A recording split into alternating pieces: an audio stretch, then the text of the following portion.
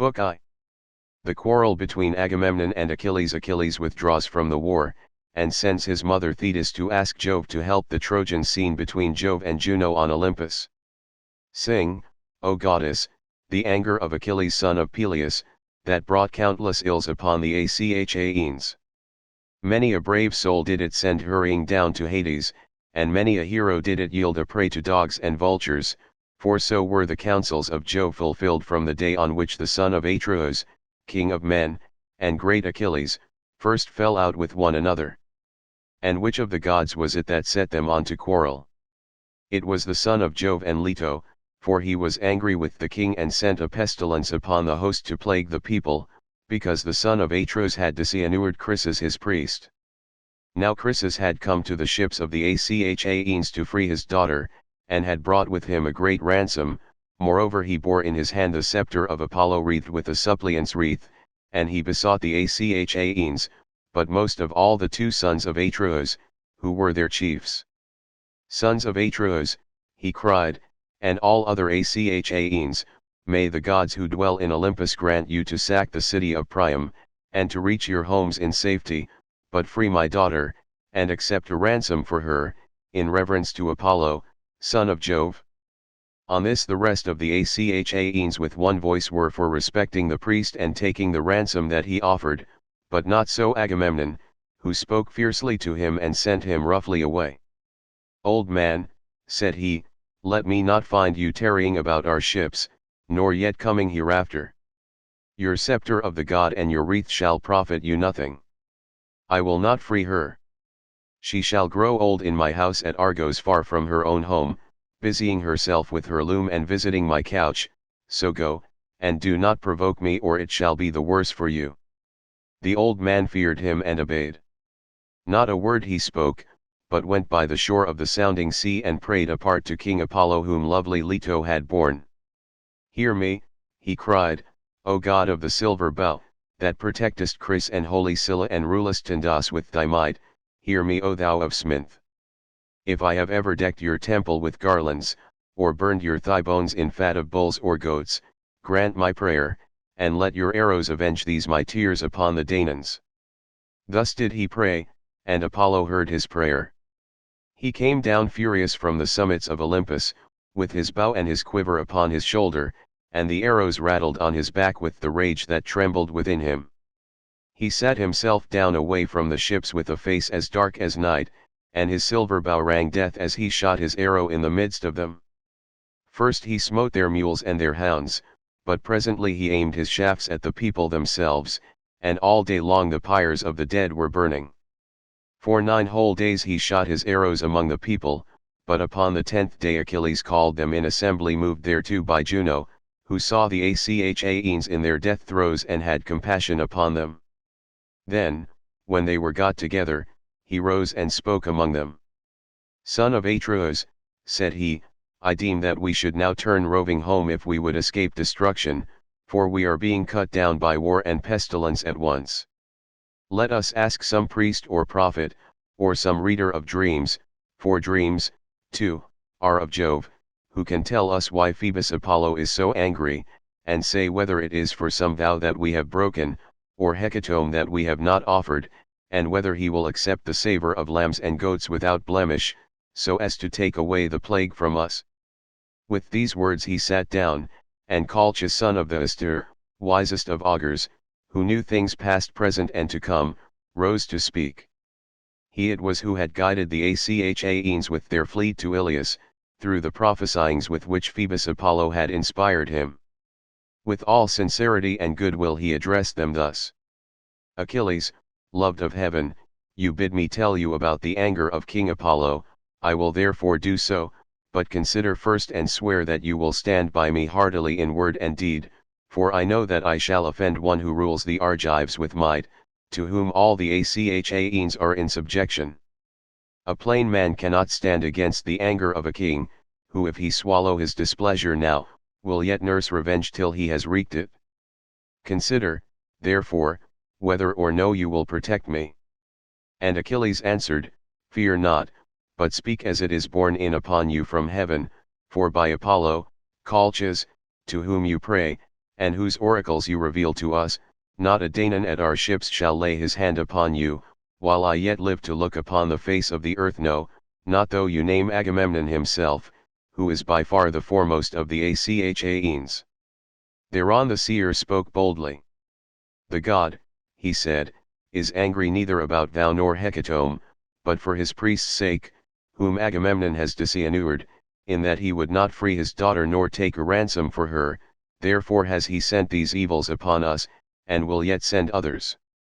He will not deliver the Danaans from this pestilence till Agamemnon has restored the girl without fee or ransom to her father, and has sent a holy hecatomb to Chris. Thus we may perhaps appease him. With these words he sat down, and Agamemnon rose in anger. His heart was black with rage, and his eyes flashed fire as he scowled on Colchis and said, Seer of evil, you never yet prophesied smooth things concerning me, but have ever loved to foretell that which was evil. You have brought me neither comfort nor performance, and now you come seeing among Danaans, and saying that Apollo has plagued us because I would not take a ransom for this girl, the daughter of Chryses. I have set my heart on keeping her in my own house, for I love her better even than my own wife Clytemnestra, whose peer she is alike in form and feature, in understanding and accomplishments. Still I will give her up if I must, for I would have the people live, not die, but you must find me a prize instead, or I alone among the Argives shall be without one. This is not well, for you behold, all of you, that my prize is to go elsewhither. And Achilles answered, Most noble son of Atreus, covetous beyond all mankind, how shall the Achaeans find you another prize? We have no common store from which to take one. Those we took from the cities have been awarded, we cannot disallow the awards that have been made already. Give this girl, therefore, to the god, and if ever Jove grants us to sack the city of Troy we will requite you 3 and 4-fold. Then Agamemnon said, Achilles, valiant though you be, you shall not thus outwit me. You shall not overreach and you shall not persuade me. Are you to keep your own prize, while I sit tamely under my loss and give up the girl at your bidding? Let the Achaeans find me a prize in fair exchange to my liking, or I will come and take your own, or that of Ajax or of Ulysses, and he to whomsoever I may come shall rue my coming. But of this we will take thought hereafter.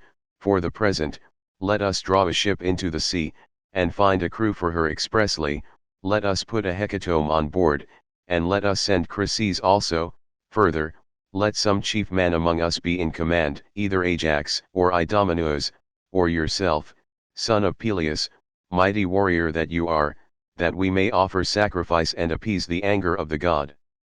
Achilles scowled at him and answered, You are steeped in insolence and lust of gain. With what heart can any of the Achaeans do your bidding, either on foray or in open fighting? I came not warring here for any ill the Trojans had done me. I have no quarrel with them. They have not raided my cattle nor my horses, nor cut down my harvests on the rich plains of Thea, for between me and them there is a great space, both mountain and sounding sea. We have followed you, Sir Insolence. For your pleasure, not ours to gain satisfaction from the Trojans for your shameless self and for Menelaus. You forget this, and threaten to rob me of the prize for which I have toiled, and which the sons of the Achaeans have given me. Never when the Achaeans sack any rich city of the Trojans do I receive so good a prize as you do, though it is my hands that do the better part of the fighting. When the sharing comes, your share is far the largest, and I, forsooth, must go back to my ships, take what I can get and be thankful, when my labor of fighting is done. Now, therefore, I shall go back to Thea. It will be much better for me to return home with my ships, for I will not stay here disinured to gather gold and substance for you. And Agamemnon answered, Fly if you will, I shall make you no prayers to stay you. I have others here who will do me honor, and above all Jove, the Lord of counsel. There is no king here so hateful to me as you are, for you are ever quarrelsome and ill-affected. What though you be brave? Was it not heaven that made you so? Go home, then, with your ships and comrades to lord it over the Myrmidons. I care neither for you nor for your anger, and thus will I do, since Phoebus Apollo is taking Chryses from me, I shall send her with my ship and my followers, but I shall come to your tent and take your own prize Briseis, that you may learn how much stronger I am than you are, and that another may fear to set himself up as equal or comparable with me. The son of Peleus was furious, and his heart within his shaggy breast was divided whether to draw his sword, push the others aside, and kill the son of Atreus, or to restrain himself and check his anger. While he was thus in two minds, and was drawing his mighty sword from its scabbard, Minerva came down from heaven, for Juno had sent her in the love she bore to them both, and seized the son of Peleus by his yellow hair, visible to him alone, for of the others no man could see her. Achilles turned in amaze, and by the fire that flashed from her eyes at once knew that she was Minerva. "Why are you here?" said he, "daughter of aegis-bearing Jove?" "To see the pride of Agamemnon, son of Atreus. Let me tell you, and it shall surely be he shall pay for this insolence with his life." And Minerva said, "I come from heaven, if you will hear me, to bid you stay your anger. Juno has sent me, who cares for both of you alike. Cease, then, this brawling, and do not draw your sword, rail at him if you will, and your railing will not be vain, for I tell you, and it shall surely be, that you shall hereafter receive gifts 3 times as splendid by reason of this present insult. Hold, therefore, and obey." "Goddess," answered Achilles, "however angry a man may be, he must do as you two command him. This will be best, for the gods ever hear the prayers of him who has obeyed them." He stayed his hand on the silver hilt of his sword, and thrust it back into the scabbard as Minerva bade him. Then she went back to Olympus among the other gods, and to the house of aegis-bearing Jove. But the son of Peleus again began railing at the son of Atreus, for he was still in a rage. "Wine-bibber," he cried, "with the face of a dog and the heart of a hind, you never dare to go out with the host in fight, nor yet with our chosen men in ambuscade. You shun this as you do death itself. You had rather go round and rob his prizes from any man who contradicts you. You devour your people, for you are king over a feeble folk, otherwise, son of Atreus, henceforward you would insult no man. Therefore I say, and swear it with a great oath, nay, by this my scepter which shall sprout neither leaf nor shoot, nor bud anew from the day on which it left its parent stem upon the mountains, for the axe stripped it of leaf and bark, and now the sons of the Achaeans bear it as judges and guardians of the decrees of heaven, so surely and solemnly do I swear that hereafter they shall look fondly for Achilles and shall not find him. In the day of your distress, when your men fall dying by the murderous hand of Hector, you shall not know how to help them, and shall rend your heart with rage for the hour when you offered insult to the bravest of the Achaeans." With this the son of Peleus dashed his gold-bestudded scepter on the ground and took his seat, while the son of Atreus was beginning fiercely from his place upon the other side. Then uprose smooth-tongued Nestor, the facile speaker of the Pylians, and the words fell from his lips sweeter than honey. 2 generations of men born and bred in Pylos had passed away under his rule, and he was now reigning over the third. With all sincerity and goodwill, therefore, he addressed them thus. "Of a truth," he said, "a great sorrow has befallen the Achaean land. Surely Priam with his sons would rejoice, and the Trojans be glad at heart if they could hear this quarrel between you two, who are so excellent in fight and counsel. I am older than either of you, therefore be guided by me. Moreover, I have been the familiar friend of men even greater than you are, and they did not disregard my counsels. Never again can I behold such men as Pirithous and Dryas, shepherd of his people, or as Sinuus, Exadius, godlike Polyphemus, and Theseus son of Aegeus, peer of the immortals. These were the mightiest men ever born upon this earth, mightiest were they, and when they fought the fiercest tribes of mountain savages they utterly overthrew them. I came from distant Pylos, and went about among them, for they would have me come, and I fought as it was in me to do. Not a man now living could withstand them, but they heard my words, and were persuaded by them. So be it also with yourselves, for this is the more excellent way. Therefore, Agamemnon, though you be strong, Take not this girl away, for the sons of the Achaeans have already given her to Achilles, and you, Achilles, strive not further with the king, for no man who by the grace of Jove wields a scepter has like honor with Agamemnon. You are strong, and have a goddess for your mother, but Agamemnon is stronger than you, for he has more people under him.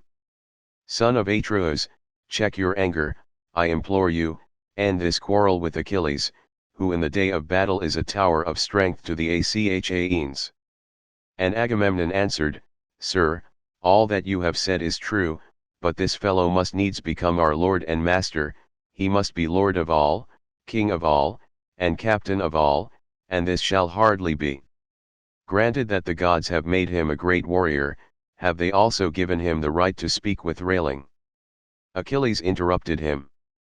I should be a mean coward, he cried, were I to give in to you in all things. Order other people about, not me, for I shall obey no longer.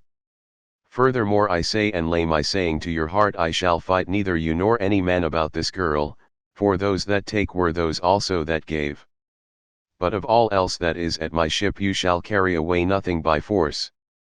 Try, that others may see, if you do, my spear shall be reddened with your blood. When they had quarrelled thus angrily, they rose, and broke up the assembly at the ships of the Achaeans. The son of Peleus went back to his tents and ships with the son of Menœtius and his company, while Agamemnon drew a vessel into the water and chose a crew of 20 oarsmen. He escorted Chryses on board and sent moreover a hecatomb for the god. And Ulysses went as captain. These, then, went on board and sailed their ways over the sea. But the son of Atreus bade the people purify themselves, so they purified themselves and cast their filth into the sea. Then they offered hecatombs of bulls and goats without blemish on the seashore, and the smoke with the savor of their sacrifice rose curling up towards heaven. Thus did they busy themselves throughout the host. But Agamemnon did not forget the threat that he had made Achilles, and called his trusty messengers and squires Talthybius and Eurybates. Go, said he, to the tent of Achilles, son of Peleus, take Briseis by the hand and bring her hither, if he will not give her I shall come with others and take her which will press him harder. He charged them straitly further and dismissed them, whereon they went their way sorrowfully by the seaside, till they came to the tents and ships of the Myrmidons.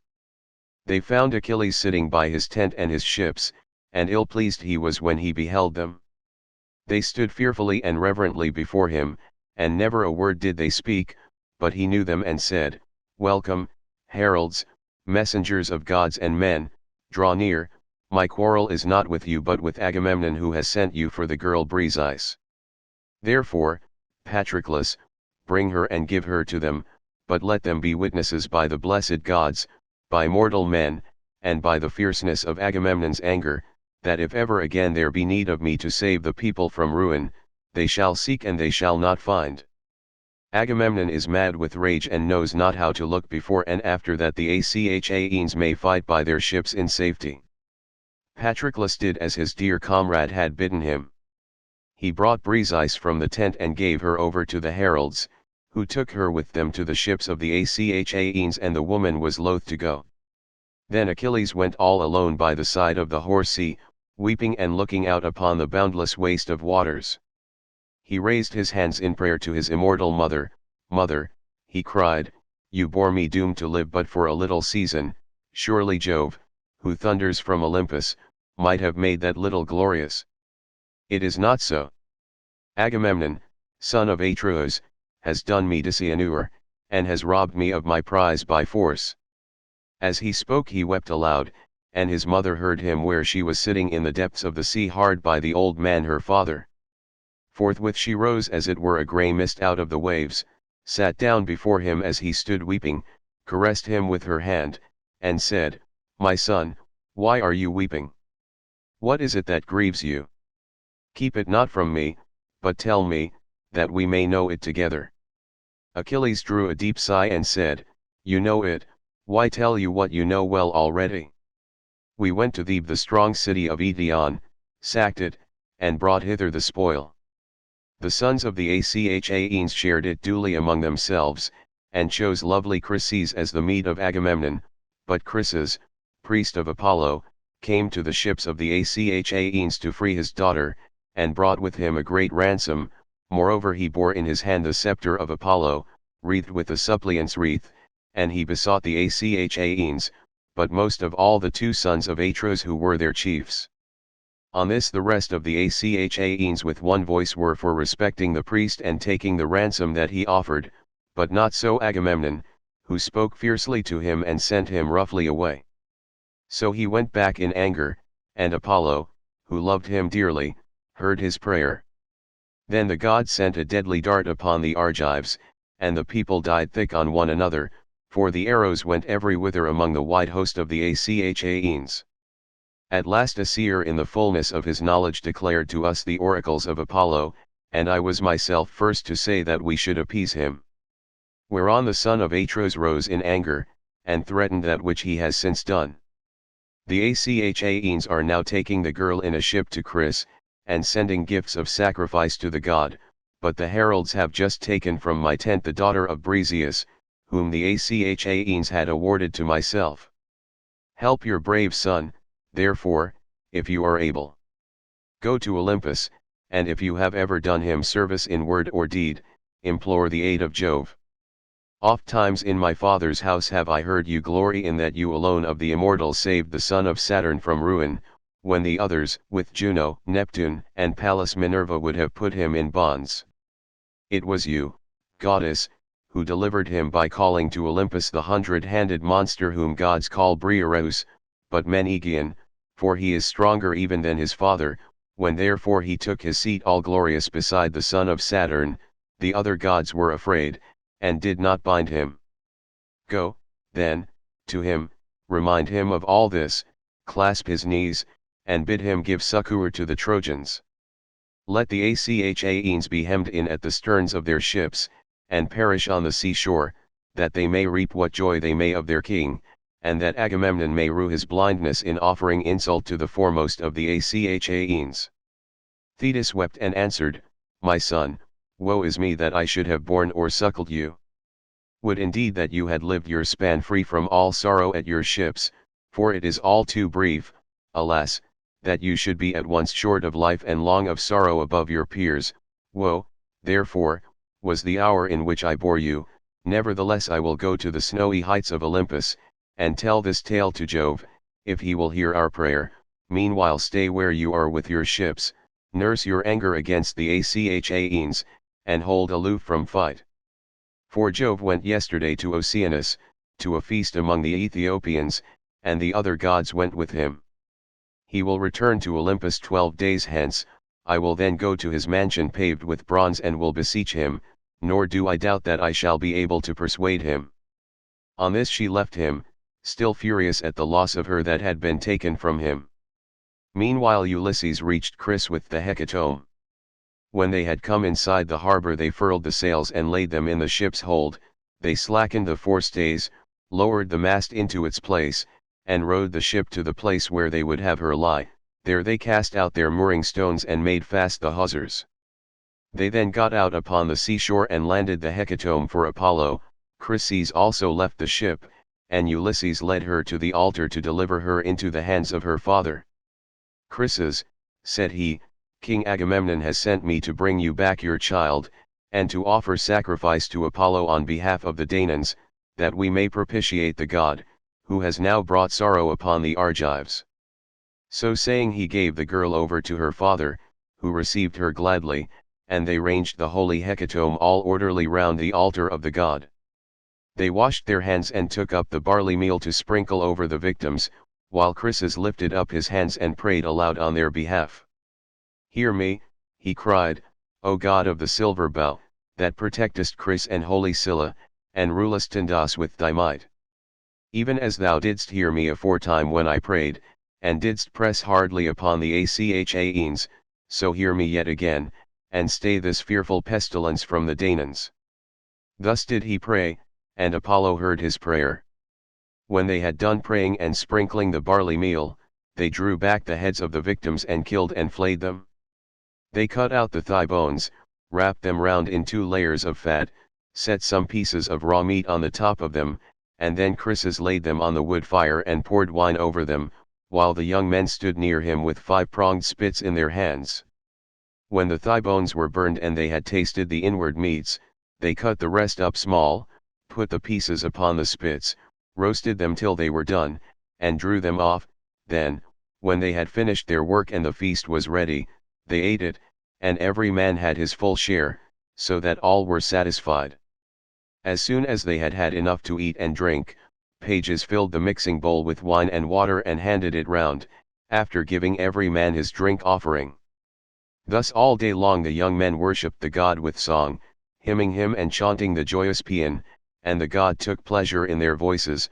But when the sun went down, and it came on dark, they laid themselves down to sleep by the stern cables of the ship, and when the child of morning, rosy-fingered dawn, appeared they again set sail for the host of the Achaeans. Apollo sent them a fair wind, so they raised their mast and hoisted their white sails aloft. As the sail bellied with the wind the ship flew through the deep blue water, and the foam hissed against her bows as she sped onward. When they reached the wide-stretching host of the Achaeans, they drew the vessel ashore, high and dry upon the sands, set her strong props beneath her, and went their ways to their own tents and ships. But Achilles abode at his ships and nursed his anger. He went not to the honorable assembly, and sallied not forth to fight, but gnawed at his own heart, pining for battle and the war cry. Now after 12 days the immortal gods came back in a body to Olympus, and Jove led the way. Thetis was not unmindful of the charge her son had laid upon her, so she rose from under the sea and went through great heaven with early morning to Olympus, where she found the mighty son of Saturn sitting all alone upon its topmost ridges. She sat herself down before him, and with her left hand seized his knees, while with her right she caught him under the chin, and besought him, saying, "Father Jove, if I ever did you service in word or deed among the immortals, hear my prayer, and do honor to my son, whose life is to be cut short so early. King Agamemnon has dishonored him by taking his prize and keeping her. Honor him then yourself, Olympian lord of counsel, and grant victory to the Trojans, till the Achaeans give my son his due and load him with riches in requital." Jove sat for a while silent, and without a word, but Thetis still kept firm hold of his knees, and besought him a second time. "Incline your head," said she, "and promise me surely, or else deny me, for you have nothing to fear, that I may learn how greatly you disdain me." At this Jove was much troubled and answered, "I shall have trouble if you set me quarreling with Juno, for she will provoke me with her taunting speeches. Even now she is always railing at me before the other gods and accusing me of giving aid to the Trojans. Go back now, lest she should find out. I will consider the matter, and will bring it about as you wish. See, I incline my head that you may believe me. This is the most solemn promise that I can give to any god. I never recall my word, or deceive, or fail to do what I say, when I have nodded my head." As he spoke the son of Saturn bowed his dark brows, and the ambrosial locks swayed on his immortal head, till vast Olympus reeled. When the pair had thus laid their plans, they parted Jove to his house, while the goddess quitted the splendor of Olympus, and plunged into the depths of the sea. The gods rose from their seats, before the coming of their sire. Not one of them dared to remain sitting, but all stood up as he came among them. There, then, he took his seat.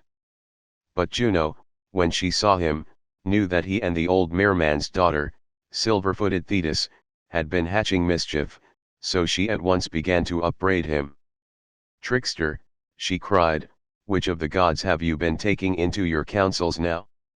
You are always settling matters in secret behind my back, and have never yet told me, if you could help it, one word of your intentions." "Juno," replied the sire of gods and men, "you must not expect to be informed of all my counsels. You are my wife, but you would find it hard to understand them. When it is proper for you to hear, there is no one, god or man, who will be told sooner, but when I mean to keep a matter to myself, you must not pry nor ask questions." "Dread son of Saturn," answered Juno, "what are you talking about? Pry and ask questions. Never. I let you have your own way in everything. Still, I have a strong misgiving that the old merman's daughter Thetis has been talking you over, for she was with you and had hold of your knees the self-same morning. I believe, therefore, that you have been promising her to give glory to Achilles, and to kill much people at the ships of the Achaeans. Wife, said Jove, I can do nothing but you suspect me and find it out. You will take nothing by it, for I shall only dislike you the more, and it will go harder with you. Granted that it is as you say, I mean to have it so. Sit down and hold your tongue as I bid you, for if I once begin to lay my hands about you, though all heaven were on your side, it would profit you nothing. On this Juno was frightened, so she curbed her stubborn will and sat down in silence. But the heavenly beings were disquieted throughout the house of Jove, till the cunning workman Vulcan began to try and pacify his mother Juno. It will be intolerable, said he, if you two fall to wrangling and setting heaven in an uproar about a pack of mortals. If such ill counsels are to prevail, we shall have no pleasure at our banquet. Let me then advise my mother, and she must herself know that it will be better to make friends with my dear father Jove, lest he again scold her and disturb our feast. If the Olympian thunderer wants to hurl us all from our seats, he can do so, for he is far the strongest, so give him fair words, and he will then soon be in a good humor with us. As he spoke, he took a double cup of nectar, and placed it in his mother's hand. Cheer up, my dear mother, said he, and make the best of it. I love you dearly, and should be very sorry to see you get a thrashing. However grieved I might be, I could not help, for there is no standing against Jove. Once before, when I was trying to help you, he caught me by the foot and flung me from the heavenly threshold. All day long from morn till eve, was I falling, till at sunset I came to ground in the island of Lemnos, and there I lay, with very little life left in me, till the Sintians came and tended me. Juno smiled at this, and as she smiled she took the cup from her son's hands.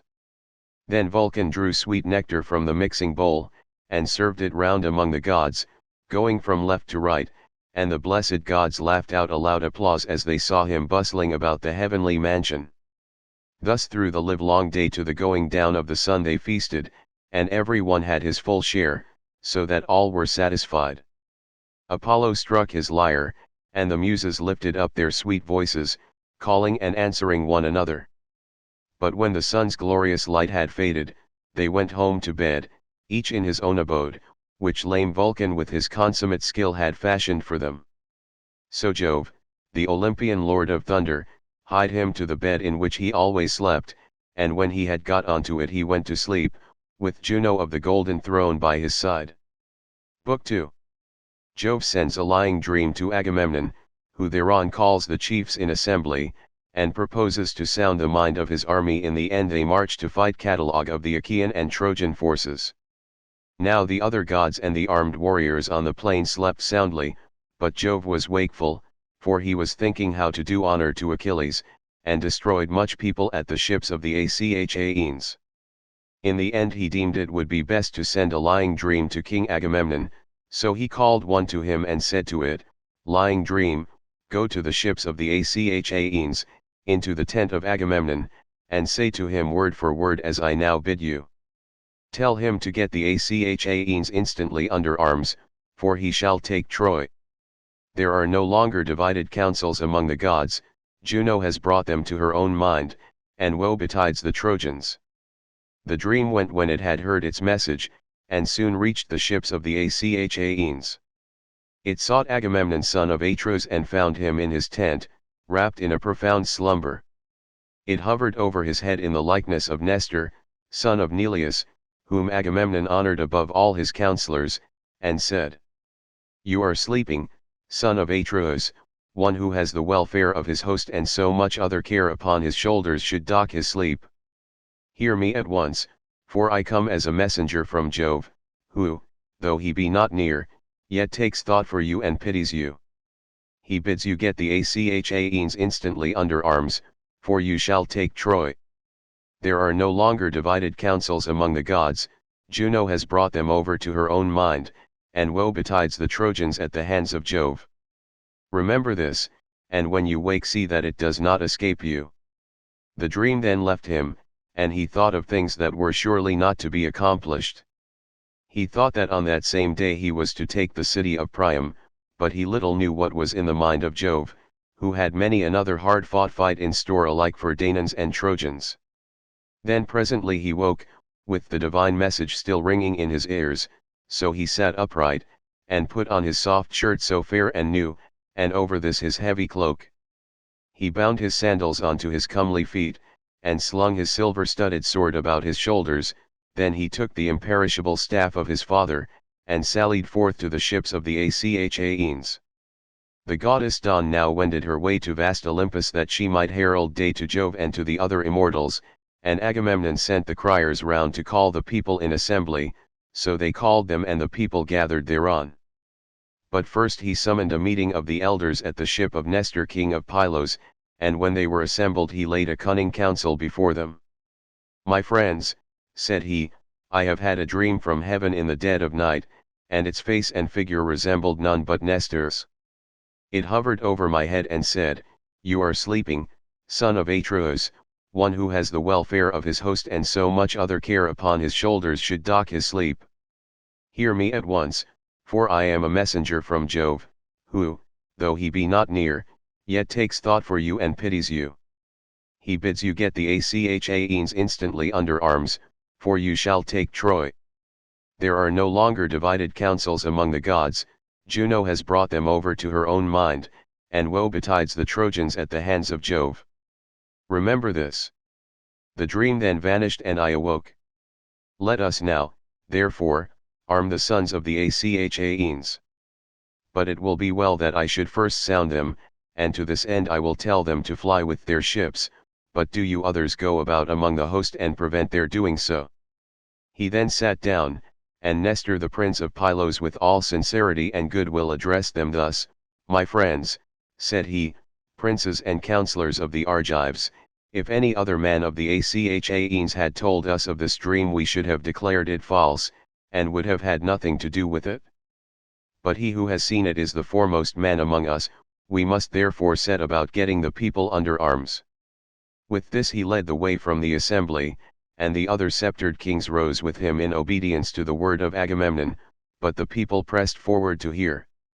They swarmed like bees that sally from some hollow cave and flit in countless throng among the spring flowers, bunched in knots and clusters, even so did the mighty multitude pour from ships and tents to the assembly, and range themselves upon the wide-watered shore, while among them ran wildfire rumor, messenger of Jove, urging them ever to the fore.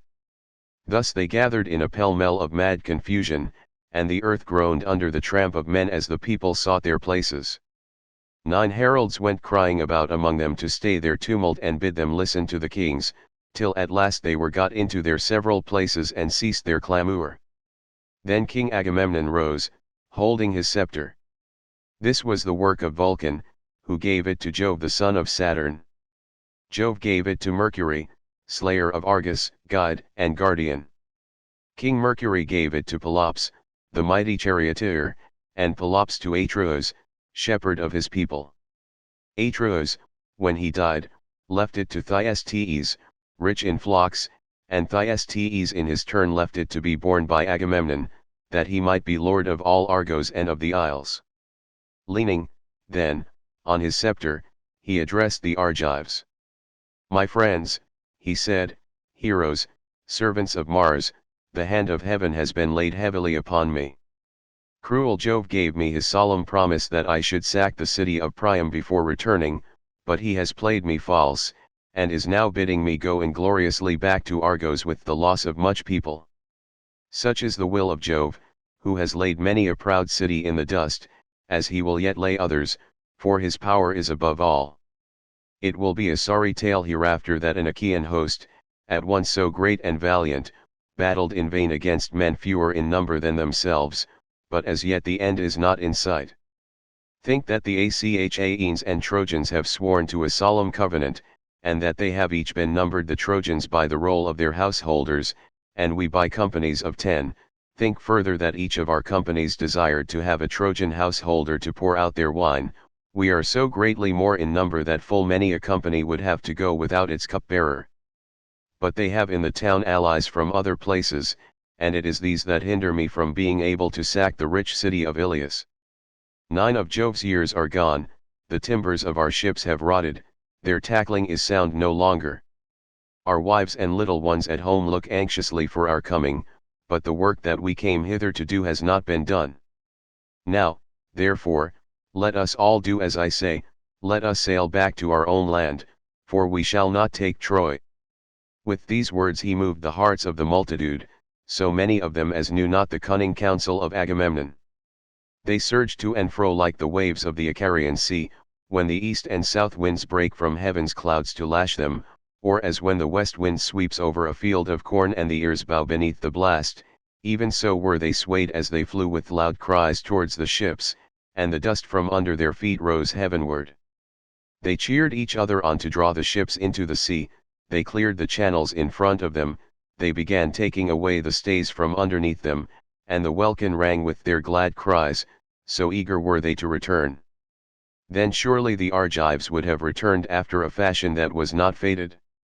But Juno said to Minerva, Alas, daughter of aegis-bearing Jove, unweariable, shall the Argives fly home to their own land over the broad sea, and leave Priam and the Trojans the glory of still keeping Helen, for whose sake so many of the Achaeans have died at Troy, far from their homes? Go about at once among the host, and speak fairly to them, man by man, that they draw not their ships into the sea. Minerva was not slack to do her bidding. Down she darted from the topmost summits of Olympus, and in a moment she was at the ships of the Achaeans. There she found Ulysses, peer of Jove in council, standing alone. He had not as yet laid a hand upon his ship, for he was grieved and sorry, so she went close up to him and said, Ulysses, noble son of Laertes, are you going to fling yourselves into your ships and be off home to your own land in this way? Will you leave Priam and the Trojans the glory of still keeping Helen, for whose sake so many of the Achaeans have died at Troy, far from their homes? Go about at once among the host, and speak fairly to them, man by man, that they draw not their ships into the sea. Ulysses knew the voice as that of the goddess, he flung his cloak from him and set off to run. His servant Eurybates, a man of Ithaca, who waited on him, took charge of the cloak, whereon Ulysses went straight up to Agamemnon and received from him his ancestral, imperishable staff. With this he went about among the ships of the Achaeans. Whenever he met a king or chieftain, he stood by him and spoke him fairly. Sir, said he, this flight is cowardly and unworthy. Stand to your post, and bid your people also keep their places. You do not yet know the full mind of Agamemnon, he was sounding us, and ere long will visit the Achaeans with his displeasure. We were not all of us at the council to hear what he then said, see to it lest he be angry and do us a mischief, for the pride of kings is great, and the hand of Jove is with them. But when he came across any common man who was making a noise, he struck him with his staff and rebuked him, saying, Sirrah, hold your peace, and listen to better men than yourself. You are a coward and no soldier, you are nobody either in fight or council, we cannot all be kings, it is not well that there should be many masters, one man must be supreme, one king to whom the son of scheming Saturn has given the scepter of sovereignty over you all. Thus masterfully did he go about among the host, and the people hurried back to the council from their tents and ships with a sound as the thunder of surf when it comes crashing down upon the shore, and all the sea is in an uproar. The rest now took their seats and kept to their own several places, but their sides still went on wagging his unbridled tongue, a man of many words, and those unseemly, a monger of sedition, a railer against all who were in authority, who cared not what he said, so that he might set the Achaeans in a laugh. He was the ugliest man of all those that came before Troy, bandy-legged, lame of one foot, with his two shoulders rounded and hunched over his chest. His head ran up to a point, but there was little hair on the top of it. Achilles and Ulysses hated him worst of all, for it was with them that he was most wont to wrangle. Now, however, with a shrill squeaky voice he began heaping his abuse on Agamemnon. The Achaeans were angry and disgusted, yet none the less he kept on brawling and bawling at the son of Atreus. "Agamemnon," he cried, "what ails you now, and what more do you want? Your tents are filled with bronze and with fair women, for whenever we take a town we give you the pick of them. Would you have yet more gold, which some Trojan is to give you as a ransom for his son, when I or another Achaean has taken him prisoner? Or is it some young girl to hide and lie with? It is not well that you, the ruler of the Achaeans, should bring them into such misery. Weakling cowards, women rather than men, let us sail home, and leave this fellow here at Troy to stew in his own meeds of honor, and discover whether we were of any service to him or no. Achilles is a much better man than he is, and see how he has treated him, robbing him of his prize and keeping it himself. Achilles takes it meekly and shows no fight. If he did, son of Atreus, you would never again insult him." Thus railed Thersites, but Ulysses at once went up to him and rebuked him sternly. "Check your glib tongue, Thersites," said he, "and babble not a word further. Chide not with princes when you have none to back you. There is no viler creature come before Troy with the sons of Atreus. Drop this chatter about kings, and neither revile them nor keep harping about going home. We do not yet know how things are going to be, nor whether the Achaeans are to return with good success or evil. How dare you jibe at Agamemnon because the Danaans have awarded him so many prizes?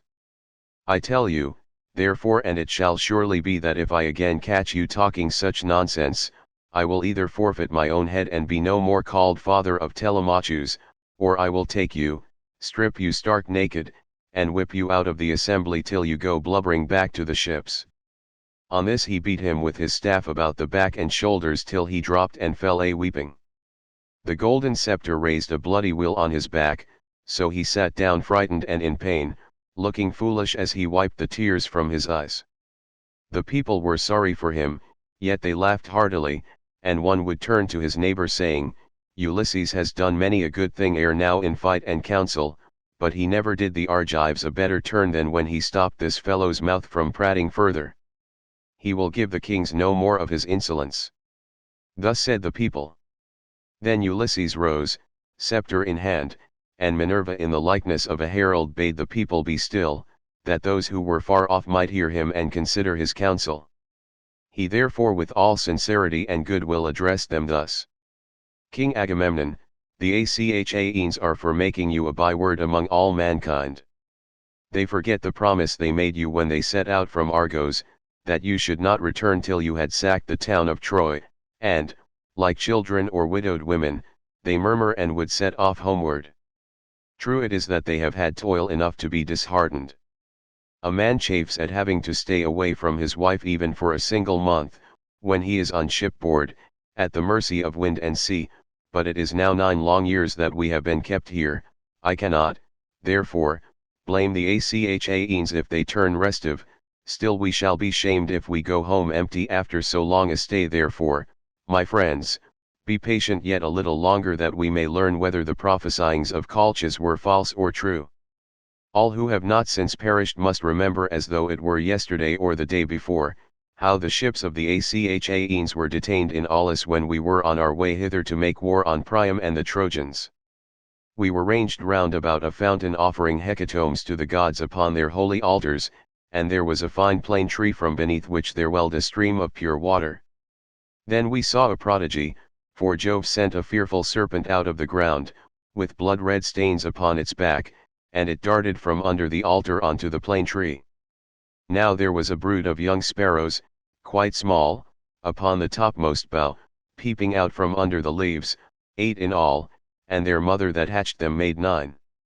The serpent ate the poor cheeping things, while the old bird flew about lamenting her little ones, but the serpent threw his coils about her and caught her by the wing as she was screaming.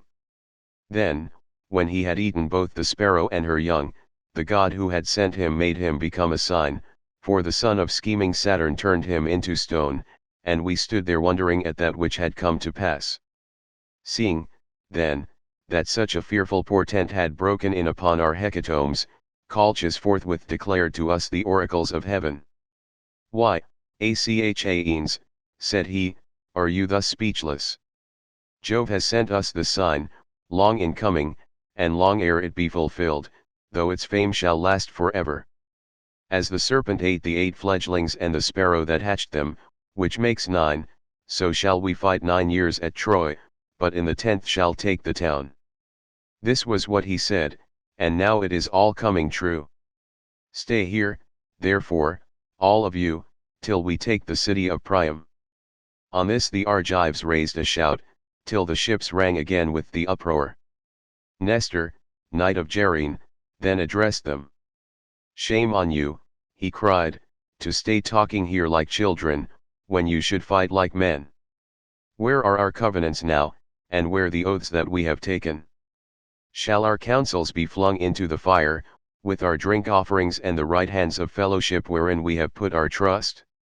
We waste our time in words, and for all our talking here shall be no further forward. Stand, therefore, son of Atreus, by your own steadfast purpose, lead the Argives on to battle, and leave this handful of men to rot, who scheme in vain, to get back to Argos ere they have learned whether Jove be true or a liar. For the mighty son of Saturn surely promised that we should succeed, when we Argives set sail to bring death and destruction upon the Trojans. He showed us favorable signs by flashing his lightning on our right hands, therefore let none make haste to go till he has first lain with the wife of some Trojan, and avenged the toil and sorrow that he has suffered for the sake of Helen. Nevertheless, if any man is in such haste to be at home again, let him lay his hand to his ship that he may meet his doom in the sight of all. But, O king, consider and give ear to my counsel, for the word that I say may not be neglected lightly. Divide your men, Agamemnon, into their several tribes and clans, that clans and tribes may stand by and help one another. If you do this, and if the Achaeans obey you, you will find out who, both chiefs and peoples, are brave, and who are cowards, for they will be against the other. Thus you shall also learn whether it is through the counsel of heaven or the cowardice of man that you shall fail to take the town. And Agamemnon answered, Nestor, you have again outdone the sons of the Achaeans in counsel. Would, by Father Jove, Minerva, and Apollo, that I had among them 10 more such counselors, for the city of King Priam would then soon fall beneath our hands, and we should sack it. But the son of Saturn afflicts me with bootless wranglings and strife. Achilles and I are quarreling about this girl, in which matter I was the first to offend. If we can be of one mind again, the Trojans will not stave off destruction for a day. Now, therefore, get your morning meal, that our hosts join in fight. Whet well your spears, see well to the ordering of your shields, give good feeds to your horses, and look your chariots carefully over, that we may do battle the livelong day, for we shall have no rest, not for a moment, till night falls to part us. The bands that bear your shields shall be wet with the sweat upon your shoulders, your hands shall weary upon your spears, your horses shall steam in front of your chariots, and if I see any man shirking the fight, or trying to keep out of it at the ships, there shall be no help for him, but he shall be a prey to dogs and vultures. Thus he spoke, and the Achaeans roared applause. As when the waves run high before the blast of the south wind and break on some lofty headland, dashing against it and buffeting it without ceasing, as the storms from every quarter drive them, even so did the Achaeans rise and hurry in all directions to their ships. There they lighted their fires at their tents and got dinner, offering sacrifice every man to one or other of the gods, and praying each one of them that he might live to come out of the fight. Agamemnon, king of men, sacrificed a fat 5-year-old bull to the mighty son of Saturn, and invited the princes and elders of his host. First he asked Nestor and King Idomeneus, then the 2 Ajaxes and the son of Tydeus, and sixthly Ulysses, peer of gods in council, but Menelaus came of his own accord, for he knew how busy his brother then was. They stood round the bull with the barley meal in their hands, and Agamemnon prayed, saying, Jove, most glorious, supreme, that dwellest in heaven, and ridest upon the storm cloud, grant that the sun may not go down, nor the night fall, till the palace of Priam is laid low, and its gates are consumed with fire. Grant that my sword may pierce the shirt of Hector about his heart, and that full many of his comrades may bite the dust as they fall dying round him. Thus he prayed, but the son of Saturn would not fulfill his prayer. He accepted the sacrifice, yet none the less increased their toil continually. When they had done praying and sprinkling the barley meal upon the victim, they drew back its head, killed it, and then flayed it. They cut out the thigh bones, wrapped them round in 2 layers of fat, and set pieces of raw meat on the top of them. These they burned upon the split logs of firewood, but they spitted the inward meats, and held them in the flames to cook. When the thigh bones were burned, and they had tasted the inward meats, they cut the rest up small, put the pieces upon spits, roasted them till they were done, and drew them off. Then, when they had finished their work and the feast was ready, they ate it, and every man had his full share, so that all were satisfied. As soon as they had had enough to eat and drink, Nestor, knight of Gerene, began to speak. "King Agamemnon," said he, "let us not stay talking here, nor be slack in the work that heaven has put into our hands. Let the heralds summon the people to gather at their several ships, we will then go about among the host, that we may begin fighting at once." Thus did he speak, and Agamemnon heeded his words. He at once sent the criers round to call the people in assembly. So they called them, and the people gathered thereon. The chiefs about the son of Atreus chose their men and marshalled them, while Minerva went among them holding her priceless aegis that knows neither age nor death. From it there waved 100 tassels of pure gold, all deftly woven, and each one of them worth 100 oxen. With this she darted furiously everywhere among the hosts of the Achaeans, urging them forward, and putting courage into the heart of each, so that he might fight and do battle without ceasing. Thus war became sweeter in their eyes even than returning home in their ships. As when some great forest fire is raging upon a mountain top and its light is seen afar, even so as they marched the gleam of their armor flashed up into the firmament of heaven. They were like great flocks of geese, or cranes, or swans on the plain about the waters of Castor, that wing their way hither and thither, glorying in the pride of flight, and crying as they settle till the fen is alive with their screaming. Even thus did their tribes pour from ships and tents onto the plain of the Scamander, and the ground rang as brass under the feet of men and horses. They stood as thick upon the flower-bespangled field as leaves that bloom in summer. As countless swarms of flies buzz around a herdsman's homestead in the time of spring when the pails are drenched with milk, even so did the Achaeans swarm onto the plain to charge the Trojans and destroy them. The chiefs disposed their men this way and that before the fight began, drafting them out as easily as goatherds draft their flocks when they have got mixed while feeding, and among them went King Agamemnon, with a head and face like Jove the Lord of Thunder, a waist like Mars, and a chest like that of Neptune. As some great bull that lords it over the herds upon the plain, even so did Jove make the son of Atreus stand peerless among the multitude of heroes. And now, O Muses, dwellers in the mansions of Olympus, tell me, for you are goddesses and are in all places so that you see all things, while we know nothing but by report who were the chiefs and princes of the Danaans. As for the common soldiers, they were so that I could not name every single one of them though I had 10 tongues, and though my voice failed not and my heart were of bronze within me, unless you, O Olympian Muses, daughters of aegis-bearing Jove, were to recount them to me. Nevertheless, I will tell the captains of the ships and all the fleet together. Peneleos, Lytus, Arcesilos, Prothoenor and Clonius were captains of the Boeotians.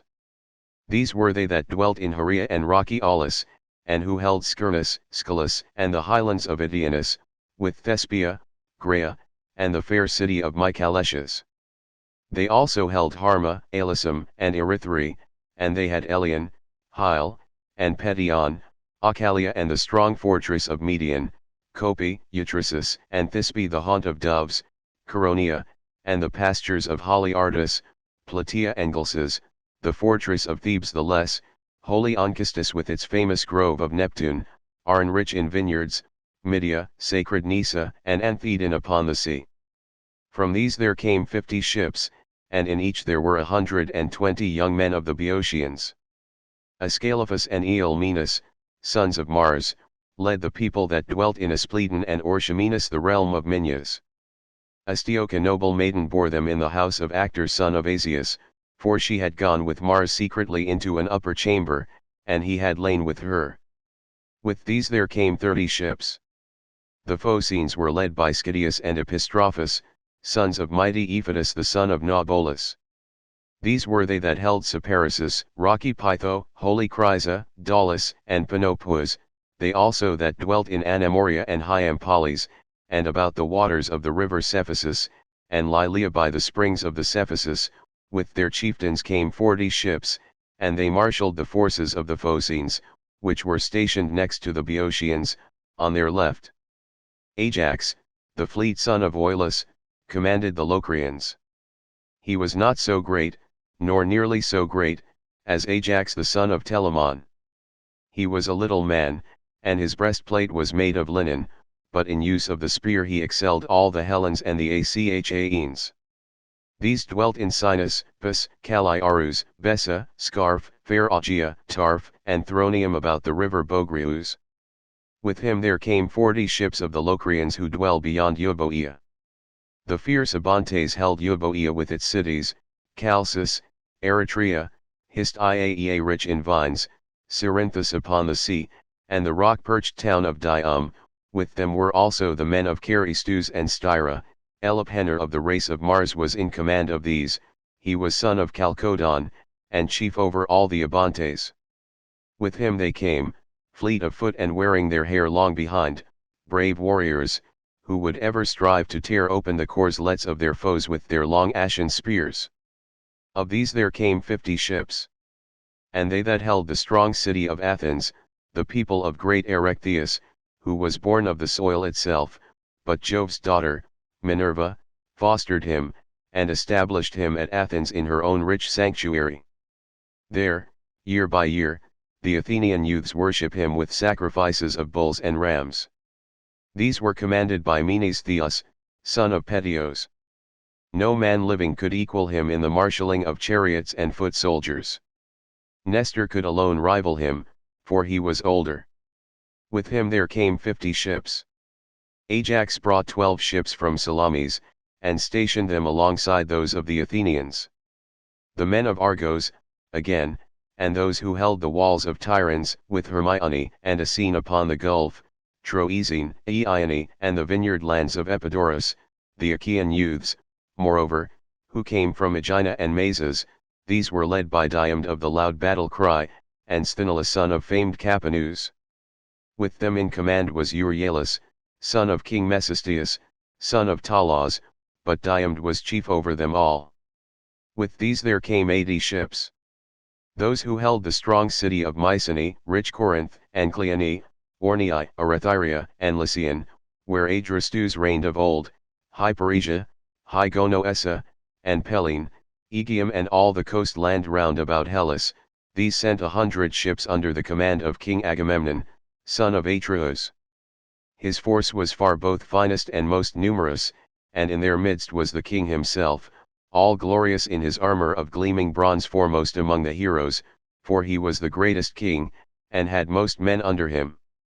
And those that dwelt in Lacedaemon, lying low among the hills, Pharos, Sparta, with Messae the haunt of doves, Brisae, Augia, Amyclae, and Helos upon the sea, Los, moreover, and Aetalus, these were led by Menelaus of the loud battle cry, brother to Agamemnon, and of them there were 60 ships, drawn up apart from the others.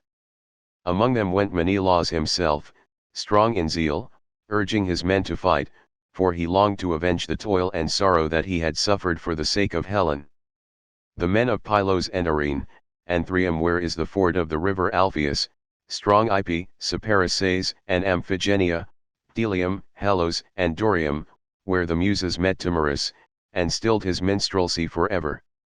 He was returning from Erchalia, where Eurytus lived and reigned, and boasted that he would surpass even the Muses, daughters of aegis-bearing Jove, if they should sing against him, whereon they were angry, and maimed him.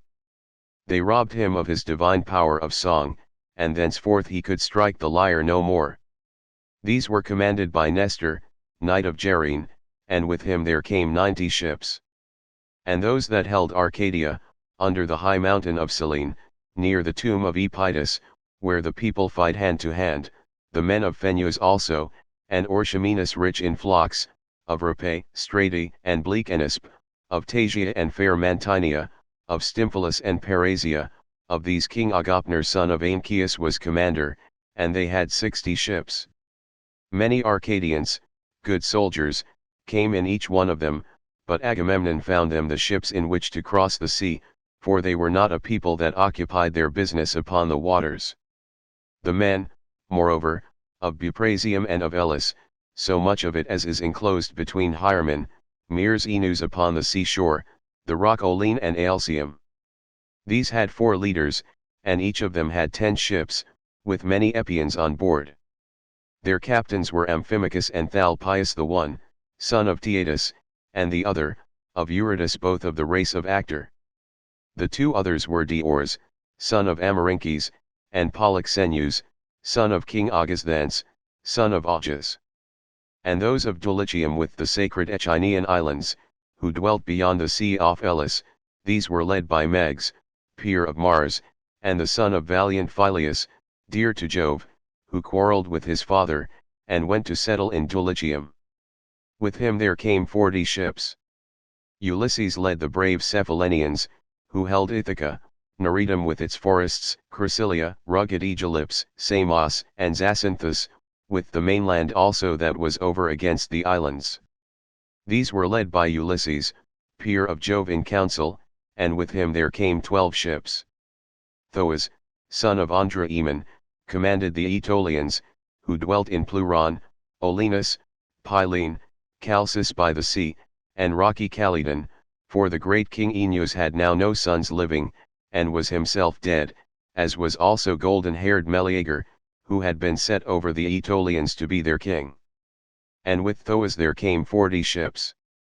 The famous spearsman Idomeneus led the Cretans, who held Knossos, and the well-walled city of Gortys, Lyctus also, Miletus and Lycastus that lies upon the chalk, the populous towns of Phaestus and Rhydium, with the other peoples that dwelt in the 100 cities of Crete. All these were led by Idomeneus, and by Marians, peer of murderous Mars. And with these there came 80 ships. Tlepolemus, son of Hercules, a man both brave and large of stature, brought 9 ships of lordly warriors from Rhodes. These dwelt in Rhodes, which is divided among the 3 cities of Lindus, Elissus, and Camyrus, that lies upon the chalk. These were commanded by Tlepolemus, son of Hercules by Astyochea, whom he had carried off from Ephyra, on the river Celius, after sacking many cities of valiant warriors. When Tlepolemus grew up, he killed his father's uncle Lysimnius, who had been a famous warrior in his time, but was then grown old.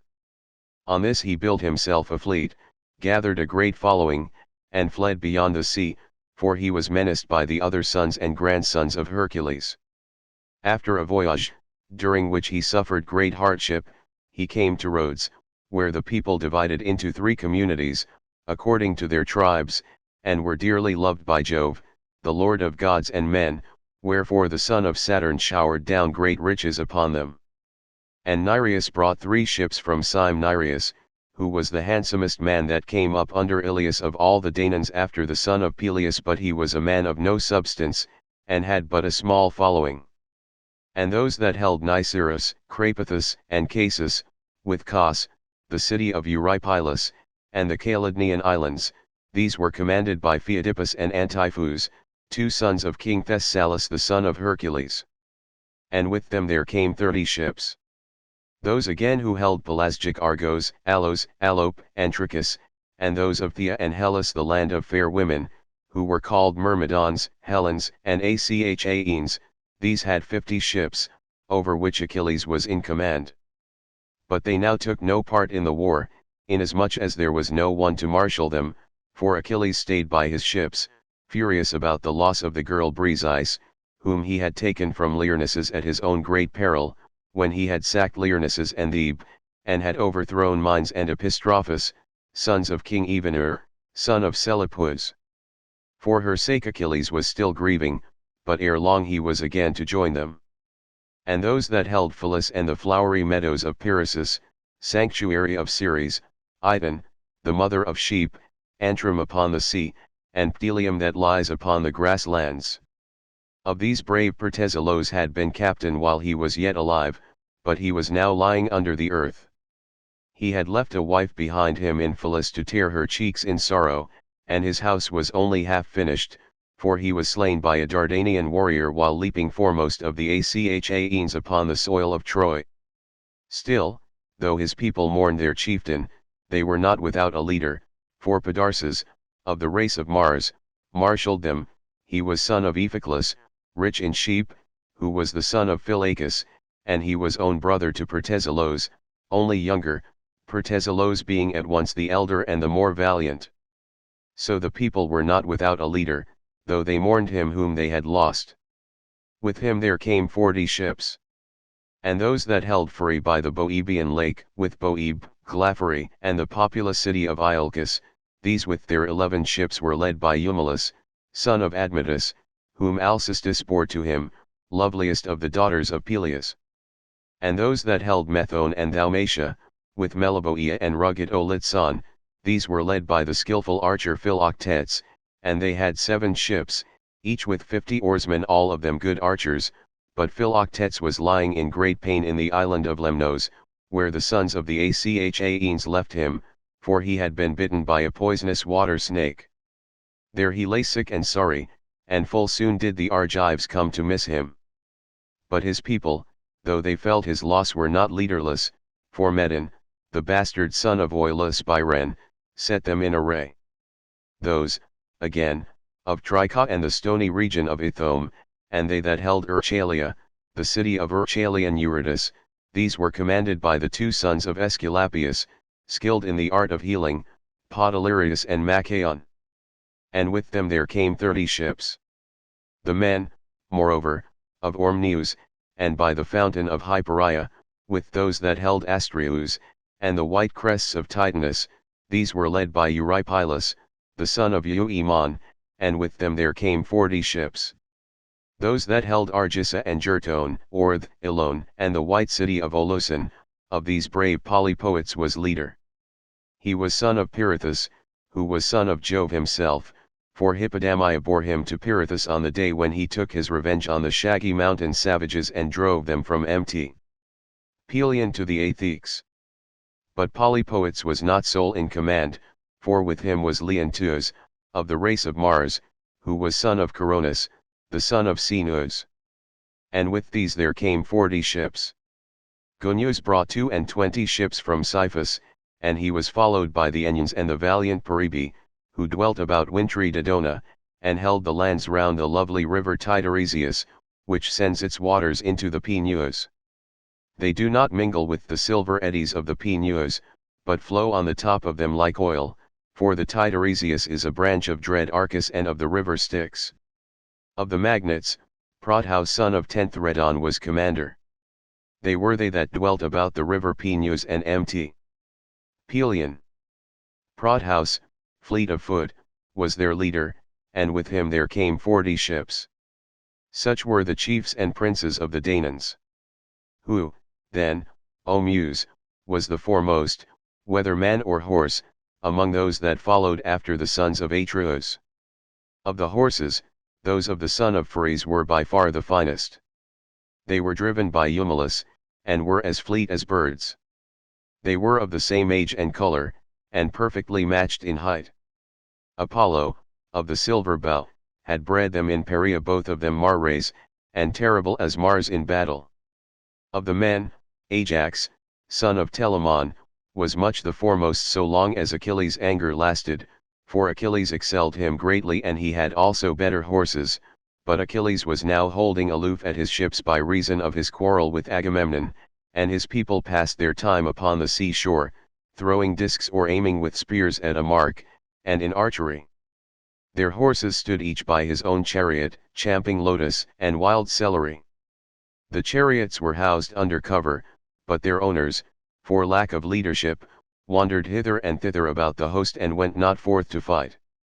Thus marched the host like a consuming fire, and the earth groaned beneath them when the Lord of Thunder is angry and lashes the land about Typhoeus among the Eremi, where they say Typhoeus lies. Even so did the earth groan beneath them as they sped over the plain. And now Iris, fleet as the wind, was sent by Jove to tell the bad news among the Trojans. They were gathered in assembly, old and young, at Priam's gates, and Iris came close up to Priam, speaking with the voice of Priam's son Polites, who, being fleet of foot, was stationed as watchman for the Trojans on the tomb of old Aeschylus, to look out for any sally of the Achaeans.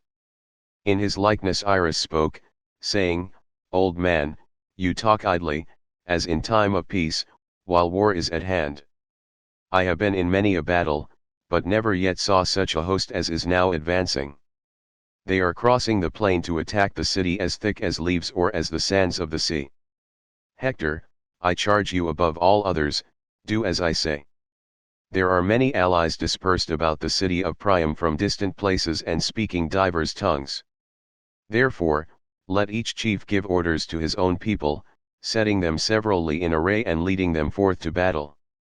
Thus she spoke, but Hector knew that it was the goddess, and at once broke up the assembly. The men flew to arms, all the gates were opened, and the people thronged through them, horse and foot, with the tramp as of a great multitude. Now there is a high mound before the city, rising by itself upon the plain. Men call it Batia, but the gods know that it is the tomb of lithe Myrine. Here the Trojans and their allies divided their forces. Priam's son, great Hector of the gleaming helmet, commanded the Trojans, and with him were arrayed by far the greater number and most valiant of those who were longing for the fray. The Dardanians were led by brave Aeneas, whom Venus bore to Anchises, when she, goddess though she was, had lain with him upon the mountain slopes of Ida. He was not alone, for with him were the two sons of Antenor, Archilochus and Acamas, both skilled in all the arts of war. They that dwelt in Telea under the lowest spurs of Mt. Ida, men of substance, who drink the limpid waters of the Aesepus, and are of Trojan blood. These were led by Pandarus son of Lycon, whom Apollo had taught to use the bow. They that held Adrastea and the land of Apessus, with Pythia and the high mountain of Tyria. These were led by Adrastus and Amphius, whose breastplate was of linen. These were the sons of Merops of Percet, who excelled in all kinds of divination. He told them not to take part in the war, but they gave him no heed, for fate lured them to destruction. They that dwelt about Percet and Practius, with Sestos, Abydos, and Arisbe. These were led by Asius, son of Hyrtacus, a brave commander. Asius, the son of Hyrtacus, whom his powerful dark bay steeds, of the breed that comes from the river Celius, had brought from Arisbe. Hippothous led the tribes of Pelasgian spearsmen, who dwelt in fertile Larissa. Hippothous, and Pyleus of the race of Mars, two sons of the Pelasgian Lethus, son of Ptolemus. Acamas and the warrior Pyrrhus commanded the Thracians and those that came from beyond the mighty stream of the Hellespont. Euphemus, son of Troesnus, the son of Ceos, was captain of the Ciconian spearsmen. Perichmus led the Paeonian archers from distant Amyton, by the broad waters of the river Axius, the fairest that flow upon the earth. The Paphlagonians were commanded by stout-hearted Pylamons from Enetae, where the mules run wild in herds. These were they that held Cytorus and the country round Sesamus, with the cities by the river Parthenius, Cromna, Aegialus, and lofty Erythinae. Odius and Epistrophus were captains over the Halitzinae from distant Alebe, where there are mines of silver. Chromes, and Enomus the augur, led the Mysians, but his skill in augury availed not to save him from destruction, for he fell by the hand of the fleet descendant of Aeacus in the river, where he slew others also of the Trojans. For again, and noble Ascanius led the Phrygians from the far country of Ascania, and both were eager for the fray. Mestles and Antiphus commanded the Maeonians, sons of Talaemenes, born to him of the Gygaean lake. These led the Maeonians, who dwelt under Mt. Tmolus. Nasts led the Carians, men of a strange speech. These held Miletus and the wooded mountain of Theirs, with the water of the river Maeander and the lofty crests of Mt. Mycale. These were commanded by Nas and Amphimachus, the brave sons of Nomion. He came into the fight with gold about him, like a girl, fool that he was. His gold was of no avail to save him, for he fell in the river by the hand of the fleet descendant of Aeacus, and Achilles bore away his gold. Sarpedon and Glaucus led the Lycians from their distant land, by the eddying waters of the Xanthus. Book 3. Alexandria, also called Paris, challenges Menelaus. Helen and Priam view the Achaeans from the wall. The covenant Paris and Menelaus fight, and Paris is worst. Venus carries him off to save him. Scene between him and Helen. When the companies were thus arrayed, each under its own captain, the Trojans advanced as a flight of wildfowl or cranes that scream overhead when rain and winter drive them over the flowing waters of Oceanus to bring death and destruction on the pygmies, and they wrangle in the air as they fly. But the Achaeans marched silently, in high heart, and minded to stand by one another. As when the south wind spreads a curtain of mist upon the mountain tops, bad for shepherds but better than night for thieves, and a man can see no further than he can throw a stone, even so rose the dust from under their feet as they made all speed over the plain. When they were close up with one another, Alexandrus came forward as champion on the Trojan side. On his shoulders he bore the skin of a panther, his bow and his sword, and he brandished 2 spears shod with bronze as a challenge to the bravest of the Achaeans to meet him in single fight. Menelaus saw him thus stride out before the ranks, and was glad as a hungry lion that lights on the carcass of some goat or horned stag, and devours it there and then, though dogs and youths set upon him. Even thus was Menelaus glad when his eyes caught sight of Alexandrus, for he deemed that now he should be revenged. He sprang, therefore, from his chariot, clad in his suit of armor. Alexandrus quailed as he saw Menelaus come forward, and shrank in fear of his life under cover of his men. As one who starts back affrighted, trembling, and pale, when he comes suddenly upon a serpent in some mountain glade, even so did Alexandrus plunge into the throng of Trojan warriors, terror-stricken at the sight of the son of Atreus. Then Hector upbraided him. "Paris," said he, "evil-hearted Paris, fair to see, but woman-mad, and false of tongue, would that you had never been born, or that you had died unwed. Better so, than live to be disgraced and looked askance at. Will not the Achaeans mock at us and say that we have sent one to champion us who is fair to see but who has neither wit nor courage? Did you not, such as you are, get your following together and sail beyond the seas?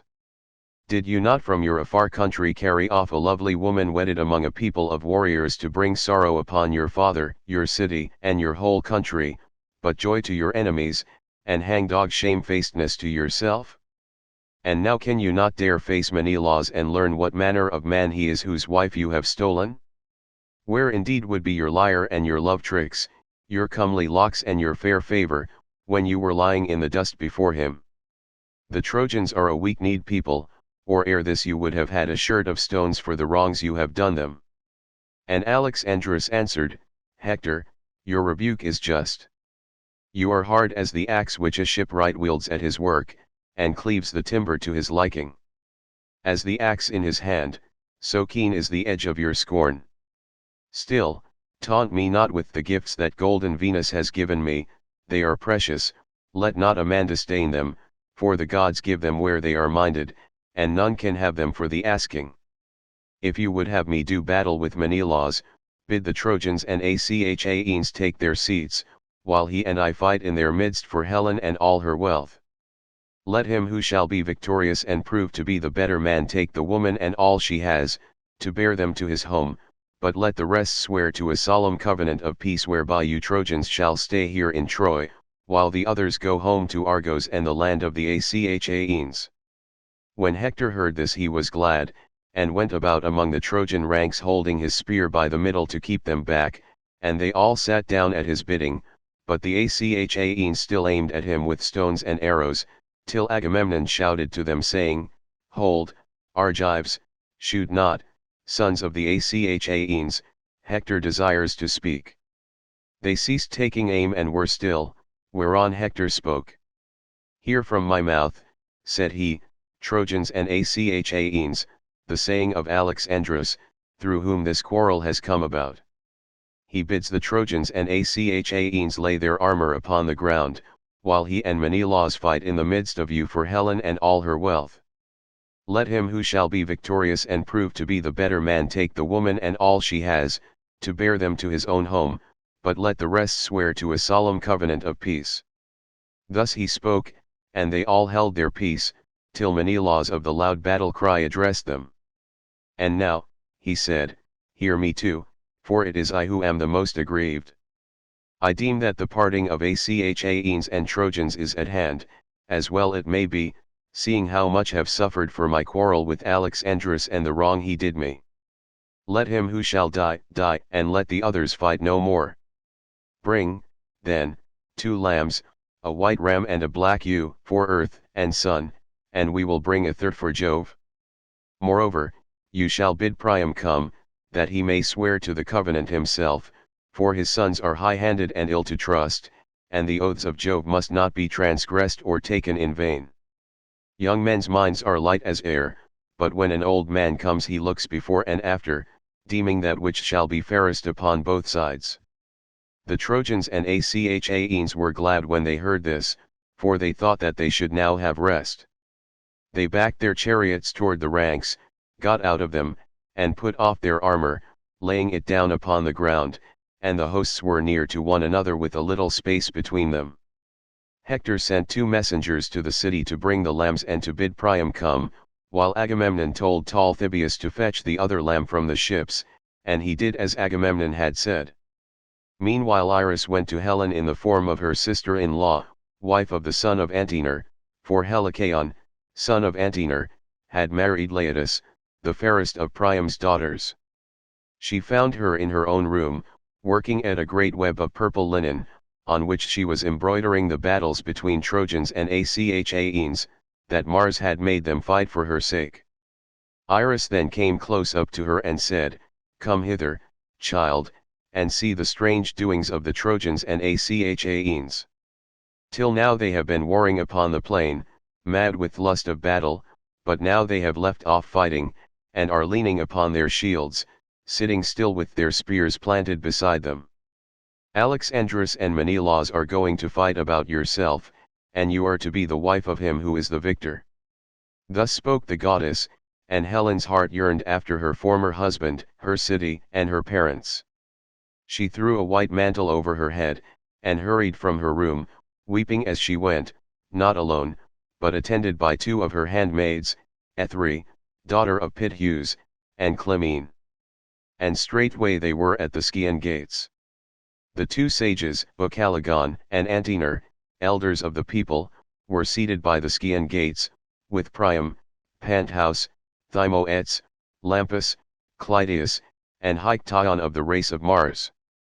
These were too old to fight, but they were fluent orators, and sat on the tower like cicales that chirrup delicately from the boughs of some high tree in a wood. When they saw Helen coming towards the tower, they said softly to one another, "Small wonder that Trojans and Achaeans should endure so much and so long, for the sake of a woman so marvelously and divinely lovely. Still, fair though she be, let them take her and go, or she will breed sorrow for us and for our children after us." But Priam bade her draw nigh. "My child," said he, "take your seat in front of me that you may see your former husband, your kinsmen, and your friends.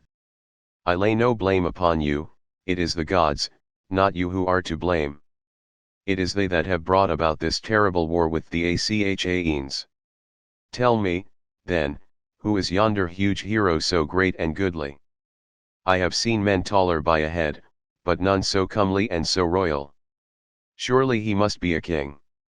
"Sir," answered Helen, "father of my husband, dear and reverend in my eyes, would that I had chosen death rather than to have come here with your son, far from my bridal chamber, my friends, my darling daughter, and all the companions of my girlhood.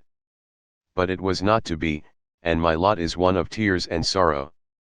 As for your question, the hero of whom you ask is Agamemnon, son of Atreus, a good king and a brave soldier, brother-in-law as surely as that he lives, to my abhorred and miserable self. The old man marvelled at him and said, Happy son of Atreus, child of good fortune. I see that the Achaeans are subject to you in great multitudes. When I was in Phrygia I saw much horsemen, the people of Atros and of Mygdon, who were camping upon the banks of the river Sangarius. I was their ally, and with them when the Amazons, peers of men, came up against them, but even they were not so many as the Achaeans. The old man next looked upon Ulysses. Tell me, he said, who is that other, shorter by a head than Agamemnon, but broader across the chest and shoulders? His armor is laid upon the ground, and he stalks in front of the ranks as it were some great woolly ram ordering his ewes. And Helen answered, He is Ulysses, a man of great craft, son of Laertes. He was born in rugged Ithaca, and excels in all manner of stratagems and subtle cunning. On this Antenor said, Madam, you have spoken truly. Ulysses once came here as envoy about yourself, and Menelaus with him. I received them in my own house, and therefore know both of them by sight and conversation. When they stood up in presence of the assembled Trojans, Menelaus was the broader shouldered, but when both were seated Ulysses had the more royal presence. After a time they delivered their message, and the speech of Menelaus ran trippingly on the tongue. He did not say much, for he was a man of few words, but he spoke very clearly and to the point, though he was the younger man of the two. Ulysses, on the other hand, when he rose to speak, was at first silent and kept his eyes fixed upon the ground. There was no play nor graceful movement of his scepter, he kept it straight and stiff like a man unpracticed in oratory. One might have taken him for a mere churl or simpleton, but when he raised his voice, and the words came driving from his deep chest like winter snow before the wind, then there was none to touch him, and no man thought further of what he looked like. Priam then caught sight of Ajax and asked, Who is that great and goodly warrior whose head and broad shoulders tower above the rest of the Argives? That, answered Helen, is huge Ajax, bulwark of the Achaeans, and on the other side of him, among the Cretans, stands Idomeneus looking like a god, and with the captains of the Cretans round him. Often did Menelaus receive him as a guest in our house when he came visiting us from Crete. I see, moreover, many other Achaeans whose names I could tell you, but there are two whom I can nowhere find, Castor, breaker of horses, and Pollux the mighty boxer. They are children of my mother, and own brothers to myself. Either they have not left Lacedaemon, or else, though they have brought their ships, they will not show themselves in battle for the shame and disgrace that I have brought upon them. She knew not that both these heroes were already lying under the earth in their own land of Lacedaemon. Meanwhile the heralds were bringing the holy oath offerings through the city, 2 lambs and a goat skin of wine, the gift of earth, and Aethius brought the mixing bowl and the cups of gold. He went up to Priam and said, Son of Laomedon, the princes of the Trojans and Achaeans bid you come down onto the plain and swear to a solemn covenant. Alexandrus and Menelaus are to fight for Helen in single combat, that she and all her wealth may go with him who is the victor. We are to swear to a solemn covenant of peace whereby we others shall dwell here in Troy, while the Achaeans return to Argos and the land of the Achaeans. The old man trembled as he heard, but bade his followers yoke the horses, and they made all haste to do so.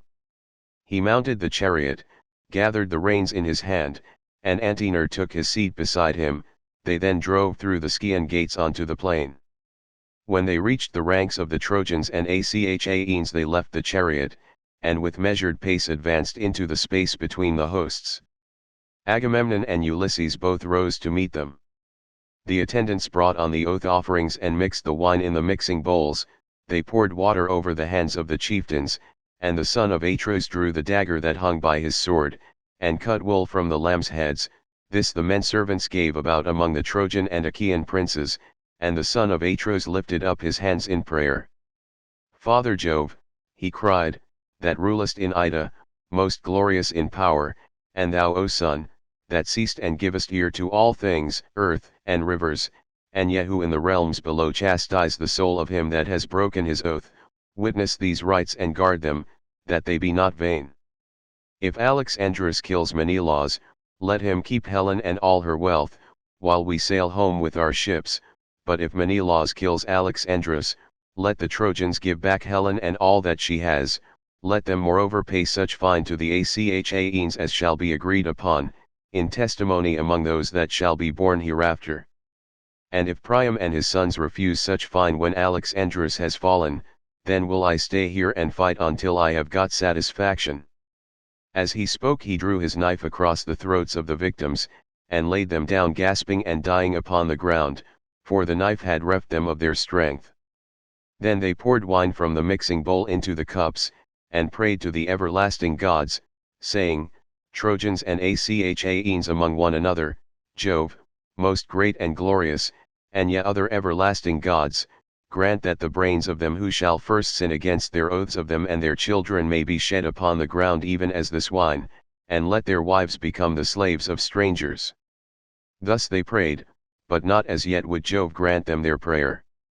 Then Priam, descendant of Dardanus, spoke, saying, Hear me, Trojans and Achaeans, I will now go back to the wind-beaten city of Ilias. I dare not with my own eyes witness this fight between my son and Menelaus, for Jove and the other immortals alone know which shall fall. On this he laid the 2 lambs on his chariot and took his seat. He gathered the reins in his hand, and Antenor sat beside him. The 2 then went back to Ilias. Hector and Ulysses measured the ground, and cast lots from a helmet of bronze to see which should take aim first. Meanwhile the 2 hosts lifted up their hands and prayed saying, Father Jove, that rulest from Ida, most glorious in power, grant that he who first brought about this war between us may die, and enter the house of Hades, while we others remain at peace and abide by our oaths. Great Hector now turned his head aside while he shook the helmet, and the lot of Paris flew out first. The others took their several stations, each by his horses and the place where his arms were lying, while Alexandrus, husband of lovely Helen, put on his goodly armor. First he greaved his legs with greaves of good make and fitted with ankle clasps of silver. After this he donned the cuirass of his brother Lycon, and fitted it to his own body. He hung his silver-studded sword of bronze about his shoulders, and then his mighty shield. On his comely head he set his helmet, well wrought, with a crest of horsehair that nodded menacingly above it, and he grasped a redoubtable spear that suited his hands. In like fashion Menelaus also put on his armor. When they had thus armed, each amid his own people, they strode fierce of aspect into the open space, and both Trojans and Achaeans were struck with awe as they beheld them. They stood near one another on the measured ground, brandishing their spears, and each furious against the other. Alexandrus aimed first, and struck the round shield of the son of Atreus, but the spear did not pierce it, for the shield turned its point. Menelaus next took aim, praying to Father Jove as he did so. King Jove, he said, grant me revenge on Alexandrus who has wronged me, subdue him under my hand that in ages yet to come a man may shrink from doing ill deeds in the house of his host. He poised his spear as he spoke, and hurled it at the shield of Alexandrus. Through shield and cuirass it went, and tore the shirt by his flank, but Alexandrus swerved aside, and thus saved his life. Then the son of Atreus drew his sword, and drove at the projecting part of his helmet, but the sword fell shivered in 3 or 4 pieces from his hand, and he cried, looking towards heaven, Father Jove, of all gods thou art the most despiteful. I made sure of my revenge, but the sword has broken in my hand, my spear has been hurled in vain, and I have not killed him. With this he flew at Alexandrus, caught him by the horsehair plume of his helmet, and began dragging him towards the Achaeans. The strap of the helmet that went under his chin was choking him, and Menelaus would have dragged him off to his own great glory had not Jove's daughter Venus been quick to mark and to break the strap of ox hide, so that the empty helmet came away in his hand. This he flung to his comrades among the Achaeans, and was again springing upon Alexandrus to run him through with a spear, but Venus snatched him up in a moment, as a god can do, hid him under a cloud of darkness, and conveyed him to his own bedchamber. Then she went to call Helen, and found her on a high tower with the Trojan women crowding round her.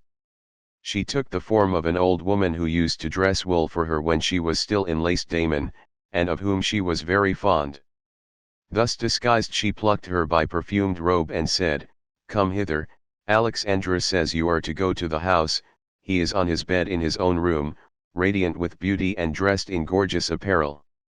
No one would think he had just come from fighting, but rather that he was going to a dance, or had done dancing and was sitting down." With these words she moved the heart of Helen to anger. When she marked the beautiful neck of the goddess, her lovely bosom, and sparkling eyes, she marvelled at her and said, "Goddess, why do you thus beguile me? Are you going to send me afield still further to some man whom you have taken up in Phrygia or fair Maeonia? Menelaus has just vanquished Alexandrus, and is to take my hateful self back with him. You are come here to betray me. Go sit with Alexandrus yourself, henceforth be goddess no longer, never let your feet carry you back to Olympus, worry about him and look after him till he make you his wife, or, for the matter of that, his slave but me. I shall not go, I can garnish his bed no longer, I should be a byword among all the women of Troy. Besides, I have trouble on my mind." Venus was very angry, and said, "Bold hussy, do not provoke me, if you do, I shall leave you to your fate and hate you as much as I have loved you. I will stir up fierce hatred between Trojans and Achaeans, and you shall come to a bad end." At this Helen was frightened. She wrapped her mantle about her and went in silence, following the goddess and unnoticed by the Trojan women. When they came to the house of Alexandrus, the maidservants set about their work, but Helen went into her own room, and the laughter-loving goddess took a seat and set it for her facing Alexandrus. On this Helen, daughter of aegis-bearing Jove, sat down, and with eyes askance began to upbraid her husband. "So you are come from the fight," said she, "would that you had fallen rather by the hand of that brave man who was my husband. You used to brag that you were a better man with hands and spear than Menelaus. Go, then, and challenge him again, but I should advise you not to do so, for if you are foolish enough to meet him in single combat, you will soon fall by his spear." And Paris answered, "Wife, do not vex me with your reproaches. This time, with the help of Minerva, Menelaus has vanquished me, another time I may myself be victor, for I too have gods that will stand by me. Come, let us lie down together and make friends. Never yet was I so passionately enamored of you as at this moment, not even when I first carried you off from Lacedaemon and sailed away with you, not even when I had converse with you upon the couch of love in the island of Crane was I so enthralled by desire of you as now." On this he led her towards the bed, and his wife went with him. Thus they laid themselves on the bed together, but the son of Atreus strode among the throng, looking everywhere for Alexandrus, and no man, neither of the Trojans nor of the allies, could find him. If they had seen him they were in no mind to hide him, for they all of them hated him as they did death itself. Then Agamemnon, king of men, spoke, saying, "Hear me, Trojans, Dardanians, and allies.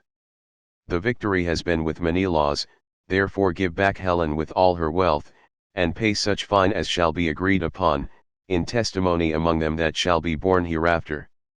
Thus spoke the son of Atreus, and the Achaeans shouted in applause. Book 4. A quarrel in Olympus. Minerva goes down and persuades Phandarus to violate the oaths by wounding Menelaus with an arrow. Agamemnon makes a speech and sends for Machaon. He then goes about among his captains and upbraids Ulysses and Sthenelus, who each of them retort fiercely. Diomed checks Sthenelus, and the two hosts then engage, with great slaughter on either side. Now the gods were sitting with Jove in council upon the golden floor, while Hebe went round pouring out nectar for them to drink, and as they pledged one another in their cups of gold they looked down upon the town of Troy. The son of Saturn then began to tease Juno, talking at her so as to provoke her. "Menelaus," said he, "has two good friends among the goddesses, Juno of Argos, and Minerva of Alalcomene, but they only sit still and look on, while Venus keeps ever by Alexandra's side to defend him in any danger. Indeed, she has just rescued him when he made sure that it was all over with him, for the victory really did lie with Menelaus. We must consider what we shall do about all this. Shall we set them fighting anew or make peace between them? If you will agree to this last, Menelaus can take back Helen and the city of Priam may remain still inhabited."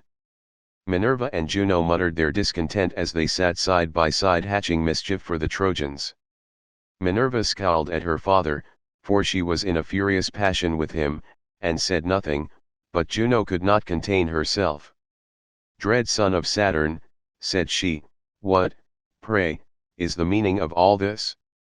Is my trouble, then, to go for nothing, and the sweat that I have sweated, to say nothing of my horses, while getting the people together against Priam and his children?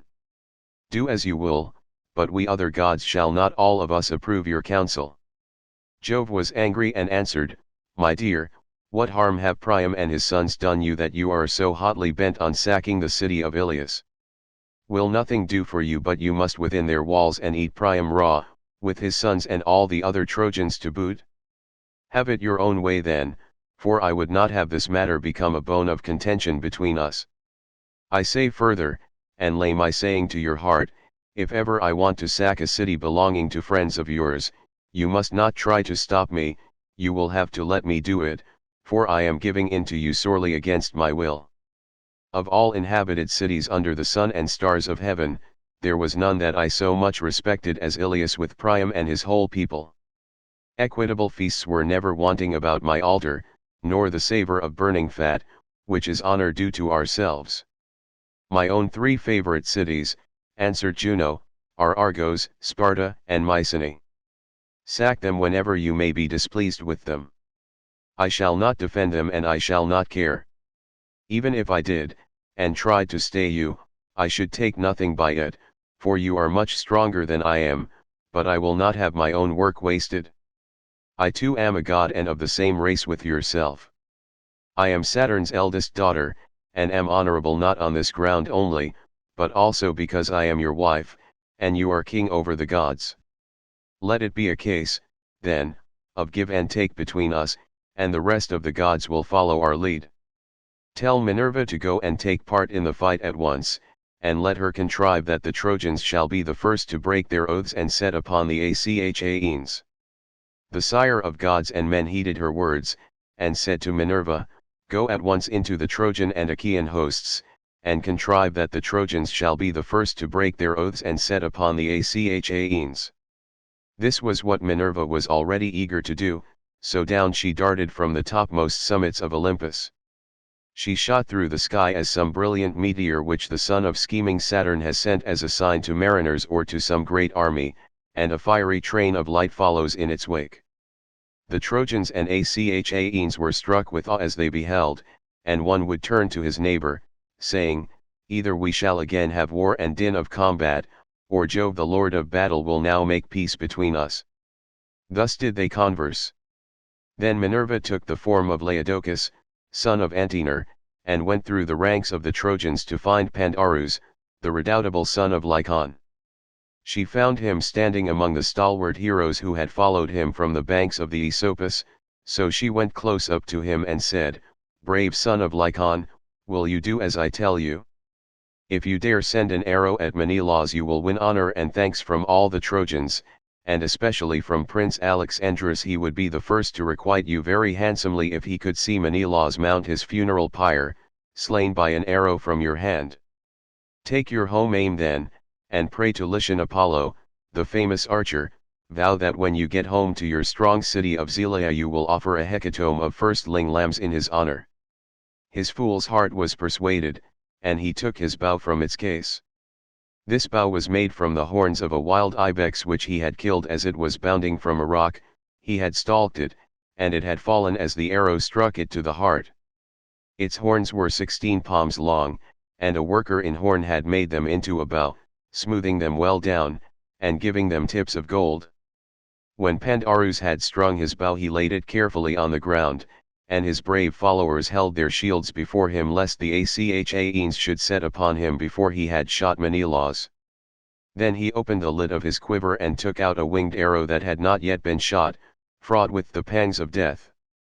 He laid the arrow on the string and prayed to Lycian Apollo, the famous archer, vowing that when he got home to his strong city of Zelea he would offer a hecatomb of firstling lambs in his honor. He laid the notch of the arrow on the ox-hide bowstring, and drew both notch and string to his breast till the arrowhead was near the bow. Then when the bow was arched into a half circle he let fly, and the bow twanged, and the string sang as the arrow flew gladly on over the heads of the throng. But the blessed gods did not forget thee, O Menelaus, and Jove's daughter, driver of the spoil, was the first to stand before thee and ward off the piercing arrow. She turned it from his skin as a mother whisks a fly from off her child when it is sleeping sweetly. She guided it to the part where the golden buckles of the belt that passed over his double cuirass were fastened, so the arrow struck the belt that went tightly round him. It went right through this and through the cuirass of cunning workmanship. It also pierced the belt beneath it, which he wore next his skin to keep out darts or arrows. It was this that served him in the best stead.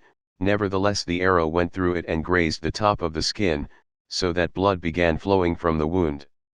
As when some woman of Maeonia or Caria strains purple dye onto a piece of ivory that is to be the cheek piece of a horse, and is to be laid up in a treasure house, many a knight is fain to bear it, but the king keeps it as an ornament of which both horse and driver may be proud. Even so, O Menelaus, were your shapely thighs and your legs down to your fair ankles stained with blood. When King Agamemnon saw the blood flowing from the wound he was afraid, and so was brave Menelaus himself, till he saw that the barbs of the arrow and the thread that bound the arrowhead to the shaft were still outside the wound. Then he took heart, but Agamemnon heaved a deep sigh as he held Menelaus's hand in his own, and his comrades made moan in concert. "Dear brother," he cried, "I have been the death of you in pledging this covenant and letting you come forward as our champion.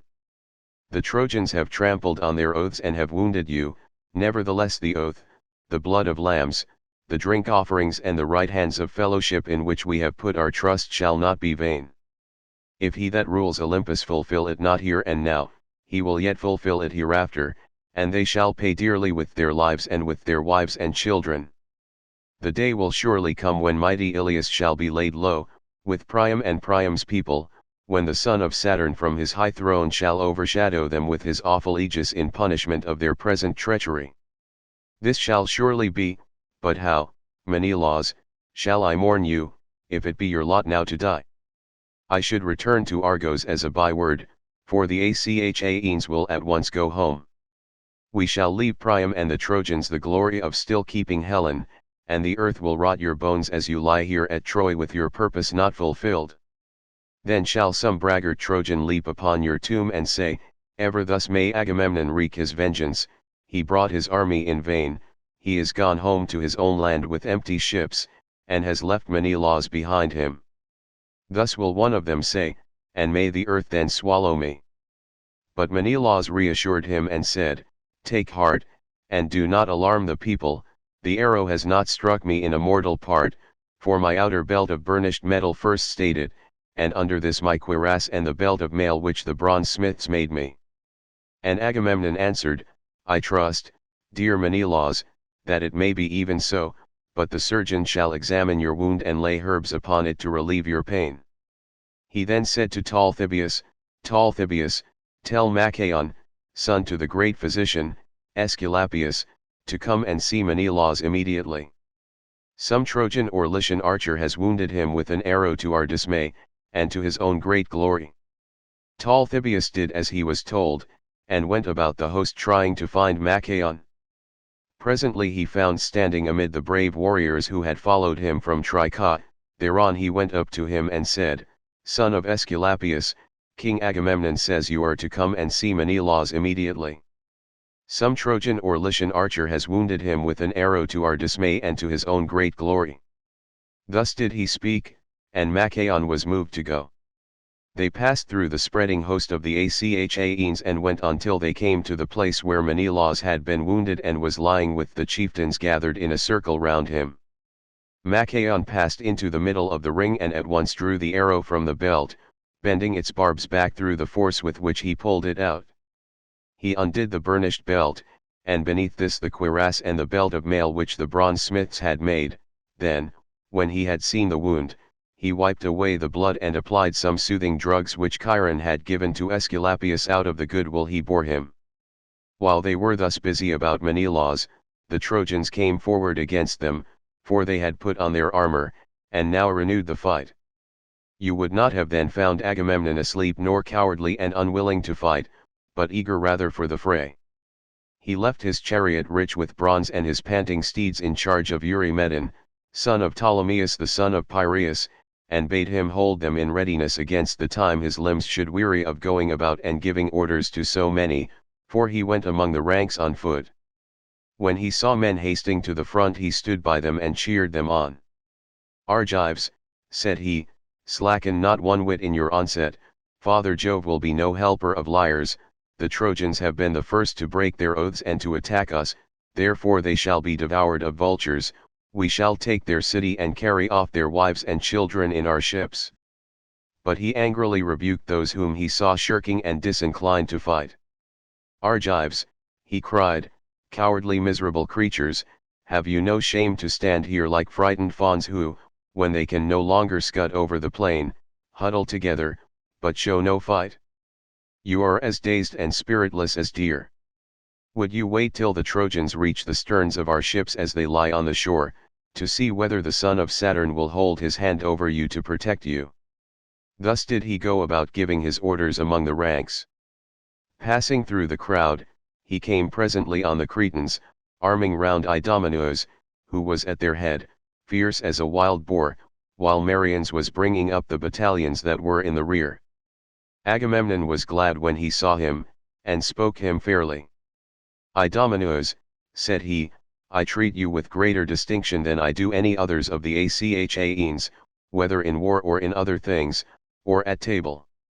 When the princes are mixing my choicest wines in the mixing bowls, they have each of them a fixed allowance, but your cup is kept always full like my own, that you may drink whenever you are minded.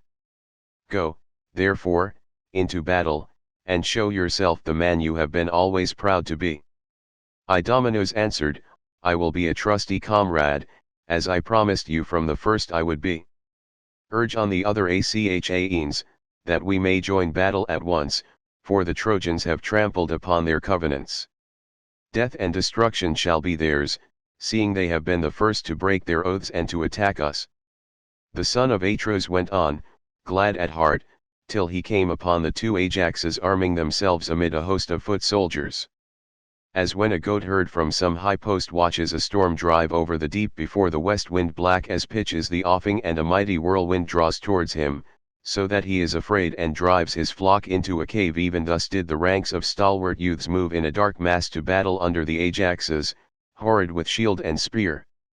Glad was King Agamemnon when he saw them. No need, he cried, to give orders to such leaders of the Argives as you are, for of your own selves you spur your men on to fight with might and main. Would, by Father Jove, Minerva, and Apollo, that all were so minded as you are, for the city of Priam would then soon fall beneath our hands, and we should sack it. With this he left them and went onward to Nestor, the facile speaker of the Pylians, who was marshalling his men and urging them on, in company with Pelagon, Alastor, Chromius, Haemon, and Bias, shepherd of his people. He placed his knights with their chariots and horses in the front rank, while the foot soldiers, brave men, and many, whom he could trust, were in the rear. The cowards he drove into the middle, that they might fight whether they would or no.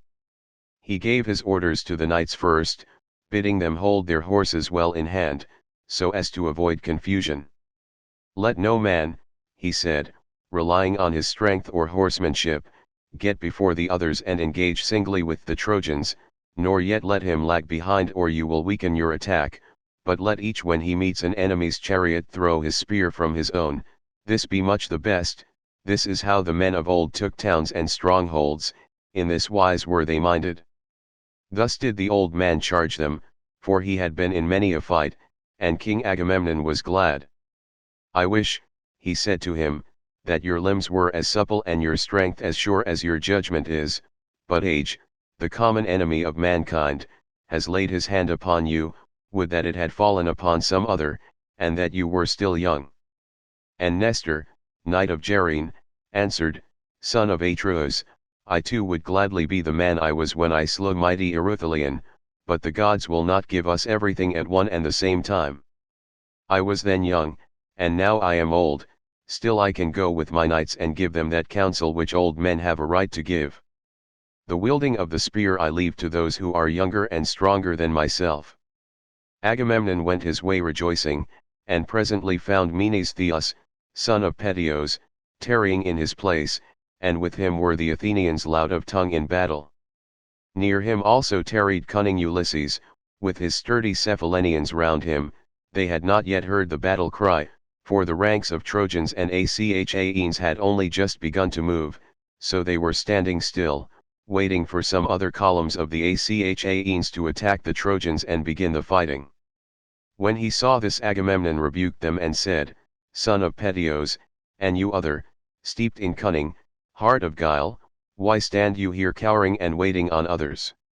You too should be of all men foremost when there is hard fighting to be done, for you are ever foremost to accept my invitation when we counselors of the Achaeans are holding feast. You are glad enough then to take your fill of roast meats and to drink wine as long as you please, whereas now you would not care though you saw 10 columns of Achaeans engage the enemy in front of you. Ulysses glared at him and answered, Son of Atreus, what are you talking about? How can you say that we are slack? When the Achaeans are in full fight with the Trojans, you shall see, if you care to do so, that the father of Telemachus will join battle with the foremost of them. You are talking idly. When Agamemnon saw that Ulysses was angry, he smiled pleasantly at him and withdrew his words. Ulysses, said he, noble son of Laertes, excellent in all good counsel, I have neither fault to find nor orders to give you, for I know your heart is right, and that you and I are of a mind. Enough, I will make you amends for what I have said, and if any ill has now been spoken may the gods bring it to nothing. He then left them and went on to others. Presently he saw the son of Tydeus, noble Diomed, standing by his chariot and horses, with Sthenelus the son of Capaneus beside him, whereon he began to upbraid him. Son of Tydeus, he said, why stand you cowering here upon the brink of battle?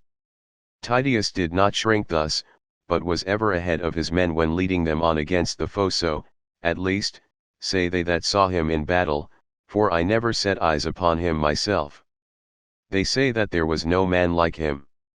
He came once to Mycenae, not as an enemy but as a guest, in company with Polynices to recruit his forces, for they were levying war against the strong city of Thebes, and prayed our people for a body of picked men to help them. The men of Mycenae were willing to let them have one, but Jove dissuaded them by showing them unfavorable omens. Tydeus, therefore, and Polynices went their way. When they had got as far the deep meadowed and rush-grown banks of the Aesopus, the Achaeans sent Tydeus as their envoy, and he found the Cadmeans gathered in great numbers to a banquet in the house of Eteocles. Stranger though he was, he knew no fear on finding himself single-handed among so many, but challenged them to contests of all kinds, and in each one of them was at once victorious, so mightily did Minerva help him.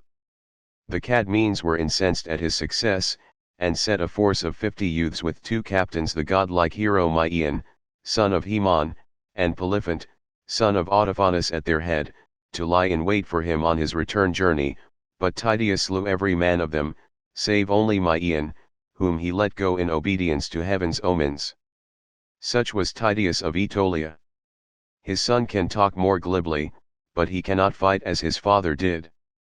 Diomed made no answer, for he was shamed by the rebuke of Agamemnon, but the son of Capaneus took up his words and said, Son of Atreus, tell no lies, for you can speak truth if you will. We boast ourselves as even better men than our fathers. We took 7-gated Thebes, though the wall was stronger and our men were fewer in number, for we trusted in the omens of the gods and in the help of Jove, whereas they perished through their own sheer folly. Hold not, then, our fathers in like honor with us. Diomed looked sternly at him and said, Hold your peace, my friend, as I bid you. It is not amiss that Agamemnon should urge the Achaeans forward, for the glory will be his if we take the city, and his the shame if we are vanquished. Therefore let us acquit ourselves with valor. As he spoke he sprang from his chariot, and his armor rang so fiercely about his body that even a brave man might well have been scared to hear it. As when some mighty wave that thunders on the beach when the west wind has lashed it into fury, it has reared its head afar and now comes crashing down on the shore, it bows its arching crest high over the jagged rocks and spews its salt foam in all directions, even so did the serried phalanxes of the Danaans march steadfastly to battle. The chiefs gave orders each to his own people, but the men said never a word. No man would think it, for huge as the host was, it seemed as though there was not a tongue among them, so silent were they in their obedience, and as they marched the armor about their bodies glistened in the sun. But the clamour of the Trojan ranks was as that of many thousand ewes that stand waiting to be milked in the yards of some rich flock master, and bleat incessantly in answer to the bleating of their lambs, for they had not one speech nor language, but their tongues were diverse, and they came from many different places. These were inspired of Mars, but the others by Minerva, and with them came Panic, Rout, and Strife, whose fury never tires, sister and friend of murderous Mars, who, from being at first but low in stature, grows till she uprears her head to heaven, though her feet are still on earth. She it was that went about among them and flung down discord to the waxing of sorrow with even hand between them. When they were got together in one place, shield clashed with shield and spear with spear in the rage of battle. The bossed shields beat one upon another, and there was a tramp as of a great multitude, death cry and shout of triumph of slain and slayers, and the earth ran red with blood. As torrents swollen with rain course madly down their deep channels till the angry floods meet in some gorge, and the shepherd on the hillside hears their roaring from afar, even such was the toil and uproar of the hosts as they joined in battle.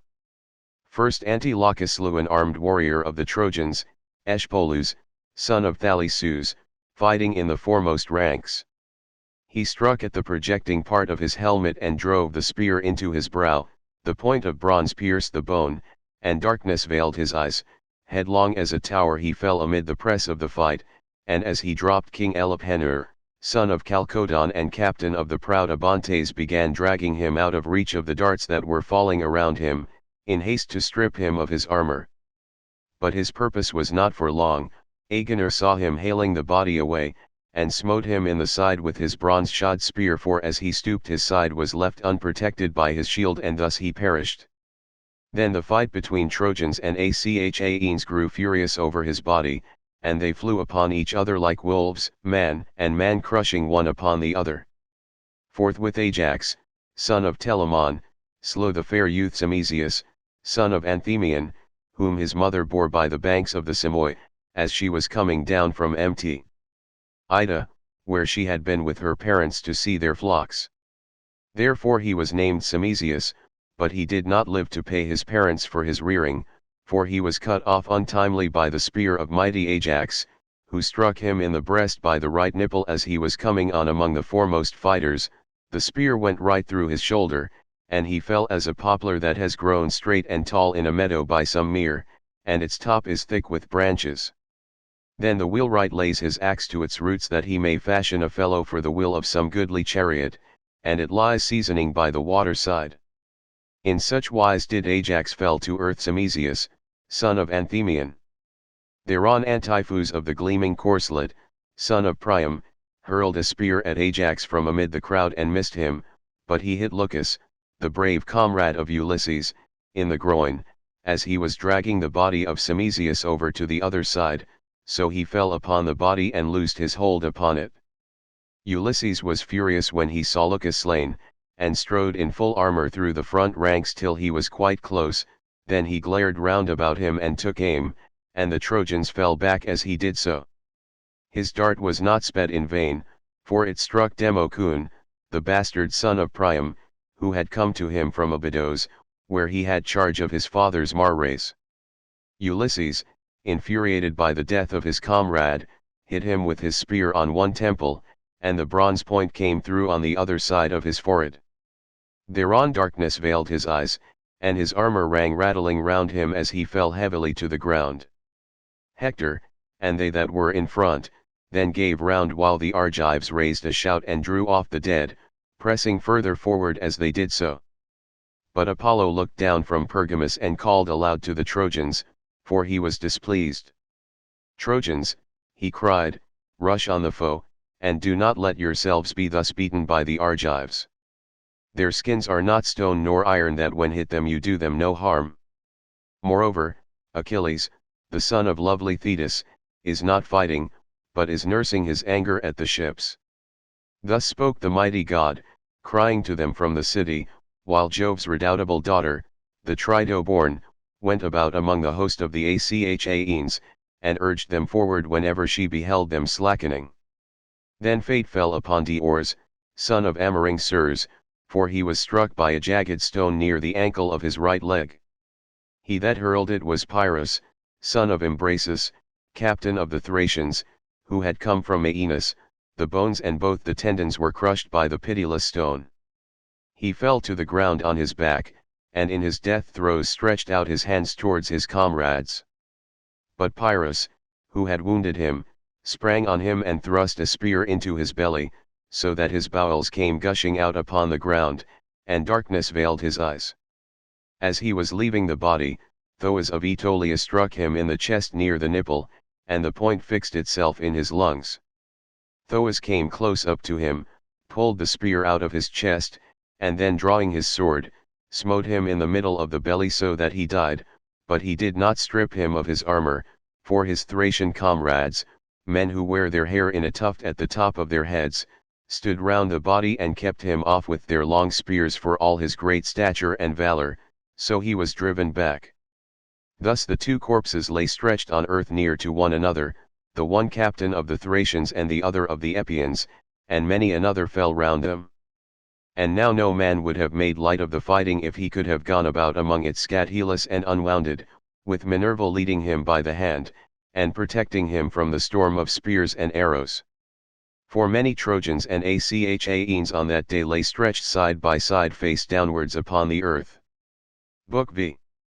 The exploits of Diomed, who, though wounded by Pandarus, continues fighting. He kills Pandarus and wounds Aeneas. Venus rescues Aeneas, but being wounded by Diomed, commits him to the care of Apollo and goes to Olympus, where she is tended by her mother Dione. Mars encourages the Trojans, and Aeneas returns to the fight cured of his wound. Minerva and Juno help the Achaeans, and by the advice of the former Diomed wounds Mars, who returns to Olympus to get cured. Then Pallas Minerva put valor into the heart of Diomed, son of Tydeus, that he might excel all the other Argives, and cover himself with glory.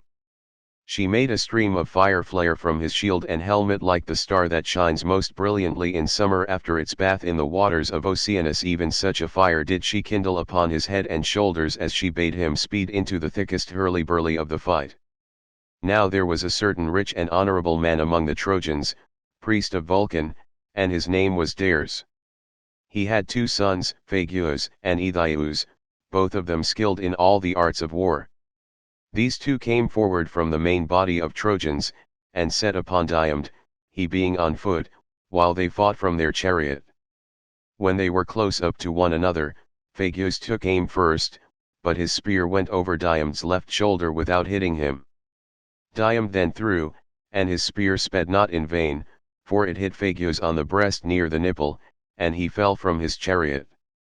Aethious did not dare to bestride his brother's body, but sprang from the chariot and took to flight, or he would have shared his brother's fate, whereon Vulcan saved him by wrapping him in a cloud of darkness, that his old father might not be utterly overwhelmed with grief. But the son of Tydeus drove off with the horses, and bade his followers take them to the ships. The Trojans were scared when they saw the two sons of Dares, one of them in fright and the other lying dead by his chariot. Minerva, therefore, took Mars by the hand and said, Mars, Mars, bane of men, blood-stained stormer of cities, may we not now leave the Trojans and Achaeans to fight it out, and see to which of the two Jove will vouchsafe the victory?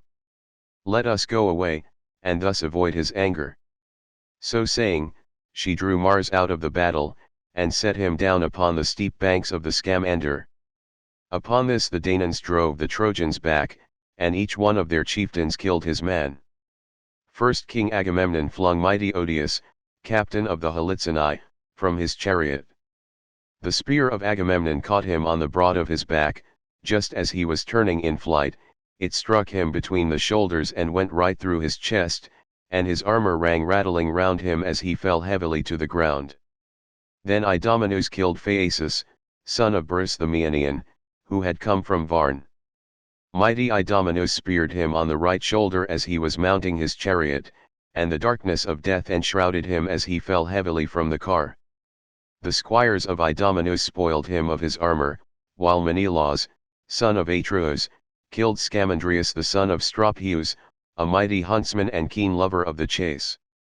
Diana herself had taught him how to kill every kind of wild creature that is bred in mountain forests, but neither she nor his famed skill in archery could now save him, for the spear of Menelaus struck him in the back as he was flying. It struck him between the shoulders and went right through his chest, so that he fell headlong and his armor rang rattling round him. Marians then killed Phorclus the son of Tecton, who was the son of Hermon, a man whose hand was skilled in all manner of cunning workmanship, for Pallas Minerva had dearly loved him. He it was that made the ships for Alexandrus, which were the beginning of all mischief, and brought evil alike both on the Trojans and on Alexandrus himself, for he heeded not the decrees of heaven. Marians overtook him as he was flying, and struck him on the right buttock. The point of the spear went through the bone into the bladder, and death came upon him as he cried aloud and fell forward on his knees. Meges, moreover, slew Petius, son of Antenor, who, though he was a bastard, had been brought up by Theano as one of her own children, for the love she bore her husband. The son of Phyleus got close up to him and drove a spear into the nape of his neck. It went under his tongue all among his teeth, so he bit the cold bronze, and fell dead in the dust. And Eurypylus, son of Euaemon, killed Hypsenor, the son of noble Dolopion, who had been made priest of the river Scamander, and was honored among the people as though he were a god. Eurypylus gave him chase as he was flying before him, smote him with his sword upon the arm, and lopped his strong hand from off it. The bloody hand fell to the ground, and the shades of death, with fate that no man can withstand, came over his eyes. Thus furiously did the battle rage between them. As for the son of Tydeus, you could not say whether he was more among the Achaeans or the Trojans. He rushed across the plain like a winter torrent that has burst its barrier in full flood. No dikes, no walls of fruitful vineyards can embank it when it is swollen with rain from heaven, but in a moment it comes tearing onward, and lays many a field waste that many a strong man's hand has reclaimed. Even so were the dense phalanxes of the Trojans driven in rout by the son of Tydeus, and many though they were, they dared not abide his onslaught. Now when the son of Lycon saw him scouring the plain and driving the Trojans pell-mell before him, he aimed an arrow and hit the front part of his cuirass near the shoulder. The arrow went right through the metal and pierced the flesh, so that the cuirass was covered with blood. On this the son of Lycon shouted in triumph, "Knights Trojans, come on, the bravest of the Achaeans is wounded, and he will not hold out much longer if King Apollo was indeed with me when I sped from Lycia hither." Thus did he vaunt, but his arrow had not killed Diomed, who withdrew and made for the chariot and horses of Sthenelus, the son of Capaneus. "Dear son of Capaneus," said he, "come down from your chariot, and draw the arrow out of my shoulder." Sthenelus sprang from his chariot, and drew the arrow from the wound, whereon the blood came spouting out through the hole that had been made in his shirt. Then Diomed prayed, saying, "Hear me, daughter of aegis-bearing Jove, unweariable, if ever you loved my father well and stood by him in the thick of a fight, do the like now by me. Grant me to come within a spear's throw of that man and kill him. He has been too quick for me and has wounded me, and now he is boasting that I shall not see the light of the sun much longer." Thus he prayed, and Pallas Minerva heard him. She made his limbs supple and quickened his hands and his feet. Then she went up close to him and said, "Fear not, Diomed, to do battle with the Trojans, for I have set in your heart the spirit of your knightly father Tydeus. Moreover, I have withdrawn the veil from your eyes, that you know gods and men apart. If, then, any other god comes here and offers you battle, do not fight him, but should Jove's daughter Venus come, strike her with your spear and wound her." When she had said this, Minerva went away, and the son of Tydeus again took his place among the foremost fighters, 3 times more fierce even than he had been before. He was like a lion that some mountain shepherd has wounded, but not killed, as he is springing over the wall of a sheepyard to attack the sheep. The shepherd has roused the brute to fury but cannot defend his flock, so he takes shelter under cover of the buildings, while the sheep, panic-stricken on being deserted, are smothered in heaps one on top of the other, and the angry lion leaps out over the sheepyard wall. Even thus did Diomed go furiously about among the Trojans. He killed Astynous, an high-iron shepherd of his people, the one with the thrust of his spear, which struck him above the nipple, the other with a sword cut on the collar bone, that severed his shoulder from his neck and back. He let both of them lie, and went in pursuit of Abas and Polyidus, sons of the old reader of dreams Eurydamas. They never came back for him to read them any more dreams, for mighty Diomed made an end of them. He then gave chase to Xanthus and Thuon, the 2 sons of Phaenops, both of them very dear to him, for he was now worn out with age, and begot no more sons to inherit his possessions. But Diomed took both their lives and left their father sorrowing bitterly, for he never more saw them come home from battle alive, and his kinsmen divided his wealth among themselves. Then he came upon 2 sons of Priam, Aeschymen and Chromius, as they were both in one chariot. He sprang upon them as a lion fastens on the neck of some cow or heifer when the herd is feeding in a coppice. For all their vain struggles he flung them both from their chariot and stripped the armor from their bodies. Then he gave their horses to his comrades to take them back to the ships. When Aeneas saw him thus making havoc among the ranks, he went through the fight amid the rain of spears to see if he could find Pandarus. When he had found the brave son of Lycon, he said, "Pandarus, where is now your bow, your winged arrows, and your renown as an archer, in respect of which no man here can rival you, nor is there any in Lycia that can beat you? Lift then your hands to Jove and send an arrow at this fellow who is going so masterfully about, and has done such deadly work among the Trojans. He has killed many a brave man, unless indeed he is some god who is angry with the Trojans about their sacrifices, and has set his hand against them in his displeasure." And the son of Lycon answered, "Aeneas, I take him for none other than the son of Tydeus. I know him by his shield, the visor of his helmet, and by his horses. It is possible that he may be a god, but if he is the man I say he is not making all this havoc without heaven's help, but has some god by his side who is shrouded in a cloud of darkness, and who turned my arrow aside when it had hit him. I have taken aim at him already and hit him on the right shoulder.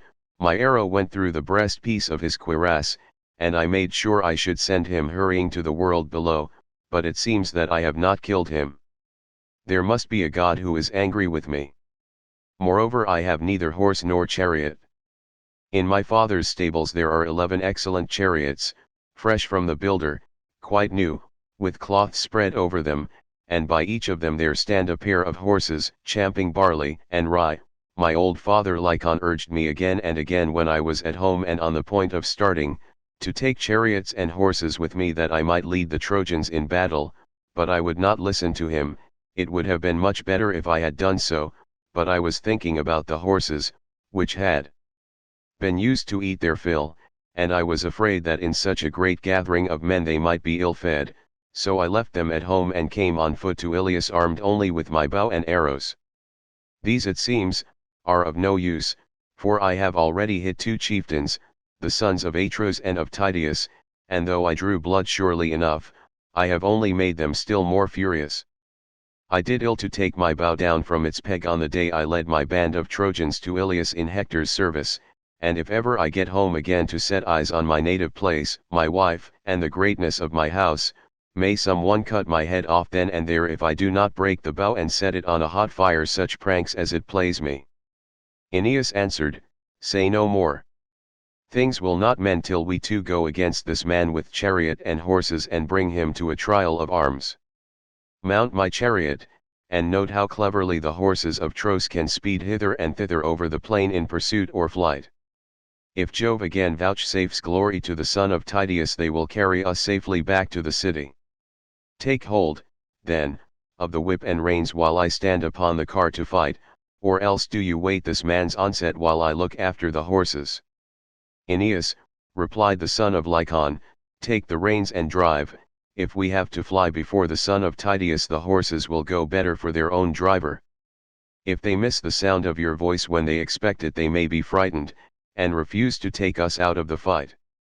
The son of Tydeus will then kill both of us and take the horses. Therefore drive them yourself, and I will be ready for him with my spear." They then mounted the chariot and drove full speed towards the son of Tydeus.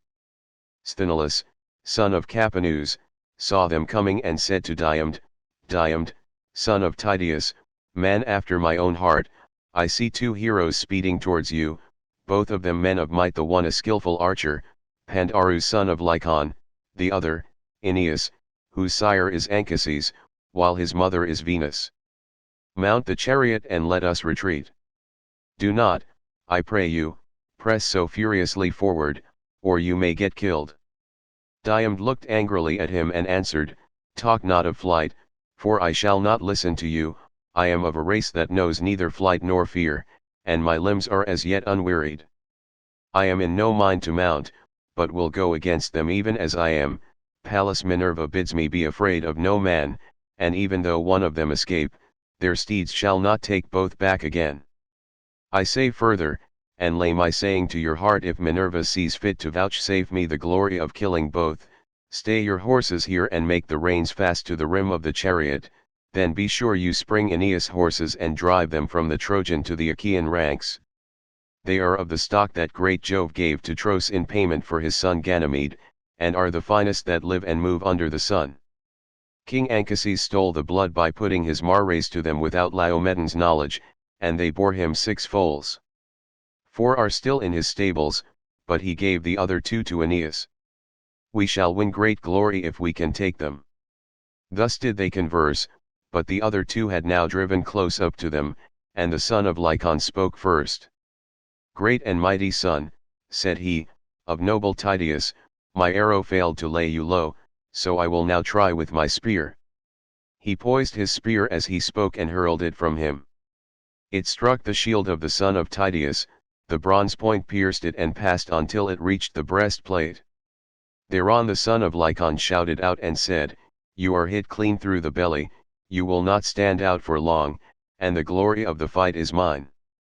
But Diomed Alundes made answer, "You have missed, not hit, and before you 2 see the end of this matter, one or other of you shall glut tough-shielded Mars with his blood." With this he hurled his spear, and Minerva guided it onto Pandarus's nose near the eye. It went crashing in among his white teeth, the bronze point cut through the root of his tongue, coming out under his chin, and his glistening armor rang rattling round him as he fell heavily to the ground. The horses started aside for fear, and he was reft of life and strength. Aeneas sprang from his chariot armed with shield and spear, fearing lest the Achaeans should carry off the body. He best rode it as a lion in the pride of strength, with shield and spear before him and a cry of battle on his lips, resolute to kill the first that should dare face him. But the son of Tydeus caught up a mighty stone, so huge and great that as men now are it would take 2 to lift it, nevertheless he bore it aloft with ease unaided, and with this he struck Aeneas on the groin where the hip turns in the joint that is called the cup bone. The stone crushed this joint, and broke both the sinews, while its jagged edges tore away all the flesh. The hero fell on his knees, and propped himself with his hand resting on the ground till the darkness of night fell upon his eyes.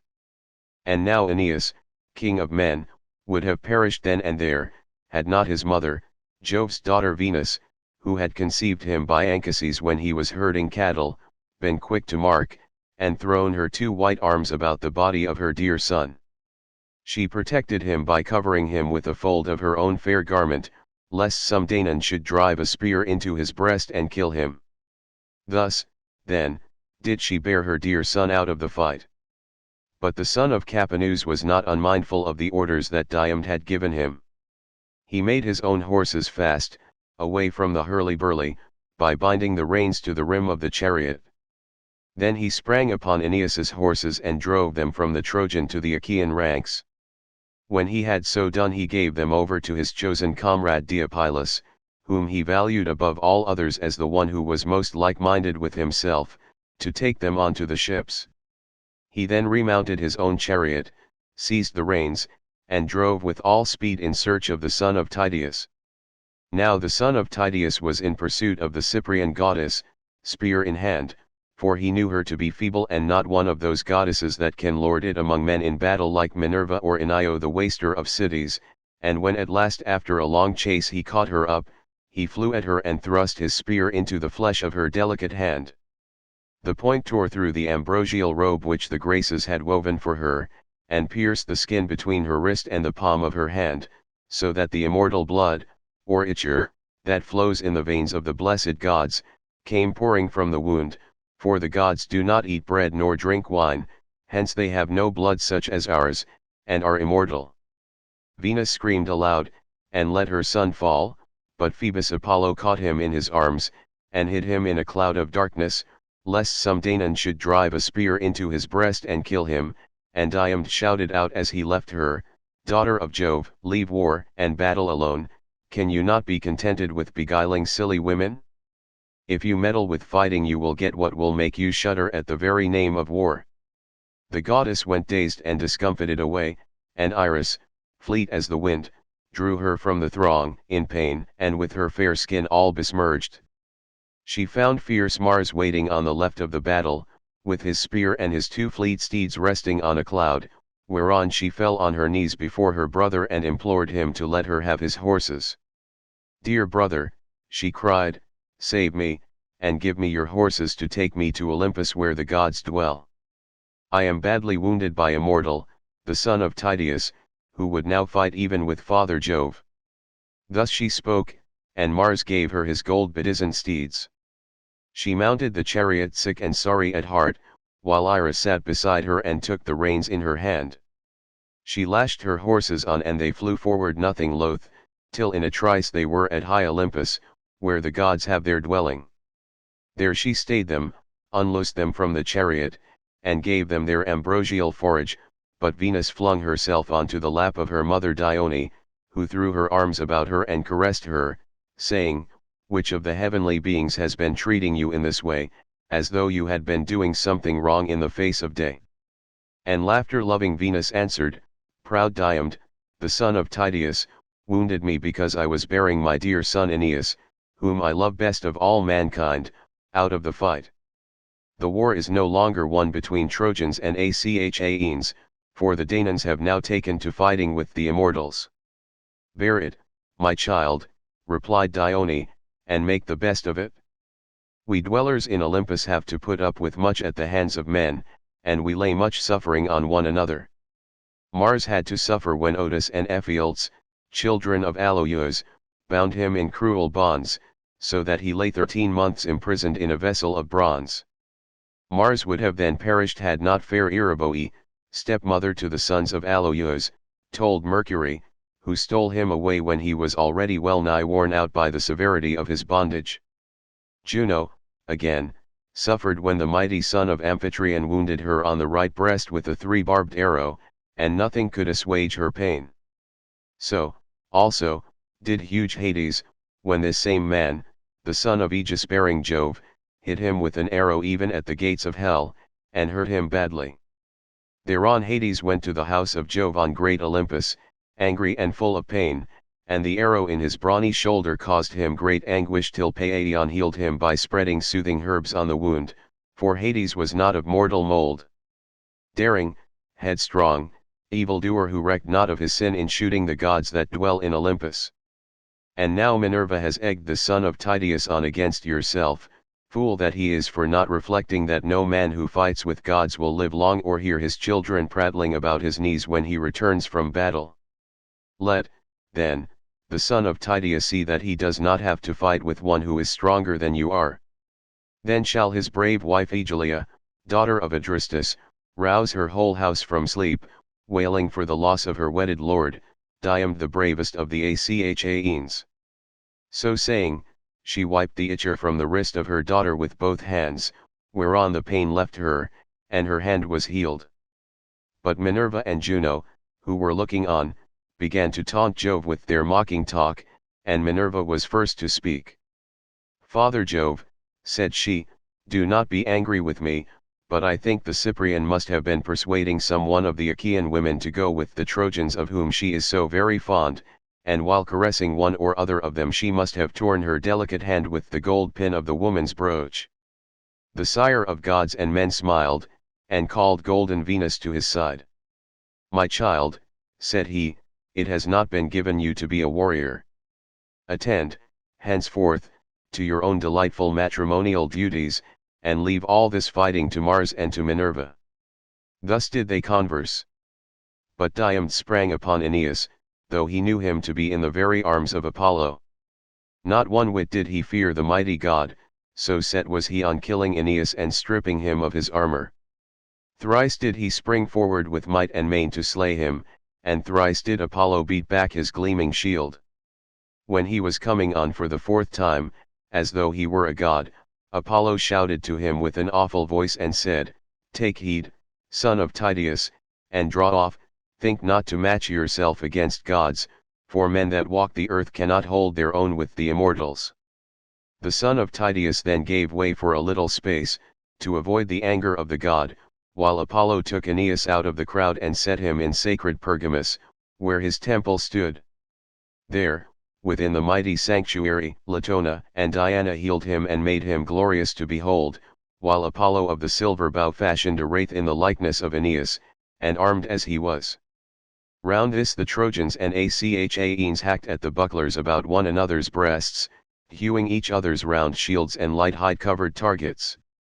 Then Phoebus Apollo said to Mars, "Mars, Mars, bane of men, blood-stained stormer of cities, can you not go to this man, the son of Tydeus, who would now fight even with Father Jove, and draw him out of the battle?"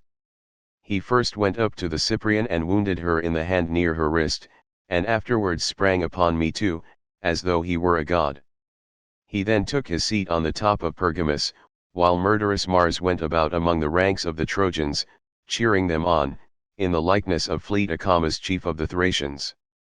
"Sons of Priam," said he, "how long will you let your people be thus slaughtered by the Achaeans?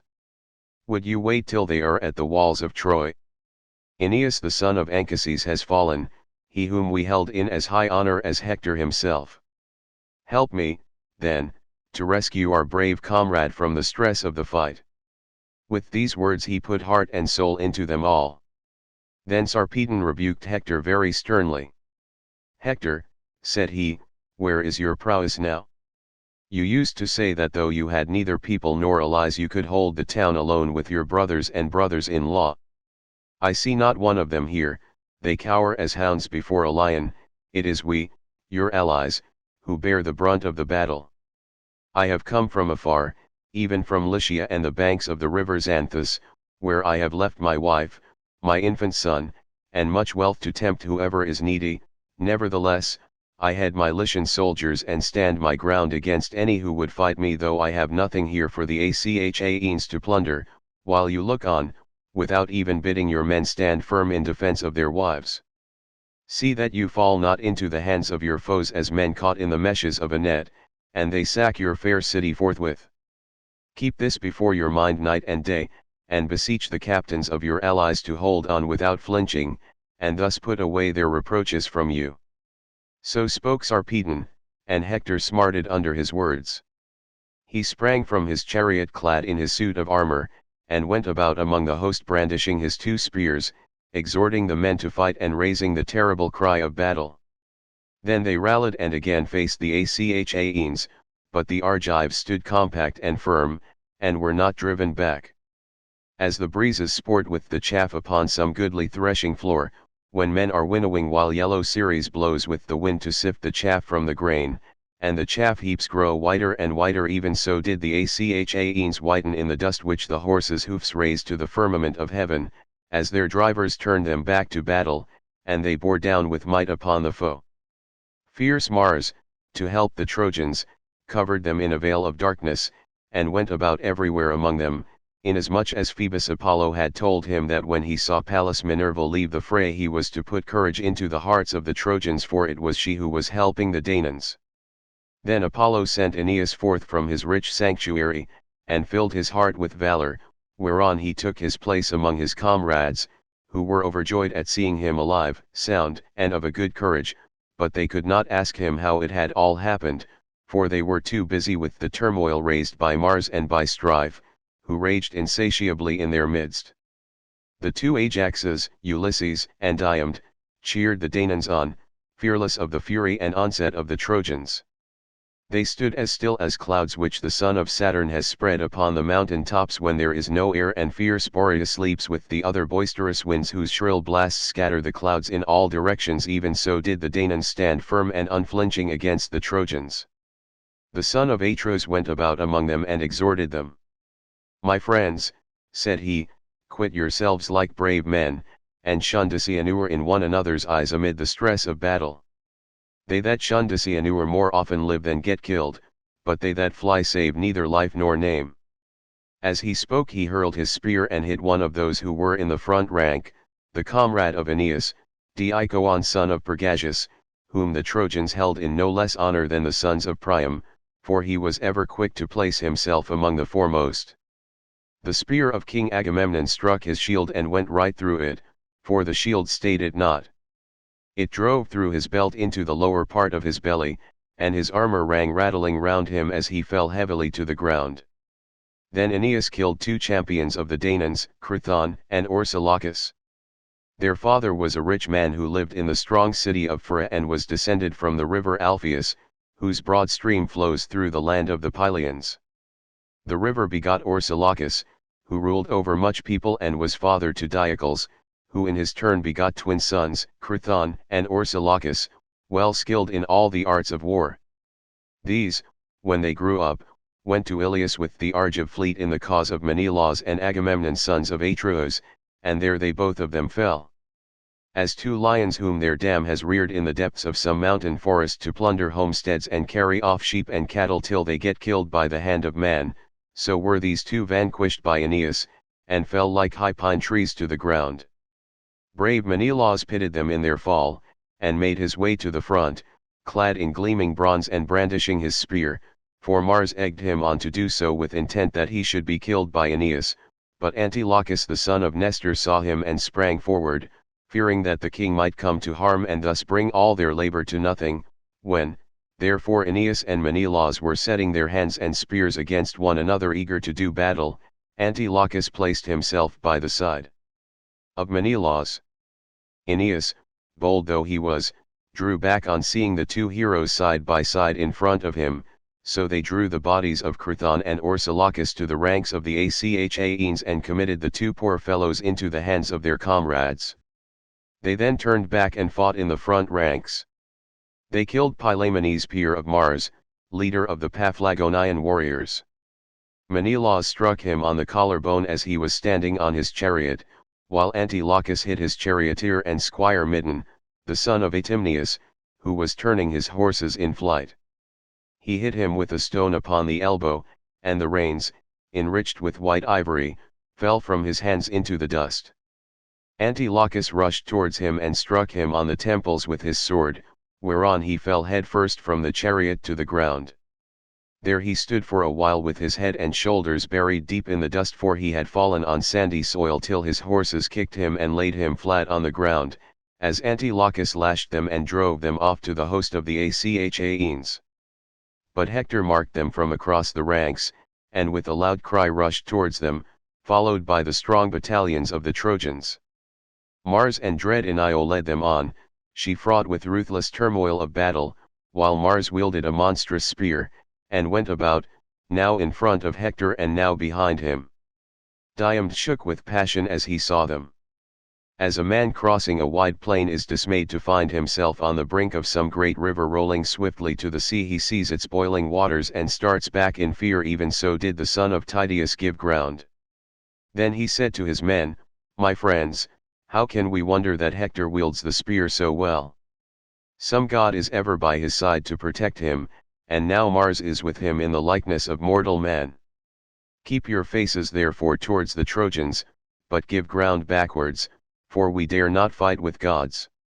As he spoke the Trojans drew close up, and Hector killed 2 men, both in one chariot, Menestheus and Anchialus, heroes well versed in war.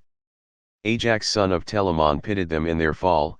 He came close up and hurled his spear, hitting Amphius the son of Salagus, a man of great wealth who lived in Pessus and owned much corn-growing land, but his lot had led him to come to the aid of Priam and his sons.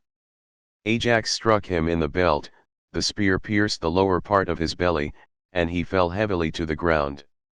Then Ajax ran towards him to strip him of his armor, but the Trojans rained spears upon him, many of which fell upon his shield. He planted his heel upon the body and drew out his spear, but the darts pressed so heavily upon him that he could not strip the goodly armor from his shoulders. The Trojan chieftains, moreover, many and valiant, came about him with their spears, so that he dared not stay. Great, brave, and valiant though he was, they drove him from them and he was beaten back. Thus, then, did the battle rage between them. Presently the strong hand of fate impelled Tlepolemus, the son of Hercules, a man both brave and of great stature, to fight Sarpedon. So the 2, son and grandson of great Jove, drew near to one another, and Tlepolemus spoke first. Sarpedon, said he, counselor of the Lycians, why should you come skulking here, you who are a man of peace? They lie who call you son of aegis-bearing Jove, for you are little like those who were of old his children. Far other was Hercules, my own brave and lion-hearted father, who came here for the horses of Laomedon, and though he had 6 ships only, and few men to follow him, sacked the city of Ilias and made a wilderness of her highways. You are a coward, and your people are falling from you. For all your strength, and all your coming from Lycia, you will be no help to the Trojans but will pass the gates of Hades vanquished by my hand. And Sarpedon, captain of the Lycians, answered, Tlepolemus, your father overthrew Ilias by reason of Laomedon's folly in refusing payment to one who had served him well. He would not give your father the horses which he had come so far to fetch. As for yourself, you shall meet death by my spear. You shall yield glory to myself, and your soul to Hades of the noble steeds. Thus spoke Sarpedon, and Tlepolemus upraised his spear. They threw at the same moment, and Sarpedon struck his foe in the middle of his throat. The spear went right through, and the darkness of death fell upon his eyes. Tlepolemus's spear struck Sarpedon on the left thigh with such force that it tore through the flesh and grazed the bone, but his father as yet warded off destruction from him. His comrades bore Sarpedon out of the fight, in great pain by the weight of the spear that was dragging from his wound. They were in such haste and stress as they bore him that no one thought of drawing the spear from his thigh so as to let him walk uprightly. Meanwhile the Achaeans carried off the body of Tlepolemus, whereon Ulysses was moved to pity, and panted for the fray as he beheld them. He doubted whether to pursue the son of Jove, or to make slaughter of the Lycian rank and file. It was not decreed, however, that he should slay the son of Jove. Minerva, therefore, turned him against the main body of the Lycians. He killed Coenus, Alastor, Chromius, Alcandrus, Halius, Noemon, and Pertines, and would have slain yet more, had not great Hector marked him, and sped to the front of the fight clad in his suit of mail, filling the Danaans with terror. Sarpedon was glad when he saw him coming, and besought him, saying, Son of Priam, let me not be here to fall into the hands of the Danaans. Help me, and since I may not return home to gladden the hearts of my wife and of my infant son, let me die within the walls of your city. Hector made him no answer, but rushed onward to fall at once upon the Achaeans and kill many among them. His comrades then bore Sarpedon away and laid him beneath Jove's spreading oak tree. Pelagon, his friend and comrade, drew the spear out of his thigh, but Sarpedon fainted and a mist came over his eyes. Presently he came to himself again, for the breath of the north wind as it played upon him gave him new life, and brought him out of the deep swoon into which he had fallen. Meanwhile the Argives were neither driven towards their ships by Mars and Hector, nor yet did they attack them. When they knew that Mars was with the Trojans they retreated, but kept their faces still turned towards the foe. Who, then, was first and who last to be slain by Mars and Hector?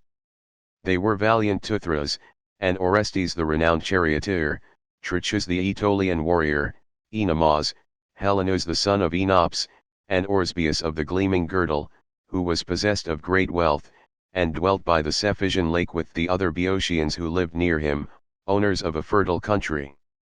Now when the goddess Juno saw the Argives thus falling, she said to Minerva, "Alas, daughter of aegis-bearing Jove, unweariable, the promise we made Menelaus that he should not return till he had sacked the city of Ilias will be of no effect if we let Mars rage thus furiously. Let us go into the fray at once." Minerva did not gainsay her. Thereon the august goddess, daughter of great Saturn, began to harness her gold-bedizened steeds. Hebe with all speed fitted on the 8-spoked wheels of bronze that were on either side of the iron axle-tree. The felloes of the wheels were of gold, imperishable, and over these there was a tire of bronze, wondrous to behold. The naves of the wheels were silver, turning round the axle upon either side. The car itself was made with plated bands of gold and silver, and it had a double top rail running all round it.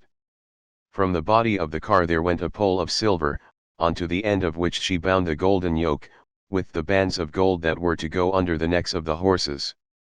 Then Juno put her steeds under the yoke, eager for battle and the war cry. Meanwhile Minerva flung her richly embroidered vesture, made with her own hands, onto her father's threshold, and donned the shirt of Jove, arming herself for battle. She threw her tasselled aegis about her shoulders, wreathed round with rout as with a fringe, and on it were strife, and strength, and panic whose blood runs cold. Moreover there was the head of the dread monster Gorgon, grim and awful to behold, portent of aegis-bearing Jove. On her head she set her helmet of gold, with 4 plumes, and coming to a peak both in front and behind decked with the emblems of 100 cities, then she stepped into her flaming chariot and grasped the spear, so stout and sturdy and strong, with which she quells the ranks of heroes who have displeased her. Juno lashed the horses on, and the gates of heaven bellowed as they flew open of their own accord, gates over which the Hours preside, in whose hands are heaven and Olympus, either to open the dense cloud that hides them, or to close it. Through these the goddesses drove their obedient steeds, and found the son of Saturn sitting all alone on the topmost ridges of Olympus. There Juno stayed her horses, and spoke to Jove the son of Saturn, Lord of all. "Father Jove," said she, "are you not angry with Mars for these high doings?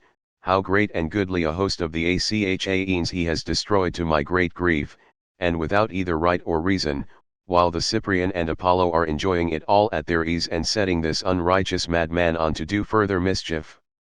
I hope, Father Jove, that you will not be angry if I hit Mars hard, and chase him out of the battle." And Jove answered, "Set Minerva onto him, for she punishes him more often than anyone else does." Juno did as he had said. She lashed her horses, and they flew forward nothing loath midway betwixt earth and sky. As far as a man can see when he looks out upon the sea from some high beacon, so far can the loud neighing horses of the gods spring at a single bound. When they reached Troy and the place where its 2 flowing streams Simois and Scamander meet, there Juno stayed them and took them from the chariot. She hid them in a thick cloud, and Simois made ambrosia spring up for them to eat. The 2 goddesses then went on, flying like turtle doves in their eagerness to help the Argives. When they came to the part where the bravest and most in number were gathered about mighty Diomed, fighting like lions or wild boars of great strength and endurance, there Juno stood still and raised a shout like that of brazen-voiced Stentor, whose cry was as loud as that of 50 men together. "Argives," she cried, "shame on cowardly creatures, brave in semblance only, as long as Achilles was fighting, if his spear was so deadly that the Trojans dared not show themselves outside the Dardanian gates, but now they sally far from the city and fight even at your ships." With these words she put heart and soul into them all, while Minerva sprang to the side of the son of Tydeus, whom she found near his chariot and horses, cooling the wound that Pandarus had given him. For the sweat caused by the hand that bore the weight of his shield irritated the hurt, his arm was weary with pain, and he was lifting up the strap to wipe away the blood. The goddess laid her hand on the yoke of his horses and said, "The son of Tydeus is not such another as his father." Tydeus was a little man, but he could fight, and rushed madly into the fray even when I told him not to do so. When he went all unattended as envoy to the city of Thebes among the Cadmeans, I bade him feast in their houses and be at peace, but with that high spirit which was ever present with him, he challenged the youth of the Cadmeans, and at once beat them in all that he attempted, so mightily did I help him. I stand by you too to protect you, and I bid you be instant in fighting the Trojans, but either you are tired out, or you are afraid and out of heart, and in that case I say that you are no true son of Tydeus the son of Oeneus. Diomed answered, I know you, goddess, daughter of aegis-bearing Jove, and will hide nothing from you. I am not afraid nor out of heart, nor is there any slackness in me. I am only following your own instructions. You told me not to fight any of the blessed gods, but if Jove's daughter Venus came into battle I was to wound her with my spear. Therefore I am retreating, and bidding the other Argives gather in this place, for I know that Mars is now lording it in the field. Diomed, son of Tydeus, replied Minerva, man after my own heart, fear neither Mars nor any other of the immortals, for I will befriend you. Nay, drive straight at Mars, and smite him in close combat, fear not this raging madman, villain incarnate, first on one side and then on the other. But now he was holding talk with Juno and myself, saying he would help the Argives and attack the Trojans, nevertheless he is with the Trojans, and has forgotten the Argives. With this she caught hold of Sthenelus and lifted him off the chariot onto the ground. In a second he was on the ground, whereupon the goddess mounted the car and placed herself by the side of Diomed. The oaken axle groaned aloud under the burden of the awful goddess, and the hero, Pallas Minerva, took the whip and reins, and drove straight at Mars. He was in the act of stripping huge Periphas, son of Ocesus and bravest of the Aetolians. Bloody Mars was stripping him of his armor, and Minerva donned the helmet of Hades, that he might not see her. When, therefore, he saw Diomed, he made straight for him and let Periphas lie where he had fallen. As soon as they were at close quarters he let fly with his bronze spear over the reins and yoke, thinking to take Diomed's life, but Minerva caught the spear in her hand and made it fly harmlessly over the chariot. Diomed then threw, and Pallas Minerva drove the spear into the pit of Mars's stomach where his undergirdle went round him. There Diomed wounded him, tearing his fair flesh and then drawing his spear out again. Mars roared as loudly as 9 or 10,000 men in the thick of a fight, and the Achaeans and Trojans were struck with panic, so terrible was the cry he raised. As a dark cloud in the sky when it comes on to blow after heat, even so did Diomed son of Tydeus see Mars ascend into the broad heavens. With all speed he reached high Olympus, home of the gods, and in great pain sat down beside Jove the son of Saturn. He showed Jove the immortal blood that was flowing from his wound, and spoke piteously, saying, Father Jove, are you not angered by such doings? We gods are continually suffering in the most cruel manner at one another's hands while helping mortals, and we all owe you a grudge for having begotten that mad termagant of a daughter, who is always committing outrage of some kind. We other gods must all do as you bid us, but her you neither scold nor punish, you encourage her because the pestilent creature is your daughter. See how she has been inciting proud Diomed to vent his rage on the immortal gods. First he went up to the Cyprian and wounded her in the hand near her wrist, and then he sprang upon me too as though he were a god. Had I not run for it I must either have lain there for long enough in torments among the ghastly corpses, or have been eaten alive with spears till I had no more strength left in me. Jove looked angrily at him and said, Do not come whining here, sir, facing both ways. I hate you worst of all the gods in Olympus, for you are ever fighting and making mischief. You have the intolerable and stubborn spirit of your mother Juno, it is all I can do to manage her, and it is her doing that you are now in this plight. Still, I cannot let you remain longer in such great pain, you are my own offspring, and it was by me that your mother conceived you. If, however, you had been the son of any other god, you are so destructive that by this time you should have been lying lower than the Titans. He then bade Paetion heal him, whereon Paetion spread pain-killing herbs upon his wound and cured him, for he was not of mortal mold. As the juice of the fig tree curdles milk, and thickens it in a moment though it is liquid, even so instantly did Paetion cure fierce Mars. Then he bewashed him, and clothed him in goodly raiment, and he took his seat by his father Jove all glorious to behold. But Juno of Argos and Minerva of Alalcomene, now that they had put a stop to the murderous doings of Mars, went back again to the house of Jove. Book 6. Glaucus and Diom. The story of Bellerophon, Hector and Andromache. The fight between Trojans and Achaeans was now left to rage as it would, and the tide of war surged hither and thither over the plain as they aimed their bronze-shod spears at one another between the streams of Simois and Xanthus. First, Ajax son of Telamon, tower of strength to the Achaeans, broke a phalanx of the Trojans, and came to the assistance of his comrades by killing Acamas son of Eucerus, the best man among the Thracians, being both brave and of great stature. The spear struck the projecting peak of his helmet, its bronze point then went through his forehead into the brain, and darkness veiled his eyes.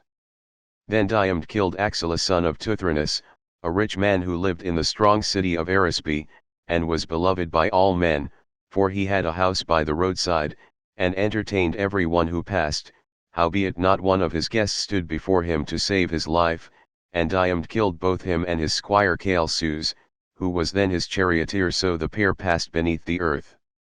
Euryalus killed Dressus and Opheltius, and then went in pursuit of Aesepus and Pedasus, whom the Naiad nympha Barbaria had borne to noble Bucolion. Bucolion was eldest son to Laomedon, but he was a bastard.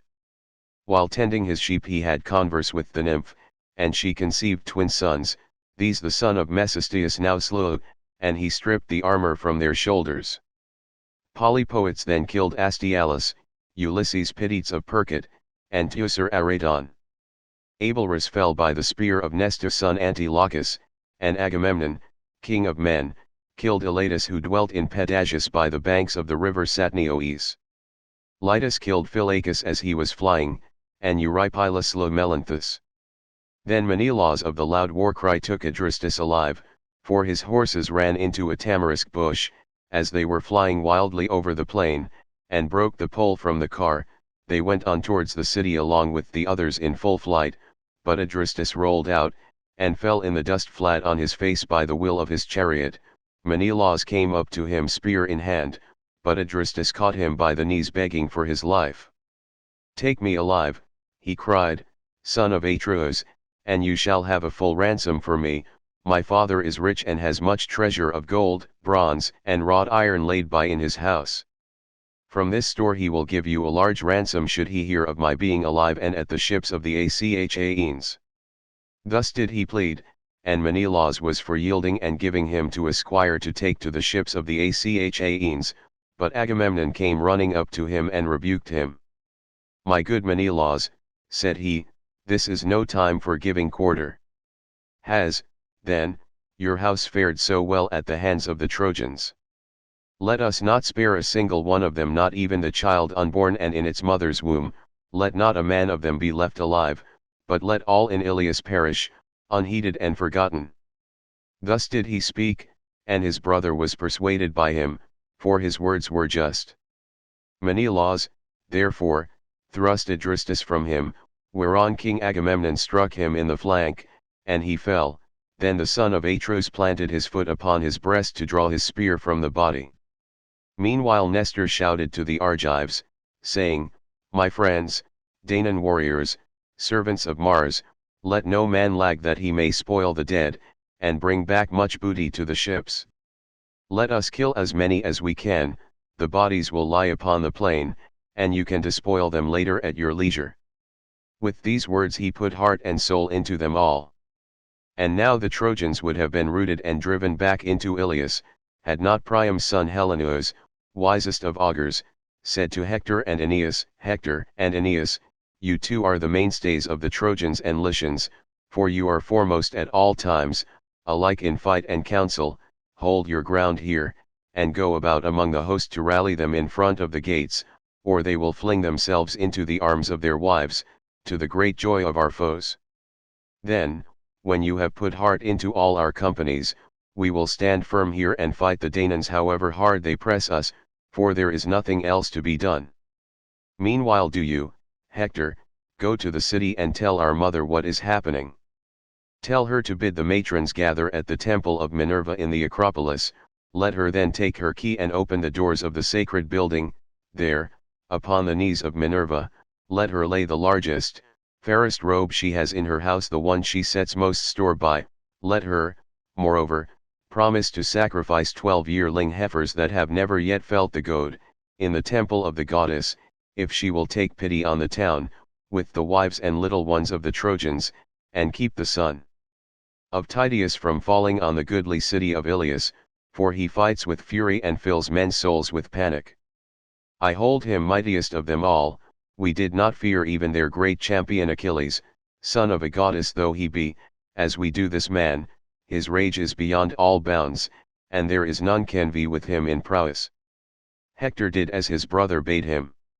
He sprang from his chariot, and went about everywhere among the host, brandishing his spears, urging the men on to fight, and raising the dread cry of battle. Thereon they rallied and again faced the Achaeans, who gave ground and ceased their murderous onset, for they deemed that some one of the immortals had come down from starry heaven to help the Trojans, so strangely had they rallied. And Hector shouted to the Trojans, and allies, be men, my friends, and fight with might and main, while I go to Ilias and tell the old men of our council and our wives to pray to the gods and vow hecatombs in their honor. With this he went his way, and the black rim of hide that went round his shield beat against his neck and his ankles. Then Glaucus son of Hippolochus, and the son of Tydeus went into the open space between the hosts to fight in single combat. When they were close up to one another, Diomed of the loud war cry was the first to speak. Who, my good sir, said he, who are you among men?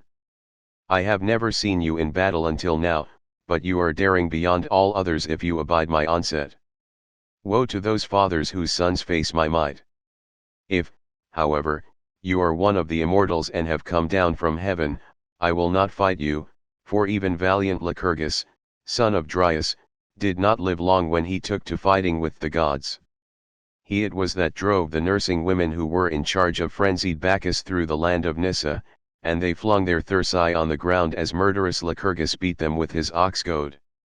Bacchus himself plunged terror-stricken into the sea, and Thetis took him to her bosom to comfort him, for he was scared by the fury with which the men reviled him.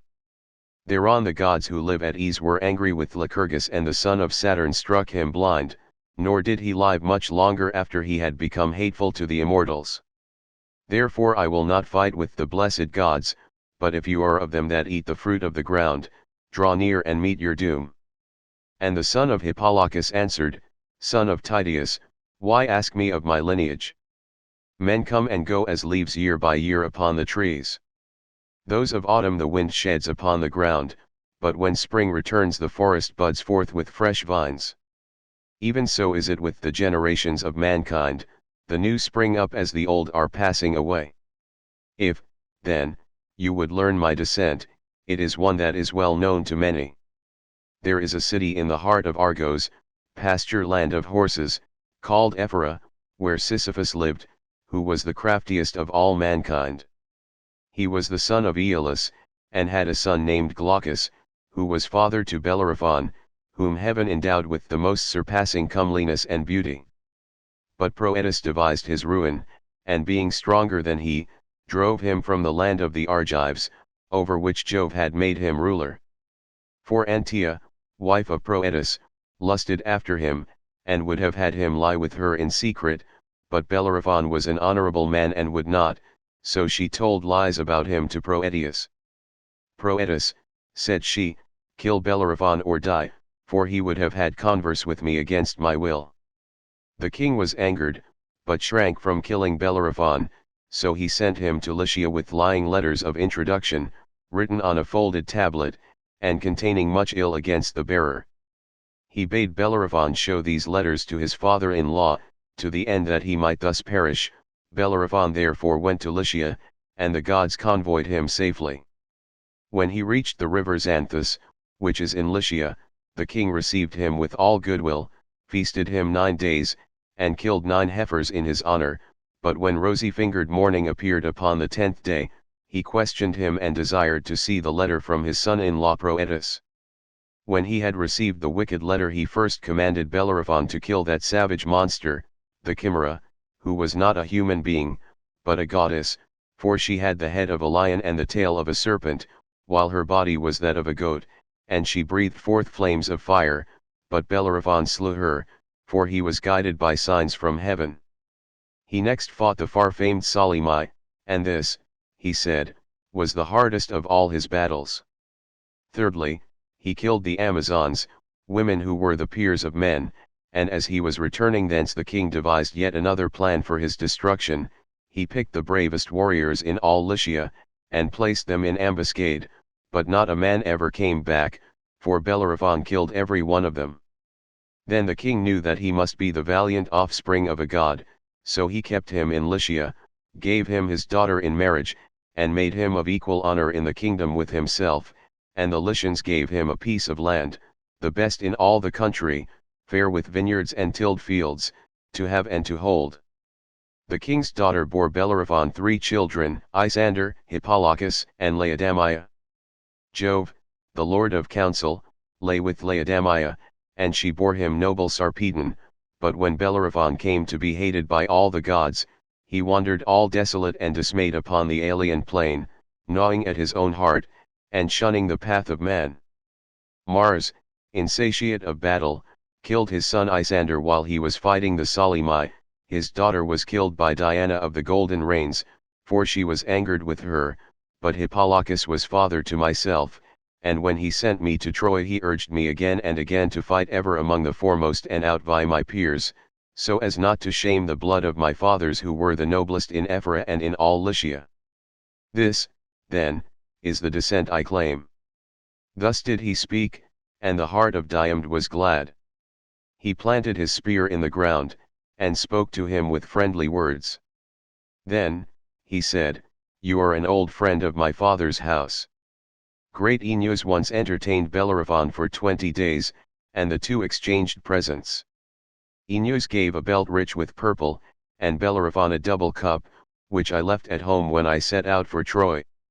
I do not remember Tydeus, for he was taken from us while I was yet a child, when the army of the Achaeans was cut to pieces before Thebes. Henceforth, however, I must be your host in Middle Argos, and you mine in Lycia.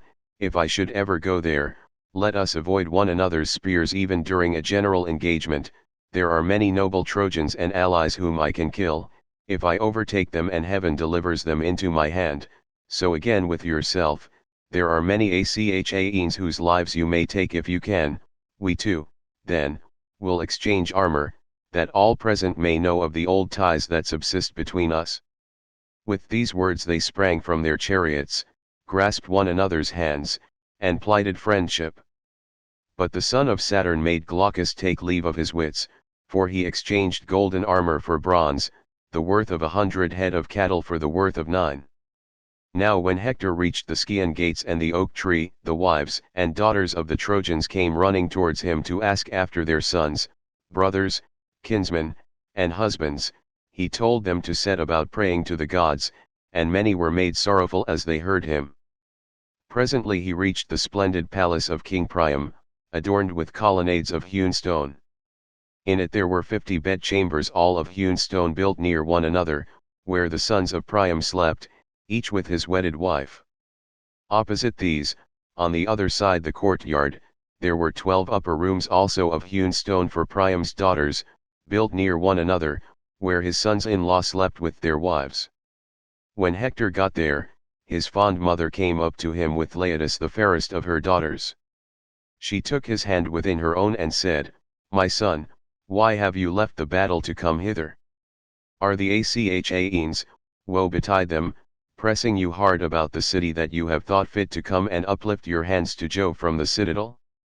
Wait till I can bring you wine that you may make offering to Jove and to the other immortals, and may then drink and be refreshed. Wine gives a man fresh strength when he is wearied, as you now are with fighting on behalf of your kinsman. And Hector answered, Honored mother, bring no wine, lest you unman me and I forget my strength. I dare not make a drink offering to Jove with unwashed hands, one who is bespattered with blood and filth may not pray to the son of Saturn. Get the matrons together, and go with offerings to the temple of Minerva, driver of the spoil. There, upon the knees of Minerva, lay the largest and fairest robe you have in your house, the one you set most store by. Promise, moreover, to sacrifice 12 yearling heifers that have never yet felt the goad, in the temple of the goddess, if she will take pity on the town, with the wives and little ones of the Trojans, and keep the son of Tydeus from off the goodly city of Ilias, for he fights with fury, and fills men's souls with panic. Go, then, to the temple of Minerva, while I seek Paris and exhort him, if he will hear my words. Would that the earth might open her jaws and swallow him, for Jove bred him to be the bane of the Trojans, and of Priam and Priam's sons. Could I but see him go down into the house of Hades, my heart would forget its heaviness. His mother went into the house and called her waiting women, who gathered the matrons throughout the city. She then went down into her fragrant storeroom, where her embroidered robes were kept, the work of Sidonian women, whom Alexandrus had brought over from Sidon when he sailed the seas upon that voyage during which he carried off Helen. Hecuba took out the largest robe, and the one that was most beautifully enriched with embroidery, as an offering to Minerva. It glittered like a star, and lay at the very bottom of the chest. With this she went on her way, and many matrons with her.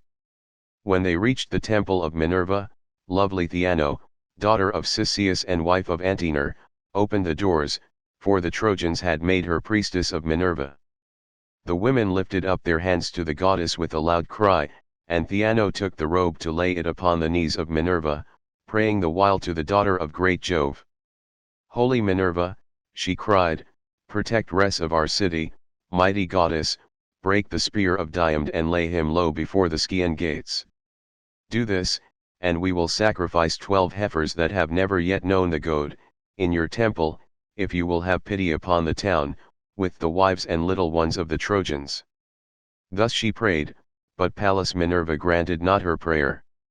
While they were thus praying to the daughter of great Jove, Hector went to the fair house of Alexandrus, which he had built for him by the foremost builders in the land. They had built him his house, storehouse, and courtyard near those of Priam and Hector on the Acropolis. Here Hector entered, with a spear 11 cubits long in his hand. The bronze point gleamed in front of him, and was fastened to the shaft of the spear by a ring of gold. He found Alexandrus within the house, busied about his armor, his shield, and cuirass, and handling his curved bow. There, too, sat Argive Helen with her women, setting them their several tasks, and as Hector saw him he rebuked him with words of scorn. Sir, said he, you do ill to nurse this rancour, the people perish fighting round this our town, you would yourself chide one whom you saw shirking his part in the combat. Up then, or ere long the city will be in a blaze. And Alexandrus answered, Hector, your rebuke is just, listen therefore, and believe me when I tell you that I am not here so much through rancor or ill will towards the Trojans, as from a desire to indulge my grief. My wife was even now gently urging me to battle, and I hold it better that I should go, for victory is ever fickle. Wait, then, while I put on my armor, or go first and I will follow. I shall be sure to overtake you. Hector made no answer, but Helen tried to soothe him. Brother, said she, to my abhorred and sinful self, would that a whirlwind had caught me up on the day my mother brought me forth, and had borne me to some mountain or to the waves of the roaring sea that should have swept me away ere this mischief had come about. But, since the gods have devised these evils, would, at any rate, that I had been wife to a better man, to one who could smart under dishonor and men's evil speeches. This fellow was never yet to be depended upon, nor never will be, and he will surely reap what he has sown. Still, brother, come in and rest upon this seat, for it is you who bear the brunt of that toil that has been caused by my hateful self and by the sin of Alexandrus, both of whom Jove has doomed to be a theme of song among those that shall be born hereafter. And Hector answered, Bid me not be seated, Helen, for all the goodwill you bear me. I cannot stay. I am in haste to help the Trojans, who miss me greatly when I am not among them, but urge your husband, and of his own self also let him make haste to overtake me before I am out of the city.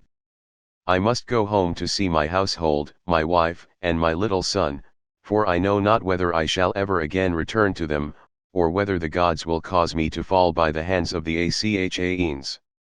Then Hector left her, and forthwith was at his own house.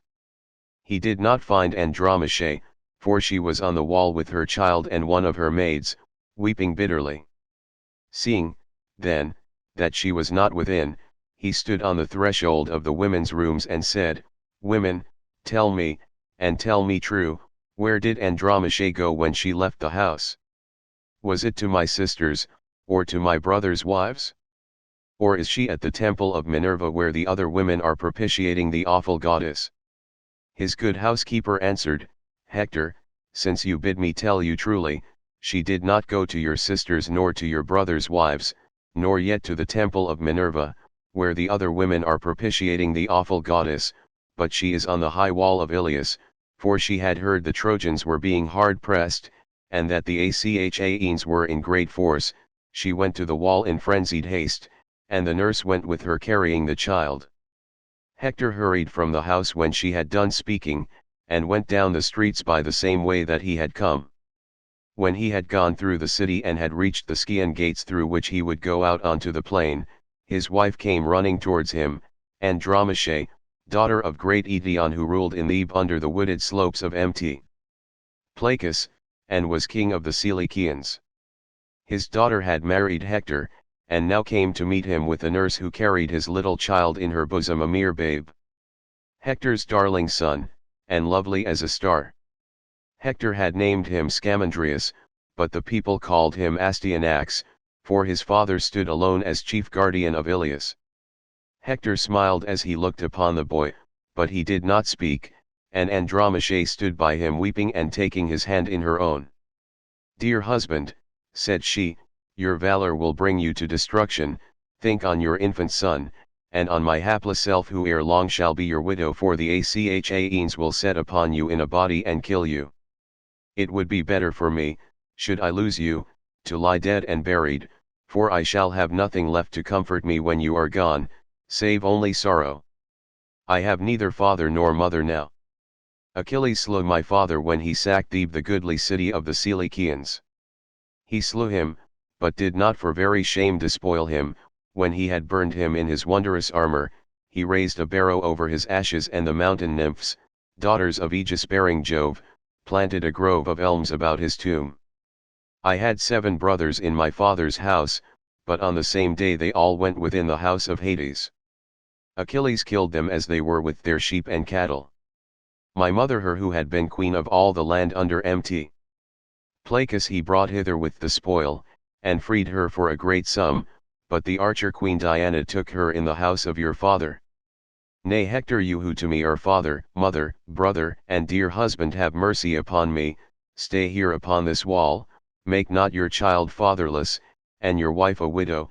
As for the host, place them near the fig tree, where the city can be best scaled, and the wall is weakest. Thrice have the bravest of them come thither and assailed it, under the 2 Ajaxes, Idomeneus, the sons of Atreus, and the brave son of Tydeus, either of their own bidding, or because some soothsayer had told them. And Hector answered, Wife, I too have thought upon all this, but with what face should I look upon the Trojans, men or women, if I shirked battle like a coward? I cannot do so. I know nothing save to fight bravely in the forefront of the Trojan host and win renown alike for my father and myself. Well do I know that the day will surely come when mighty Ilias shall be destroyed with Priam and Priam's people, but I grieve for none of these, not even for Hecuba, nor King Priam, nor for my brothers many and brave who may fall in the dust before their foes, for none of these do I grieve as for yourself, when the day shall come on which some one of the Achaeans shall rob you forever of your freedom, and bear you weeping away. It may be that you will have to ply the loom in Argos at the bidding of a mistress, or to fetch water from the springs Messius or Hyperia, treated brutally by some cruel taskmaster. Then will one say who sees you weeping, she was wife to Hector, the bravest warrior among the Trojans during the war before Ilias. On this your tears will break forth anew for him who would have put away the day of captivity from you. May I lie dead under the barrow that is heaped over my body ere I hear your cry as they carry you into bondage. He stretched his arms towards his child, but the boy cried and nestled in his nurse's bosom, scared at the sight of his father's armor, and at the horsehair plume that nodded fiercely from his helmet. His father and mother laughed to see him, but Hector took the helmet from his head and laid it all gleaming upon the ground. Then he took his darling child, kissed him, and dandled him in his arms, praying over him the while to Jove and to all the gods. Jove, he cried, grant that this my child may be even as myself, chief among the Trojans, let him be not less excellent in strength, and let him rule Ilias with his might. Then may one say of him as he comes from battle, the son is far better than the father. May he bring back the blood-stained spoils of him whom he has laid low, and let his mother's heart be glad. With this he laid the child again in the arms of his wife, who took him to her own soft bosom, smiling through her tears. As her husband watched her his heart yearned towards her and he caressed her fondly, saying, My own wife, do not take these things too bitterly to heart. No one can hurry me down to Hades before my time, but if a man's hour is come, be he brave or be he coward, there is no escape for him when he has once been born. Go, then, within the house, and busy yourself with your daily duties, your loom, your distaff, and the ordering of your servants, for war is man's matter, and mine above all others of them that have been born in Ilias. He took his plumed helmet from the ground, and his wife went back again to her house, weeping bitterly and often looking back towards him. When she reached her home she found her maidens within, and bade them all join in her lament, so they mourned Hector in his own house though he was yet alive, for they deemed that they should never see him return safe from battle, and from the furious hands of the Achaeans. Paris did not remain long in his house. He donned his goodly armor overlaid with bronze, and hasted through the city as fast as his feet could take him. As a horse, stabled and fed, breaks loose and gallops gloriously over the plain to the place where he is wont to bathe in the fair flowing river, he holds his head high, and his mane streams upon his shoulders as he exults in his strength and flies like the wind to the haunts and feeding ground of the Mares. Even so went forth Paris from Hypergamus, gleaming like sunlight in his armor, and he laughed aloud as he sped swiftly on his way. Forthwith he came upon his brother Hector, who was then turning away from the place where he had held converse with his wife, and he was himself the first to speak. Sir, said he, I fear that I have kept you waiting when you are in haste, and have not come as quickly as you bade me. My good brother, answered Hector, you fight bravely, and no man with any justice can make light of your doings in battle. But you are careless and wilfully remiss. It grieves me to the heart to hear the ill that the Trojans speak about you, for they have suffered much on your account. Let us be going, and we will make things right hereafter, should Jove vouchsafe us to set the cup of our deliverance before ever-living gods of heaven in our own homes, when we have chased the Achaeans from Troy. Book 7. Hector and Ajax fight. Hector is getting worst when night comes on and parts them. They exchange presents, the burial of the dead, and the building of a wall round their ships by the Achaeans. The Achaeans buy their wine of Agamemnon and Menelaus. With these words Hector passed through the gates, and his brother Alexandrus with him, both eager for the fray. As when heaven sends a breeze to sailors who have long looked for one in vain, and have laboured at their oars till they are faint with toil, even so welcome was the sight of these two heroes to the Trojans. Thereon Alexandrus killed Menestheus the son of Areithous. He lived in Arne, and was son of Areithous the mace man, and of Philomgesa.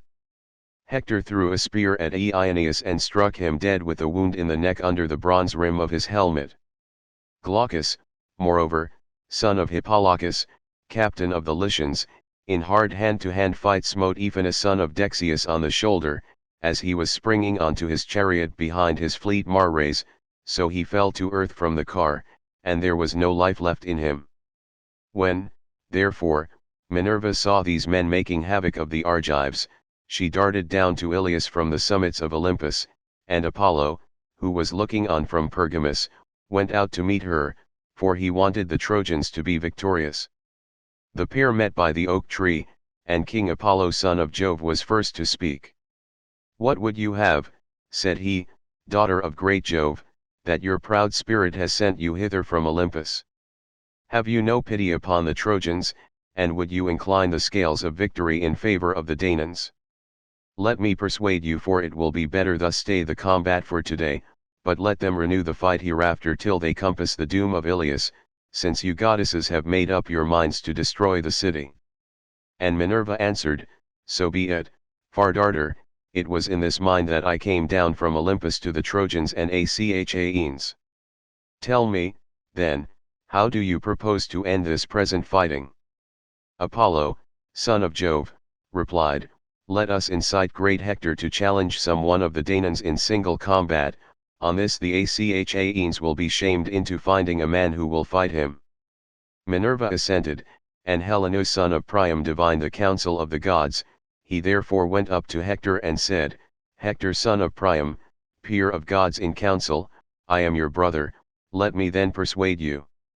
Bid the other Trojans and Achaeans all of them take their seats, and challenge the best man among the Achaeans to meet you in single combat. I have heard the voice of the ever-living gods, and the hour of your doom is not yet come." Hector was glad when he heard the saying, and went in among the Trojans, grasping his spear by the middle to hold them back, and they all sat down. Agamemnon also bade the Achaeans be seated. But Minerva and Apollo, in the likeness of vultures, perched on Father Jove's high oak tree, proud of their men, and the ranks sat close ranged together, bristling with shield and helmet and spear. As when the rising west wind furs the face of the sea and the waters grow dark beneath it, so sat the companies of Trojans and Achaeans upon the plain. And Hector spoke thus: "Hear me, Trojans and Achaeans, that I may speak even as I am minded. Jove on his high throne has brought our oaths and covenants to nothing, and foreshadows ill for both of us, till you either take the towers of Troy, or are yourselves vanquished at your ships. The princes of the Achaeans are here present in the midst of you. Let him, then, that will fight me stand forward as your champion against Hector. Thus I say, and may Jove be witness between us. If your champion slay me, let him strip me of my armor and take it to your ships, but let him send my body home that the Trojans and their wives may give me my dues of fire when I am dead. In like manner, if Apollo vouchsafe me glory and I slay your champion, I will strip him of his armor and take it to the city of Ilias, where I will hang it in the temple of Apollo, but I will give up his body, that the Achaeans may bury him at their ships and then build him a mound by the wide waters of the Hellespont. Then will one say hereafter as he sails his ship over the sea, this is the monument of one who died long since, a champion who was slain by mighty Hector. Thus will one say, and my fame shall not be lost." Thus did he speak, but they all held their peace, ashamed to decline the challenge, yet fearing to accept it, till at last Menelaus rose and rebuked them, for he was angry. "Alas," he cried, "vain braggarts, women forsooth not men, double-dyed indeed will be the stain upon us if no man of the Danaans will now face Hector. May you be turned every man of you into earth and water as you sit spiritless and inglorious in your places. I will myself go out against this man, but the upshot of the fight will be from on high in the hands of the immortal gods." With these words he put on his armor, and then, O Menelaus, your life would have come to an end at the hands of Hector, for he was far better the man, had not the princes of the Achaeans sprung upon you and checked you. King Agamemnon caught him by the right hand and said, "Menelaus, you are mad, a truce to this folly. Be patient in spite of passion, do not think of fighting a man so much stronger than yourself as Hector son of Priam, who is feared by many another as well as you. Even Achilles, who is far more doughty than you are, shrank from meeting him in battle. Sit down your own people, and the Achaeans will send some other champion to fight Hector, fearless and fond of battle though he be, I ween his knees will bend gladly under him if he comes out alive from the hurly-burly of this fight. With these words of reasonable counsel he persuaded his brother, whereon his squires gladly stripped the armor from off his shoulders. Then Nestor rose and spoke, "Of a truth," said he, "the Achaean land is fallen upon evil times. The old knight Peleus, counsellor and orator among the Myrmidons, loved when I was in his house to question me concerning the race and lineage of all the Argives. How would it not grieve him could he hear of them as now quailing before Hector? Many a time would he lift his hands in prayer that his soul might leave his body and go down within the house of Hades. Would, by Father Jove, Minerva, and Apollo, that I were still young and strong as when the Pylians and Arcadians were gathered in fight by the rapid river Celadon under the walls of Phia, and round about the waters of the river Jordanus.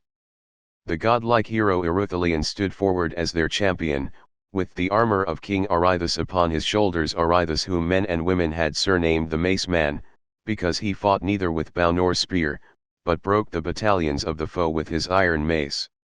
Lycurgus killed him, not in fair fight, but by entrapping him in a narrow way where his mace served him in no stead, for Lycurgus was too quick for him and speared him through the middle, so he fell to earth on his back. Lycurgus then spoiled him of the armor which Mars had given him, and bore it in battle thenceforward, but when he grew old and stayed at home, he gave it to his faithful squire Ereuthalion, who in this same armor challenged the foremost men among us. The others quaked and quailed, but my high spirit bade me fight him though none other would venture. I was the youngest man of them all, but when I fought him Minerva vouchsafed me victory. He was the biggest and strongest man that ever I killed, and covered much ground as he lay sprawling upon the earth. Would that I were still young and strong as I then was, for the son of Priam would then soon find one who would face him. But you, foremost among the whole host though you be, have none of you any stomach for fighting Hector." Thus did the old man rebuke them, and forthwith 9 men started to their feet. Foremost of all uprose King Agamemnon, and after him brave Diomed the son of Tydeus. Next were the 2 Ajaxes, men clothed in valor as with a garment, and then Idomeneus, and Meriones his brother in arms. After these Eurypylus son of Euaemon, Thoas the son of Andraemon, and Ulysses also rose. Then Nestor knight of Gerene again spoke, saying, "Cast lots among you to see who shall be chosen. If he come alive out of this fight he will have done good service alike to his own soul and to the Achaeans." Thus he spoke, and when each of them had marked his lot, and had thrown it into the helmet of Agamemnon son of Atreus, the people lifted their hands in prayer, and thus would one of them say as he looked into the vault of heaven, "Father Jove, grant that the lot fall on Ajax, or on the son of Tydeus, or upon the king of rich Mycene himself." As they were speaking, Nestor knight of Gerene shook the helmet, and from it there fell the very lot which they wanted, the lot of Ajax. The herald bore it about and showed it to all the chieftains of the Achaeans, going from left to right, but they none of them owned it. When, however, in due course he reached the man who had written upon it and had put it into the helmet, brave Ajax held out his hand, and the herald gave him the lot.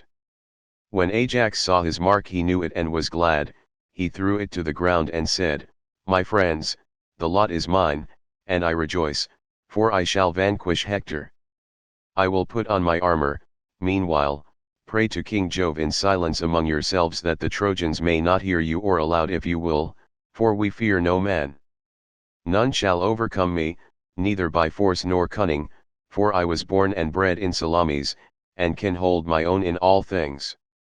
With this they fell praying to King Jove the son of Saturn, and thus would one of them say as he looked into the vault of heaven, "Father Jove that rulest from Ida, most glorious in power, vouchsafe victory to Ajax, and let him win great glory, but if you wish well to Hector also and would protect him, grant to each of them equal fame and prowess." Thus they prayed, and Ajax armed himself in his suit of gleaming bronze. When he was in full array he sprang forward as monstrous Mars when he takes part among men whom Jove has set fighting with one another, even so did huge Ajax, bulwark of the Achaeans, sprang forward with a grim smile on his face as he brandished his long spear and strode onward. The Argives were elated as they beheld him, but the Trojans trembled in every limb, and the heart even of Hector beat quickly, but he could not now retreat and withdraw into the ranks behind him, for he had been the challenger. Ajax came up bearing his shield in front of him like a wall, a shield of bronze with 7 folds of ox hide, the work of Tychius, who lived in Hyle and was by far the best worker in leather. He had made it with the hides of 7 full-fed bulls, and over these he had set an 8th layer of bronze. Holding this shield before him, Ajax son of Telamon came close up to Hector, and menaced him saying, "Hector, you shall now learn, man to man, what kind of champions the Danaans have among them, even besides lion-hearted Achilles, cleaver of the ranks of men. He now abides at the ships in anger with Agamemnon, shepherd of his people, but there are many of us who are well able to face you, therefore begin the fight." And Hector answered, "Noble Ajax, son of Telamon, captain of the host, treat me not as though I were some puny boy or woman that cannot fight. I have been long used to the blood and butcheries of battle. I am quick to turn my lead-hern shield either to right or left, for this I deem the main thing in battle. I can charge among the chariots and horsemen, and in hand-to-hand fighting can delight the heart of Mars, howbeit I would not take such a man as you are off his guard, but I will smite you openly if I can." He poised his spear as he spoke, and hurled it from him. It struck the 7-fold shield in its outermost layer, the 8th, which was of bronze, and went through 6 of the layers, but in the 7th hide it stayed. Then Ajax threw in his turn, and struck the round shield of the son of Priam. The terrible spear went through his gleaming shield, and pressed onward through his cuirass of cunning workmanship. It pierced the shirt against his side, but he swerved and thus saved his life. They then each of them drew out the spear from his shield, and fell on one another like savage lions or wild boars of great strength and endurance. The son of Priam struck the middle of Ajax's shield, but the bronze did not break, and the point of his dart was turned. Ajax then sprang forward and pierced the shield of Hector. The spear went through it and staggered him as he was springing forward to attack. It gashed his neck and the blood came pouring from the wound, but even so Hector did not cease fighting. He gave ground, and with his brawny hand seized a stone, rugged and huge, that was lying upon the plain. With this he struck the shield of Ajax on the boss that was in its middle, so that the bronze rang again. But Ajax in turn caught up a far larger stone, swung it aloft, and hurled it with prodigious force. This millstone of a rock broke Hector's shield inwards and threw him down on his back with the shield crushing him under it, but Apollo raised him at once. Thereon they would have hacked at one another in close combat with their swords, had not heralds, messengers of gods and men, come forward, one from the Trojans and the other from the Achaeans, Talthybius and Aethious, both of them honorable men. These parted them with their staves, and the good herald Aethious said, "My sons, fight no longer, you are both of you valiant, and both are dear to Jove, we know this, but night is now falling, and the behests of night may not be well gainsaid." Ajax son of Telamon answered, "Aethious, bid Hector say so, for it was he that challenged our princes. Let him speak first and I will accept his saying." Then Hector said, "Ajax, heaven has vouchsafed you stature and strength, and judgment, and in wielding the spear you excel all others of the Achaeans. Let us for this day cease fighting, hereafter we will fight anew till heaven decide between us, and give victory to one or to the other. Night is now falling, and the behests of night may not be well gainsaid. Gladden, then, the hearts of the Achaeans at your ships, and more especially those of your own followers and clansmen, while I, in the great city of King Priam, bring comfort to the Trojans and their women, who vie with one another in their prayers on my behalf. Let us, moreover, exchange presents, that it may be said among the Achaeans and Trojans, they fought with might and main, but were reconciled and parted in friendship." On this he gave Ajax a silver-studded sword with its sheath and lead-hern baldric, and in return Ajax gave him a girdle dyed with purple. Thus they parted, the one going to the host of the Achaeans, and the other to that of the Trojans. who rejoiced when they saw their hero come to them safe and unharmed from the strong hands of mighty Ajax. They led him, therefore, to the city as one that had been saved beyond their hopes. On the other side the Achaeans brought Ajax elated with victory to Agamemnon. When they reached the quarters of the son of Atreus, Agamemnon sacrificed for them a 5-year-old bull in honor of Jove the son of Saturn. They flayed the carcass, made it ready, and divided it into joints. These they cut carefully up into smaller pieces, putting them on the spits, roasting them sufficiently, and then drawing them off. When they had done all this and had prepared the feast, they ate it, and every man had his full and equal share, so that all were satisfied, and King Agamemnon gave Ajax some slices cut lengthways down the loin, as a mark of special honor. As soon as they had had enough to eat and drink, old Nestor, whose counsel was ever truest, began to speak, with all sincerity and goodwill. Therefore, he addressed them thus: Son of Atreus, and other chieftains, inasmuch as many of the Achaeans are now dead, whose blood Mars has shed by the banks of the Scamander, and their souls have gone down to the house of Hades, it will be well when morning comes that we should cease fighting. We will then will our dead together with oxen and mules and burn them not far from the ships, that when we sail hence we may take the bones of our comrades home to their children. Hard by the funeral pyre we will build a barrow that shall be raised from the plain for all in common. Near this let us set about building a high wall, to shelter ourselves and our ships, and let it have well-made gates that there may be a way through them for our chariots. Close outside we will dig a deep trench all round it to keep off both horse and foot, that the Trojan chieftains may not bear hard upon us. Thus he spoke, and the princes shouted in applause. Meanwhile the Trojans held a council, angry and full of discord, on the Acropolis by the gates of King Priam's palace, and wise Antenor spoke. Hear me, he said, Trojans, Dardanians, and allies, that I may speak even as I am minded. Let us give up Arge of Helen and her wealth to the sons of Atreus, for we are now fighting in violation of our solemn covenants, and shall not prosper till we have done as I say. He then sat down, and Alexandrus, husband of lovely Helen, rose to speak. Antenor, said he, your words are not to my liking. You can find a better saying than this if you will. If, however, you have spoken in good earnest, then indeed has heaven robbed you of your reason. I will speak plainly, and hereby notify to the Trojans that I will not give up the woman, but the wealth that I brought home with her from Argos I will restore, and will add yet further of my own. On this, when Paris had spoken and taken his seat, Priam of the race of Dardanus, peer of gods in council, rose and with all sincerity and goodwill addressed them thus: Hear me, Trojans, Dardanians, and allies, that I may speak even as I am minded. Get your suppers now as hitherto throughout the city, but keep your watches and be wakeful. At daybreak let Aethius go to the ships, and tell Agamemnon and Menelaus sons of Atreus the saying of Alexandrus through whom this quarrel has come about, and let him also be instant with them that they now cease fighting till we burn our dead. Hereafter we will fight anew, till heaven decide between us and give victory to one or to the other. Thus did he speak, and they did even as he had said. They took supper in their companies, and at daybreak Aethius went his way to the ships. He found the Danaans, servants of Mars, in council at the stern of Agamemnon's ship, and took his place in the midst of them.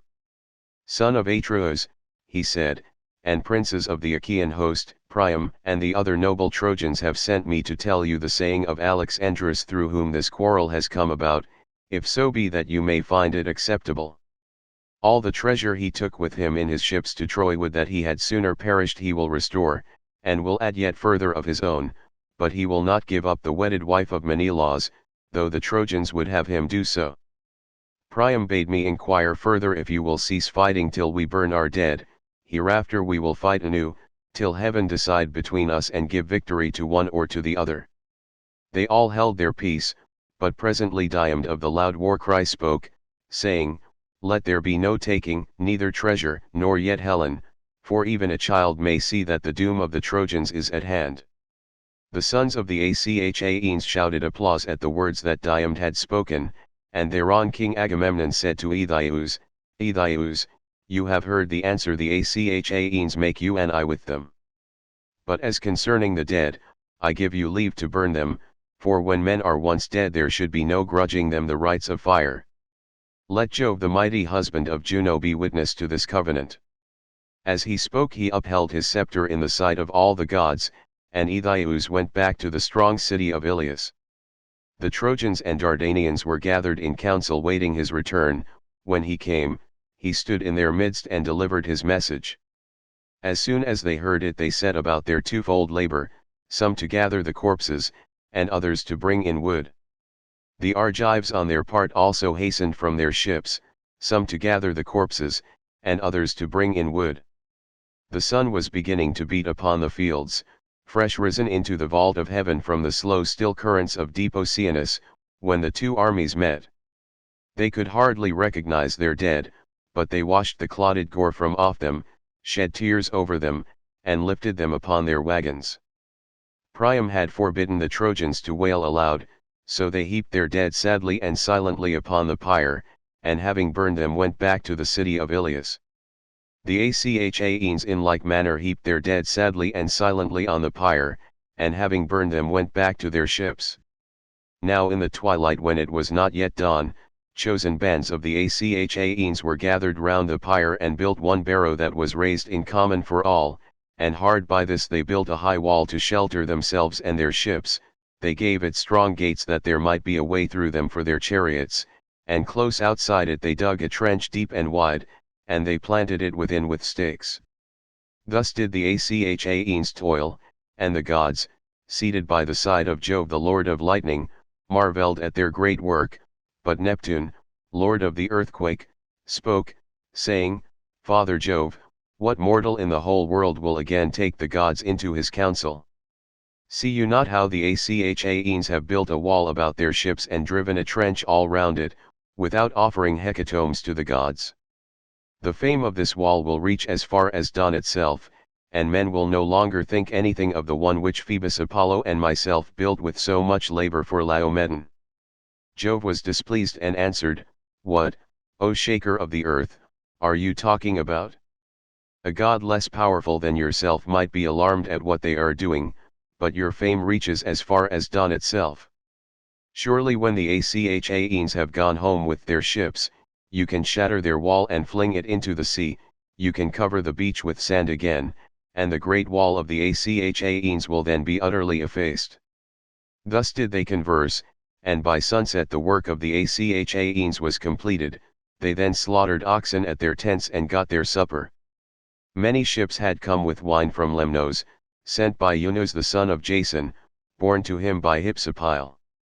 The son of Jason freighted them with 10,000 measures of wine, which he sent specially to the sons of Atreus, Agamemnon, and Menelaus. From this supply the Achaeans bought their wine, some with bronze, some with iron, some with hides, some with whole heifers, and some again with captives. They spread a goodly banquet and feasted the whole night through, as also did the Trojans and their allies in the city. But all the time Jove boded them ill and roared with his portentous thunder. Pale fear got hold upon them, and they spilled the wine from their cups onto the ground, nor did any dare drink till he had made offerings to the most mighty son of Saturn. Then they laid themselves down to rest and enjoyed the boon of sleep. Book 8. Jove forbids the gods to interfere further. There is an even fight till midday, but then Jove inclines the scales of victory in favor of the Trojans, who eventually chase the Achaeans within their wall. Juno and Minerva set out to help the Trojans.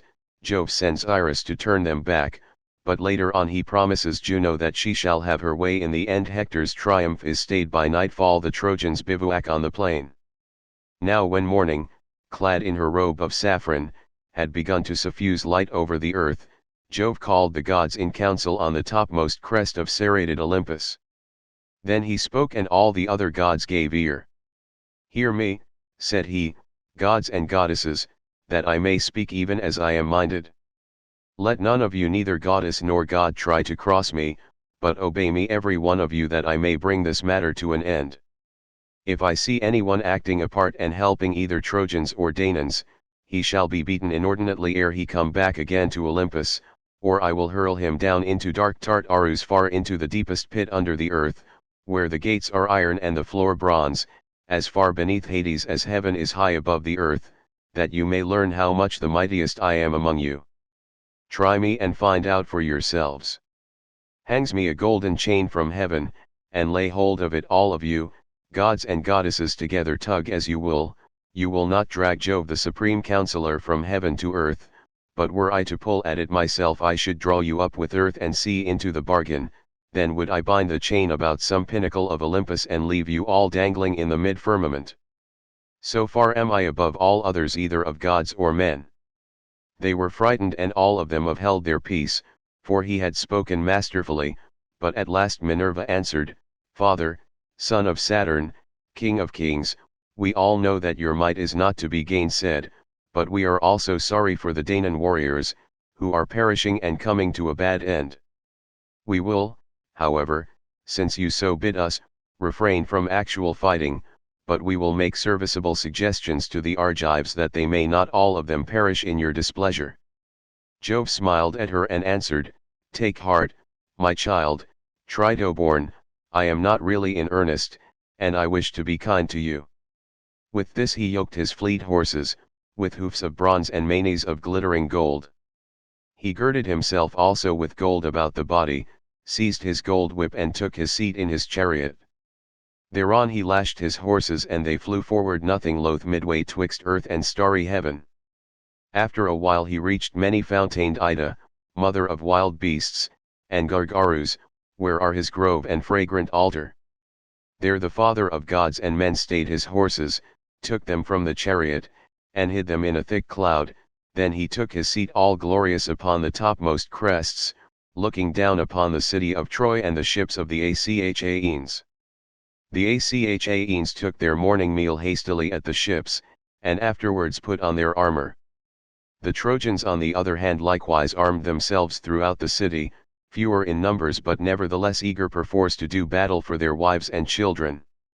All the gates were flung wide open, and horse and foot sallied forth with the tramp as of a great multitude. When they were got together in one place, shield clashed with shield, and spear with spear, in the conflict of mail-clad men. Mighty was the din as the bossed shields pressed hard on one another, death cry and shout of triumph of slain and slayers, and the earth ran red with blood. Now so long as the day waxed and it was still morning, their weapons beat against one another, and the people fell.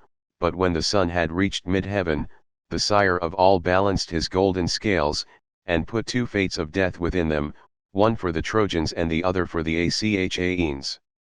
He took the balance by the middle, and when he lifted it up the day of the Achaeans sank, the death-fraught scale of the Achaeans settled down upon the ground, while that of the Trojans rose heavenwards.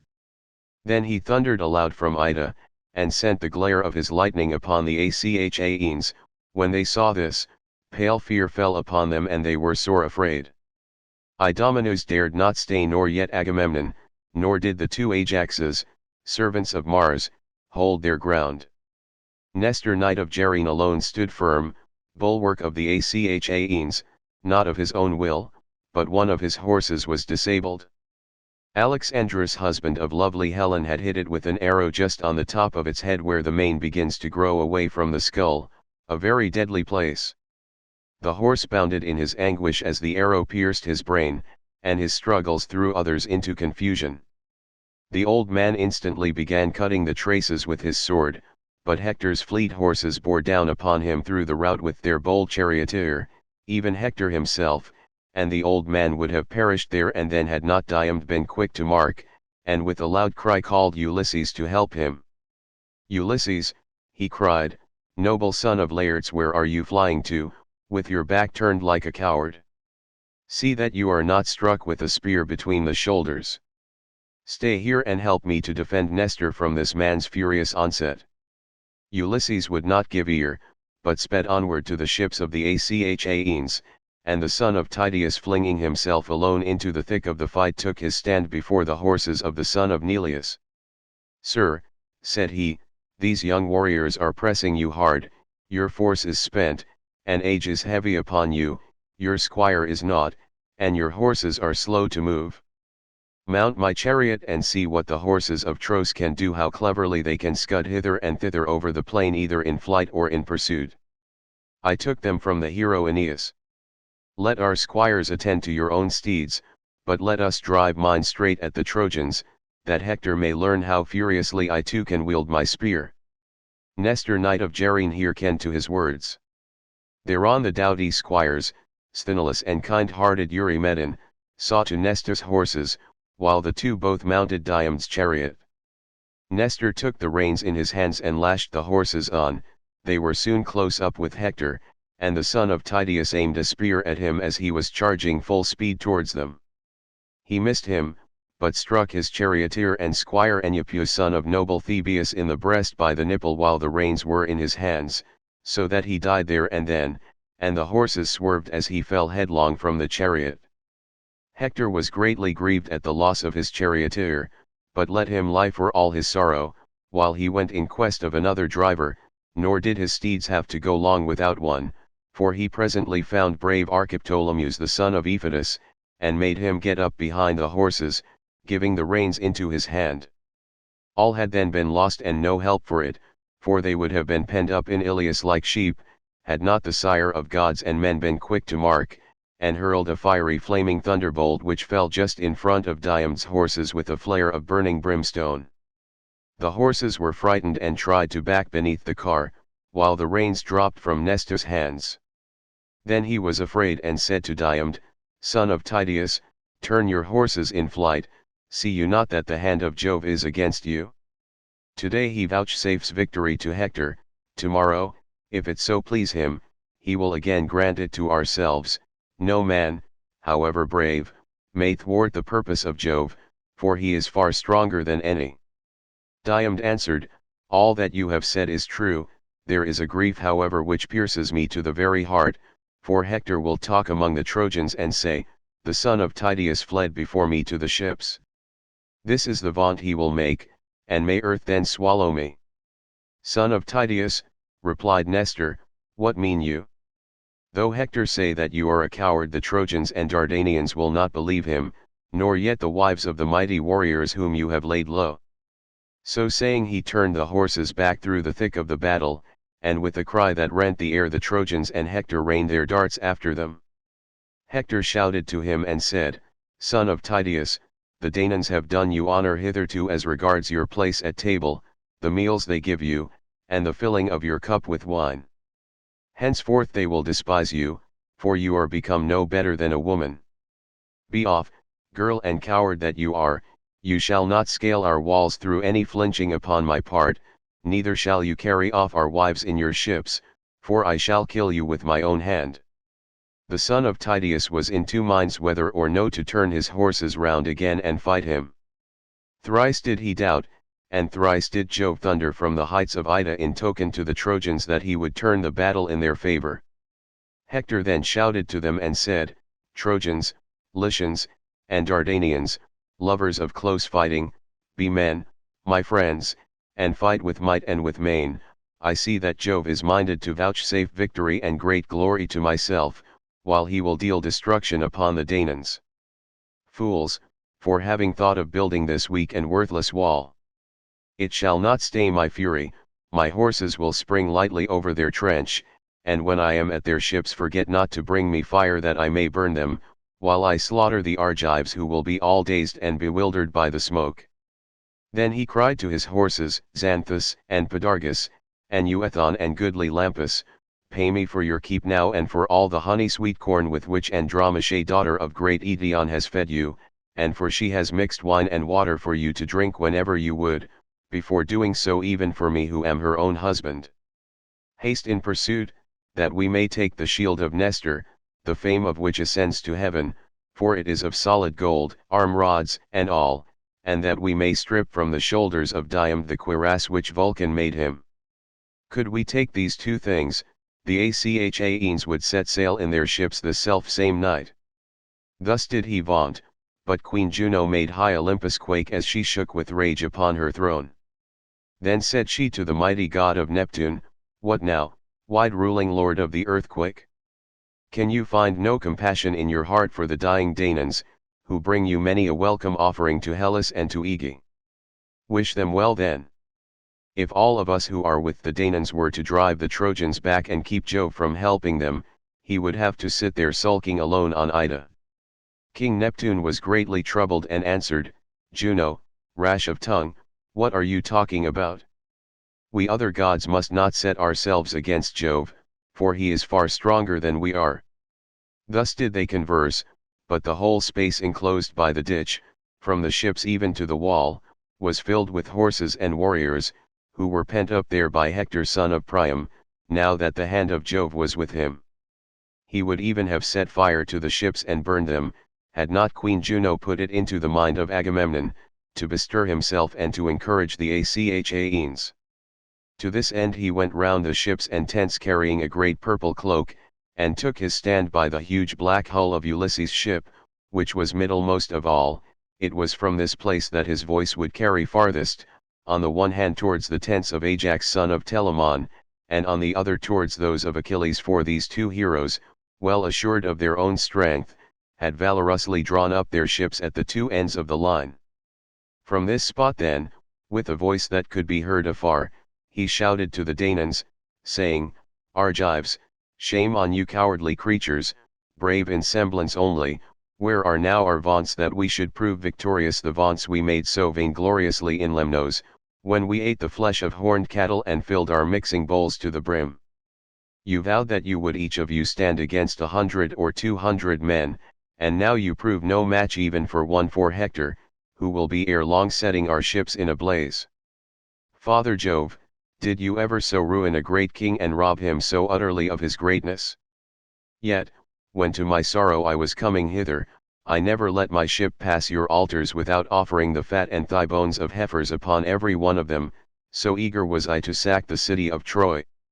Vouchsafe me then this prayer, suffer us to escape at any rate with our lives, and let not the Achaeans be so utterly vanquished by the Trojans.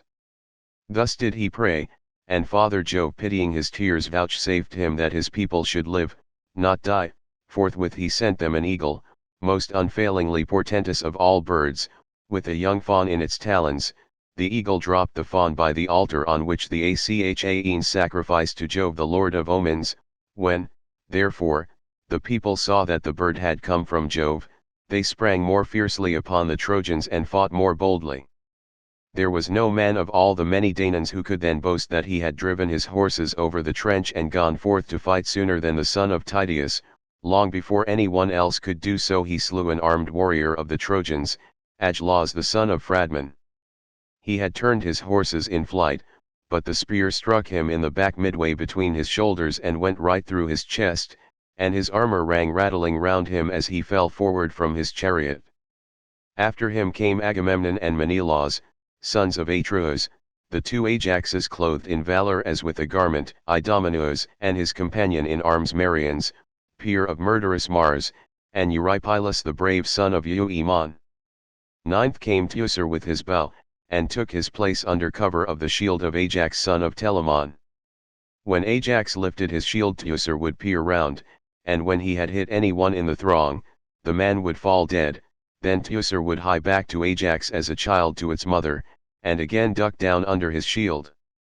Which of the Trojans did brave Teucer first kill? Orsilochus, and then Ormenus and Ophelestes, Dider, Chromius, and godlike Lycophant, Amobon son of Polyemon, and Melanippus. All these in turn did he lay low upon the earth, and King Agamemnon was glad when he saw him making havoc of the Trojans with his mighty bow. He went up to him and said, Teucer, man after my own heart, son of Telamon, captain among the host, shoot on, and be at once the saving of the Danaans and the glory of your father Telamon, who brought you up and took care of you in his own house when you were a child, bastard though you were. Cover him with glory though he is far off. I will promise and I will assuredly perform, if aegis-bearing Jove and Minerva grant me to sack the city of Ilias, you shall have the next best meed of honor after my own, a tripod, or 2 horses with their chariot, or a woman who shall go up into your bed. And Teucer answered, most noble son of Atreus, you need not urge me.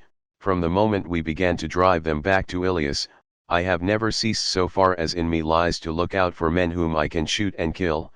I have shot 8 barbed shafts, and all of them have been buried in the flesh of warlike youths, but this mad dog I cannot hit." As he spoke he aimed another arrow straight at Hector, for he was bent on hitting him. Nevertheless he missed him, and the arrow hit Priam's brave son Gorgythian in the breast. His mother, fair Castianira, lovely as a goddess, had been married from Isim, and now he bowed his head as a garden poppy in full bloom when it is weighed down by showers in spring. Even thus heavy bowed his head beneath the weight of his helmet. Again he aimed at Hector, for he was longing to hit him, and again his arrow missed, for Apollo turned it aside, but he hit Hector's brave charioteer Archiptolemus in the breast, by the nipple, as he was driving furiously into the fight.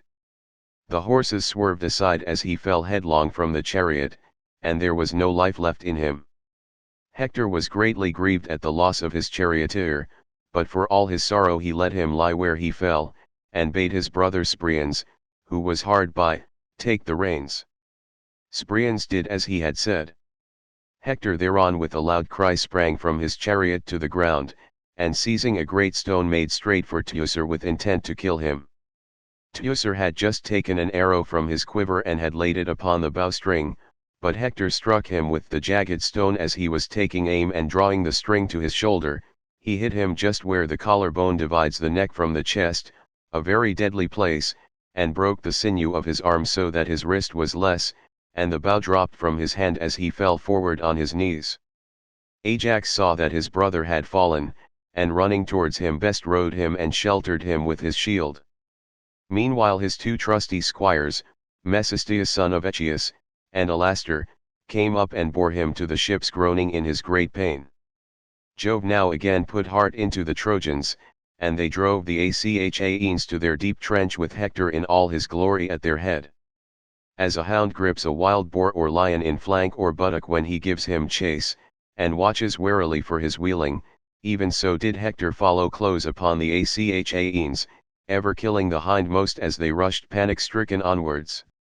When they had fled through the set stakes and trench and many Achaeans had been laid low at the hands of the Trojans, they halted at their ships, calling upon one another and praying every man instantly as they lifted up their hands to the gods, but Hector wheeled his horses this way and that, his eyes glaring like those of Gorgo or murderous Mars.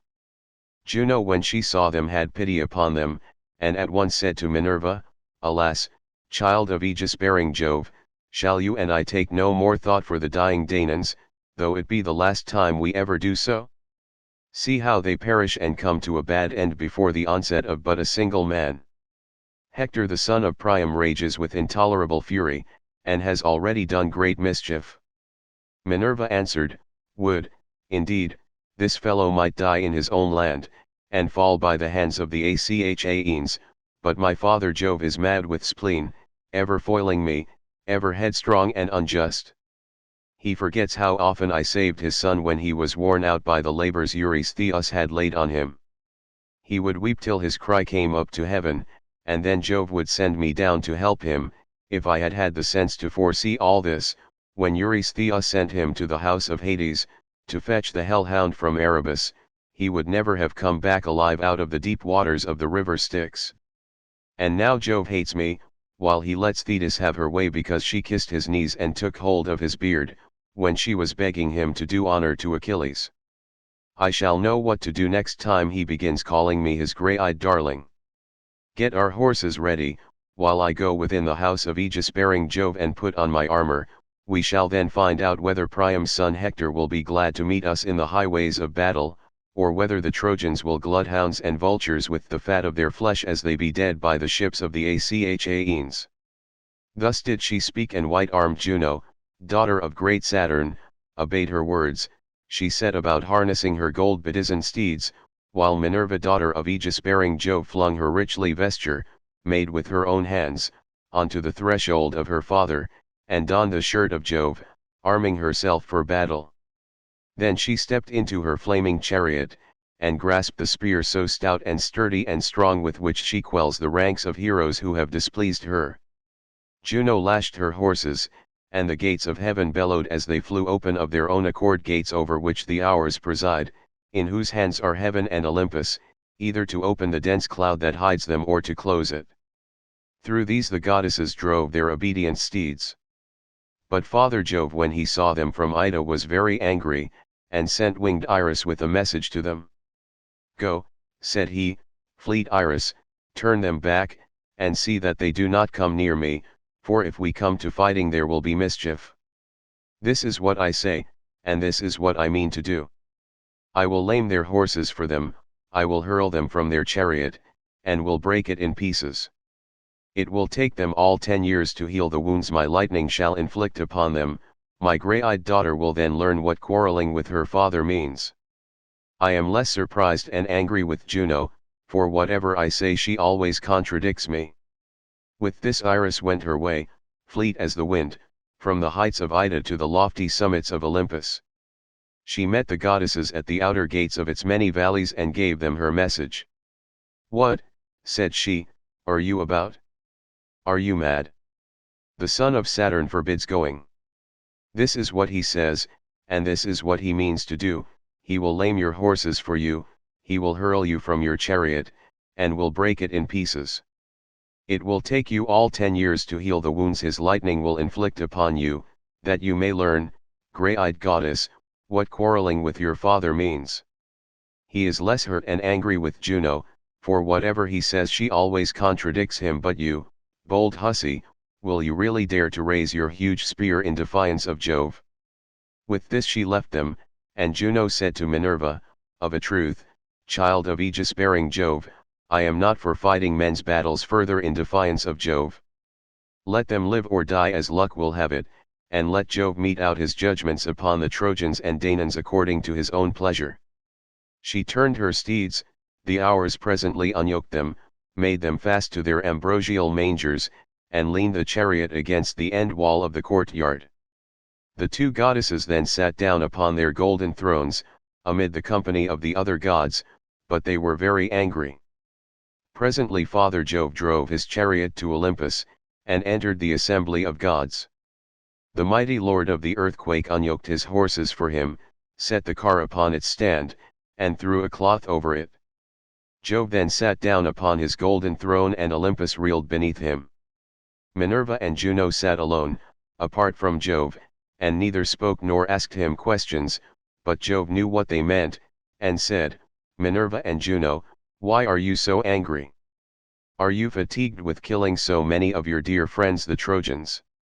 Be this as it may, such is the might of my hands that all the gods in Olympus cannot turn me.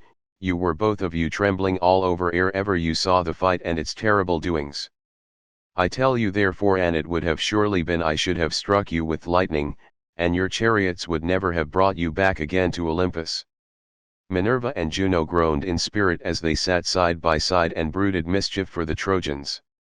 Minerva sat silent without a word, for she was in a furious passion and bitterly incensed against her father, but Juno could not contain herself and said, "What, dread son of Saturn, are you talking about? We know how great your power is, nevertheless we have compassion upon the Danaan warriors who are perishing and coming to a bad end. We will, however, since you so bid us, refrain from actual fighting, but we will make serviceable suggestions to the Argives, that they may not all of them perish in your displeasure." And Jove answered, "Tomorrow morning, Juno, if you choose to do so, you will see the son of Saturn destroying large numbers of the Argives, for fierce Hector shall not cease fighting till he has roused the son of Peleus when they are fighting in dire straits at their ships' sterns about the body of Patroclus. Like it or no, this is how it is decreed. For aught I care, you may go to the lowest depths beneath earth and see where Iapetus and Saturn dwell in lone Tartarus with neither ray of light nor breath of wind to cheer them. You may go on and until you get there, and I shall not care one whit for your displeasure, you are the greatest vixen living." Juno made him no answer. The sun's glorious orb now sank into Oceanus and drew down night over the land. Sorry indeed were the Trojans when light failed them, but welcome and thrice prayed for did darkness fall upon the Achaeans. Then Hector led the Trojans back from the ships, and held a council on the open space near the river, where there was a spot clear of corpses. They left their chariots and sat down on the ground to hear the speech he made them. He grasped a spear 11 cubits long, the bronze point of which gleamed in front of it, while the ring round the spear head was of gold. Spear in hand he spoke. "Hear me," said he, "Trojans, Dardanians, and allies.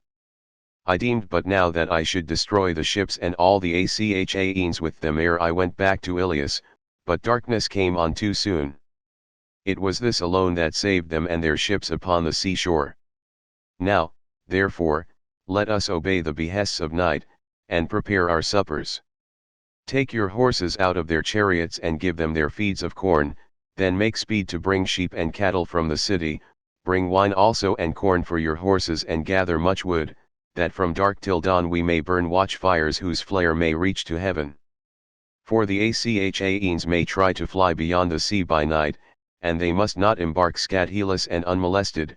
Many a man among them must take a dart with him to nurse at home, hit with spear or arrow as he is leaping on board his ship, that others may fear to bring war and weeping upon the Trojans.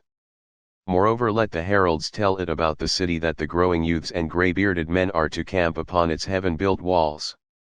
Let the women each of them light a great fire in her house, and let watch be safely kept lest the town be entered by surprise while the host is outside. See to it, brave Trojans, as I have said, and let this suffice for the moment. At daybreak I will instruct you further. I pray in hope to Jove and to the gods that we may then drive those fate-sped hounds from our land, for 'tis the fates that have borne them and their ships hither. This night, therefore, let us keep watch, but with early morning let us put on our armor and rouse fierce war at the ships of the Achaeans. I shall then know whether brave Diomed the son of Tydeus will drive me back from the ships to the wall, or whether I shall myself slay him and carry off his blood-stained spoils. Tomorrow let him show his mettle, abide my spear if he dare. I ween that at break of day, he shall be among the first to fall and many another of his comrades round him.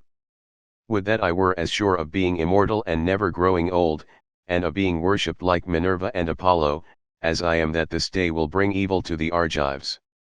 Thus spoke Hector and the Trojans shouted applause. They took their sweating steeds from under the yoke, and made them fast each by his own chariot. They made haste to bring sheep and cattle from the city, they brought wine also and corn from their houses and gathered much wood. They then offered unblemished hecatombs to the immortals, and the wind carried the sweet savor of sacrifice to heaven, but the blessed gods partook not thereof, for they bitterly hated Ilias with Priam and Priam's people. Thus high in hope they sat through the livelong night by the highways of war, and many a watch-fire did they kindle. As when the stars shine clear, and the moon is bright, there is not a breath of air, not a peak nor glade nor jutting headland, but it stands out in the ineffable radiance that breaks from the serene of heaven. The stars can all of them be told, and the heart of the shepherd is glad. Even thus shone the watch-fires of the Trojans before Ilias midway between the ships and the river Xanthus. 1,000 camp-fires gleamed upon the plain, and in the glow of each there sat 50 men, while the horses, champing oats and corn beside their chariots, waited till dawn should come. Book 9. The Embassy to Achilles. Thus did the Trojans watch. But panic, comrade of blood-stained rout, had taken fast hold of the Achaeans, and their princes were all of them in despair. As when the two winds that blow from Thrace the north and the northwest spring up of a sudden and rouse the fury of the main, in a moment the dark waves uprear their heads and scatter their sea-wrack in all directions, even thus troubled were the hearts of the Achaeans. The son of Atreus in dismay bade the heralds call the people to a council man by man, but not to cry the matter aloud. He made haste also himself to call them, and they sat sorry at heart in their assembly. Agamemnon shed tears as it were a running stream or cataract on the side of some sheer cliff, and thus, with many a heavy sigh he spoke to the Achaeans. "My friends," said he, "princes and counselors of the Argives, the hand of heaven has been laid heavily upon me. Cruel Jove gave me his solemn promise that I should sack the city of Troy before returning, but he has played me false, and is now bidding me go ingloriously back to Argos with the loss of much people. Such is the will of Jove, who has laid many a proud city in the dust, as he will yet lay others, for his power is above all. Now, therefore, Let us all do as I say and sail back to our own country, for we shall not take Troy. Thus he spoke, and the sons of the Achaeans for a long while sat sorrowful there, but they all held their peace, till at last Diomed of the loud battle cry made answer saying, Son of Atreus, I will chide your folly, as is my right in council. Be not then aggrieved that I should do so. In the first place you attacked me before all the Danaans and said that I was a coward and no soldier. The Argives young and old know that you did so. But the son of scheming Saturn endowed you by halves only. He gave you honor as the chief ruler over us, but valor, which is the highest both right and might he did not give you. Sir, think you that the sons of the Achaeans are indeed as unwarlike and cowardly as you say they are? If your own mind is set upon going home, go, the way is open to you. The many ships that followed you from Mycene stand ranged upon the seashore, but the rest of us stay here till we have sacked Troy. Nay, though these two should turn homeward with their ships, Sthenelus and myself will still fight until we reach the goal of Ilias, for heaven was with us when we came. The sons of the Achaeans shouted applause at the words of Diomed, and presently Nestor rose to speak. Son of Tydeus, said he, in war your prowess is beyond question, and in counsel you excel all who are of your own years. No one of the Achaeans can make light of what you say nor gainsay it, but you have not yet come to the end of the whole matter. You are still young, you might be the youngest of my own children, still you have spoken wisely and have counseled the chief of the Achaeans not without discretion. Nevertheless I am older than you and I will tell you everything, therefore let no man, not even King Agamemnon, disregard my saying, for he that foments civil discord is a clanless, hearthless outlaw. Now, however, let us obey the behests of night and get our suppers, but let the sentinels every man of them camp by the trench that is without the wall. I am giving these instructions to the young men. When they have been attended to, do you, son of Atreus, give your orders, for you are the most royal among us all. Prepare a feast for your counselors, it is right and reasonable that you should do so. There is abundance of wine in your tents, which the ships of the Achaeans bring from Thrace daily. You have everything at your disposal wherewith to entertain guests, and you have many subjects. When many are got together, you can be guided by him whose counsel is wisest, and sorely do we need shrewd and prudent counsel, for the foe has lit his watchfires hard by our ships. Who can be other than dismayed? This night will either be the ruin of our host, or save it. Thus did he speak, and they did even as he had said.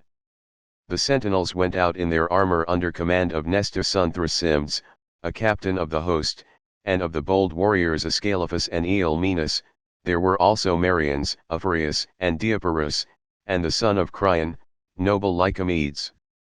There were 7 captains of the sentinels, and with each there went 100 youths armed with long spears.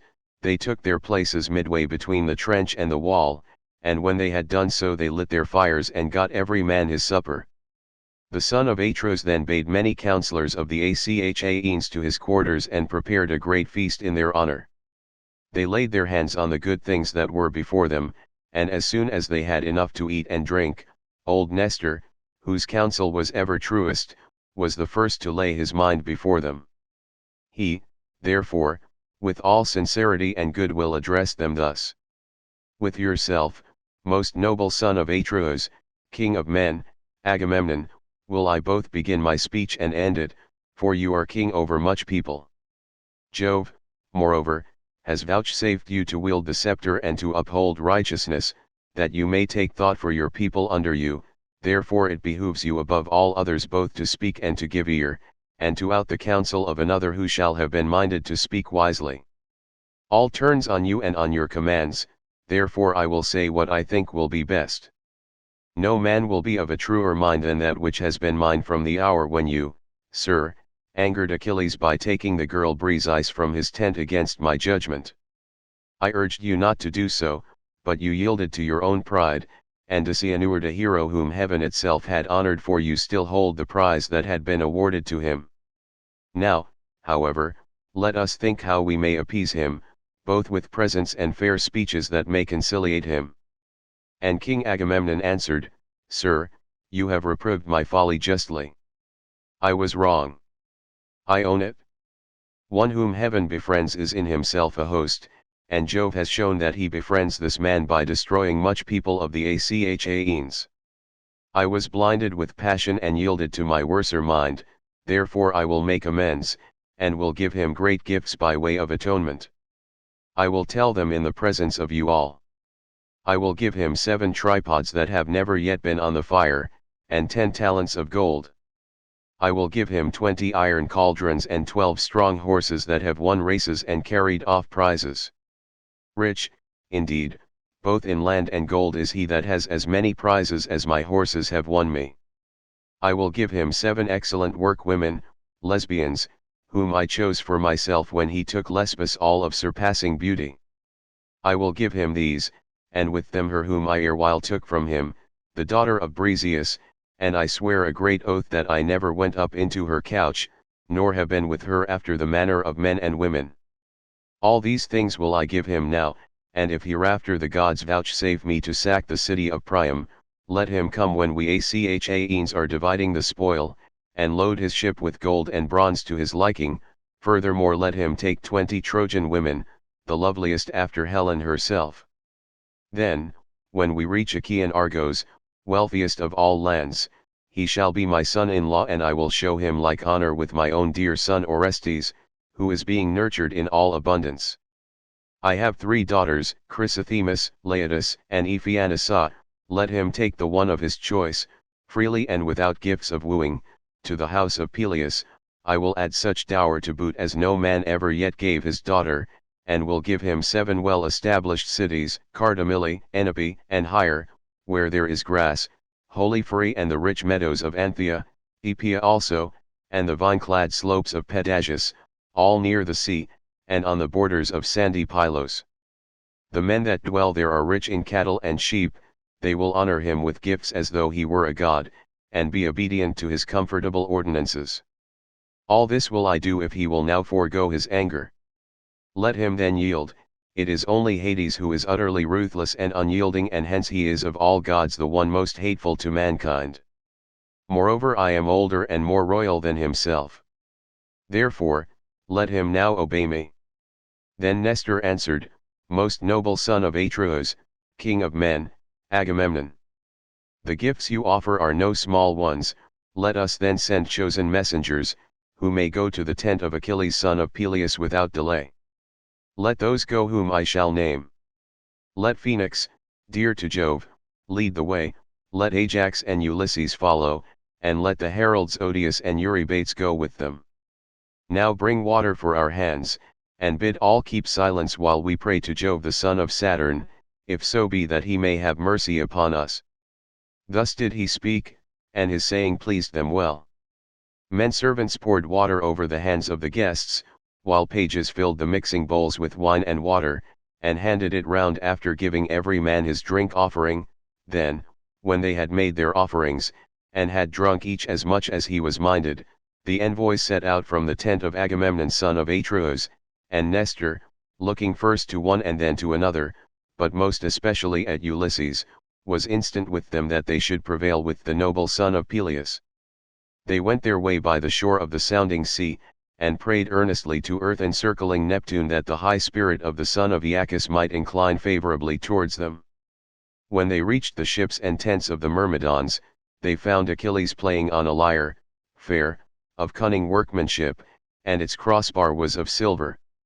It was part of the spoils which he had taken when he sacked the city of Iliad, and he was now diverting himself with it and singing the feats of heroes. He was alone with Patroclus, who sat opposite to him and said nothing, waiting till he should cease singing. Ulysses and Ajax now came in, Ulysses leading the way, and stood before him. Achilles sprang from his seat with the lyre still in his hand, and Patroclus, when he saw the strangers, rose also. Achilles then greeted them, saying, All hail and welcome, you must come upon some great matter, you, who for all my anger are still dearest to me of the Achaeans.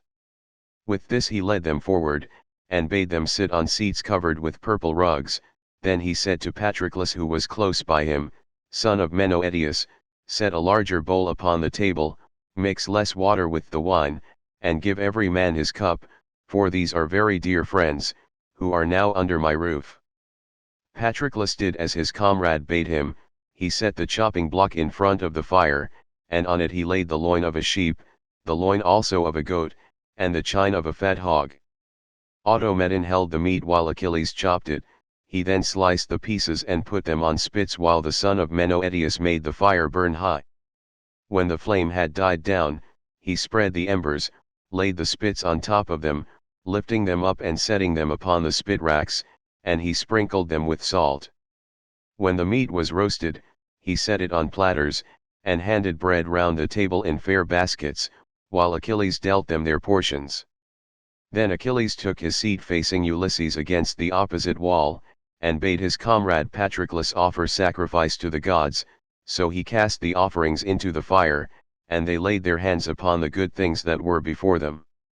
As soon as they had had enough to eat and drink, Ajax made a sign to Phoenix, and when he saw this, Ulysses filled his cup with wine and pledged Achilles. "Hail," said he, "Achilles, we have had no scant of good cheer, neither in the tent of Agamemnon, nor yet here. There has been plenty to eat and drink, but our thought turns upon no such matter. Sir, we are in the face of great disaster, and without your help know not whether we shall save our fleet or lose it. The Trojans and their allies have camped hard by our ships and by the wall. They have lit watchfires throughout their host and deem that nothing can now prevent them from falling on our fleet. Jove, moreover, has sent his lightnings on their right. Hector, in all his glory, rages like a maniac. Confident that Jove is with him, he fears neither God nor man, but is gone raving mad, and prays for the approach of day. He vows that he will hew the high sterns of our ships in pieces, set fire to their hulls, and make havoc of the Achaeans while they are dazed and smothered in smoke. I much fear that heaven will make good his boasting, and it will prove our lot to perish at Troy far from our home in Argos. Up, then, and late though it be, save the sons of the Achaeans who faint before the fury of the Trojans. You will repent bitterly hereafter if you do not, for when the harm is done there will be no curing it. Consider ere it be too late, and save the Danaans from destruction. My good friend, when your father Peleus sent you from Phthia to Agamemnon, did he not charge you saying, Son, Minerva and Juno will make you strong if they choose, but check your high temper, for the better part is in goodwill. Eschew vain quarreling, and the Achaeans old and young will respect you more for doing so. These were his words, but you have forgotten them. Even now, however, be appeased, and put away your anger from you. Agamemnon will make you great amends if you will forgive him. Listen, and I will tell you what he has said in his tent that he will give you. He will give you 7 tripods that have never yet been on the fire, and 10 talents of gold, 20 iron cauldrons, and 12 strong horses that have won races and carried off prizes. Rich indeed both in land and gold is he who has as many prizes as these horses have won for Agamemnon. Moreover he will give you 7 excellent workwomen, lesbians, whom he chose for himself, when you took Lesbos all of surpassing beauty. He will give you these, and with them her whom he erewhile took from you, the daughter of Briseus, and he will swear a great oath, he has never gone up into her couch nor been with her after the manner of men and women. All these things will he give you now down, and if hereafter the gods vouchsafe him to sack the city of Priam, you can come when we Achaeans are dividing the spoil, and load your ship with gold and bronze to your liking. You can take 20 Trojan women, the loveliest after Helen herself. Then, when we reach Achaean Argos, wealthiest of all lands, you shall be his son-in-law, and he will show you like honor with his own dear son Orestes, who is being nurtured in all abundance. Agamemnon has 3 daughters, Chrysothemis, Laodice, and Ephianissa. You may take the one of your choice, freely and without gifts of wooing, to the house of Peleus. He will add such dower to boot as no man ever yet gave his daughter, and will give you 7 well-established cities, Cardamyle, Enope, and higher where there is grass, wholly free, and the rich meadows of Anthea, Epia also, and the vine-clad slopes of Pedasus, all near the sea, and on the borders of sandy Pylos. The men that dwell there are rich in cattle and sheep, they will honor you with gifts as though were a god, and be obedient to your comfortable ordinances. All this will he do if you will now forego your anger.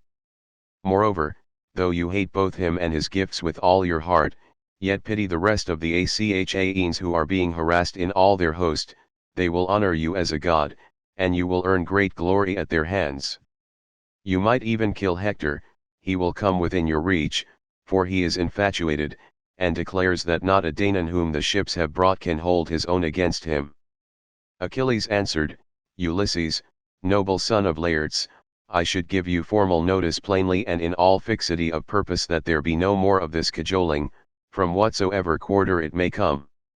Him do I hate even as the gates of hell, who says one thing while he hides another in his heart, therefore I will say what I mean.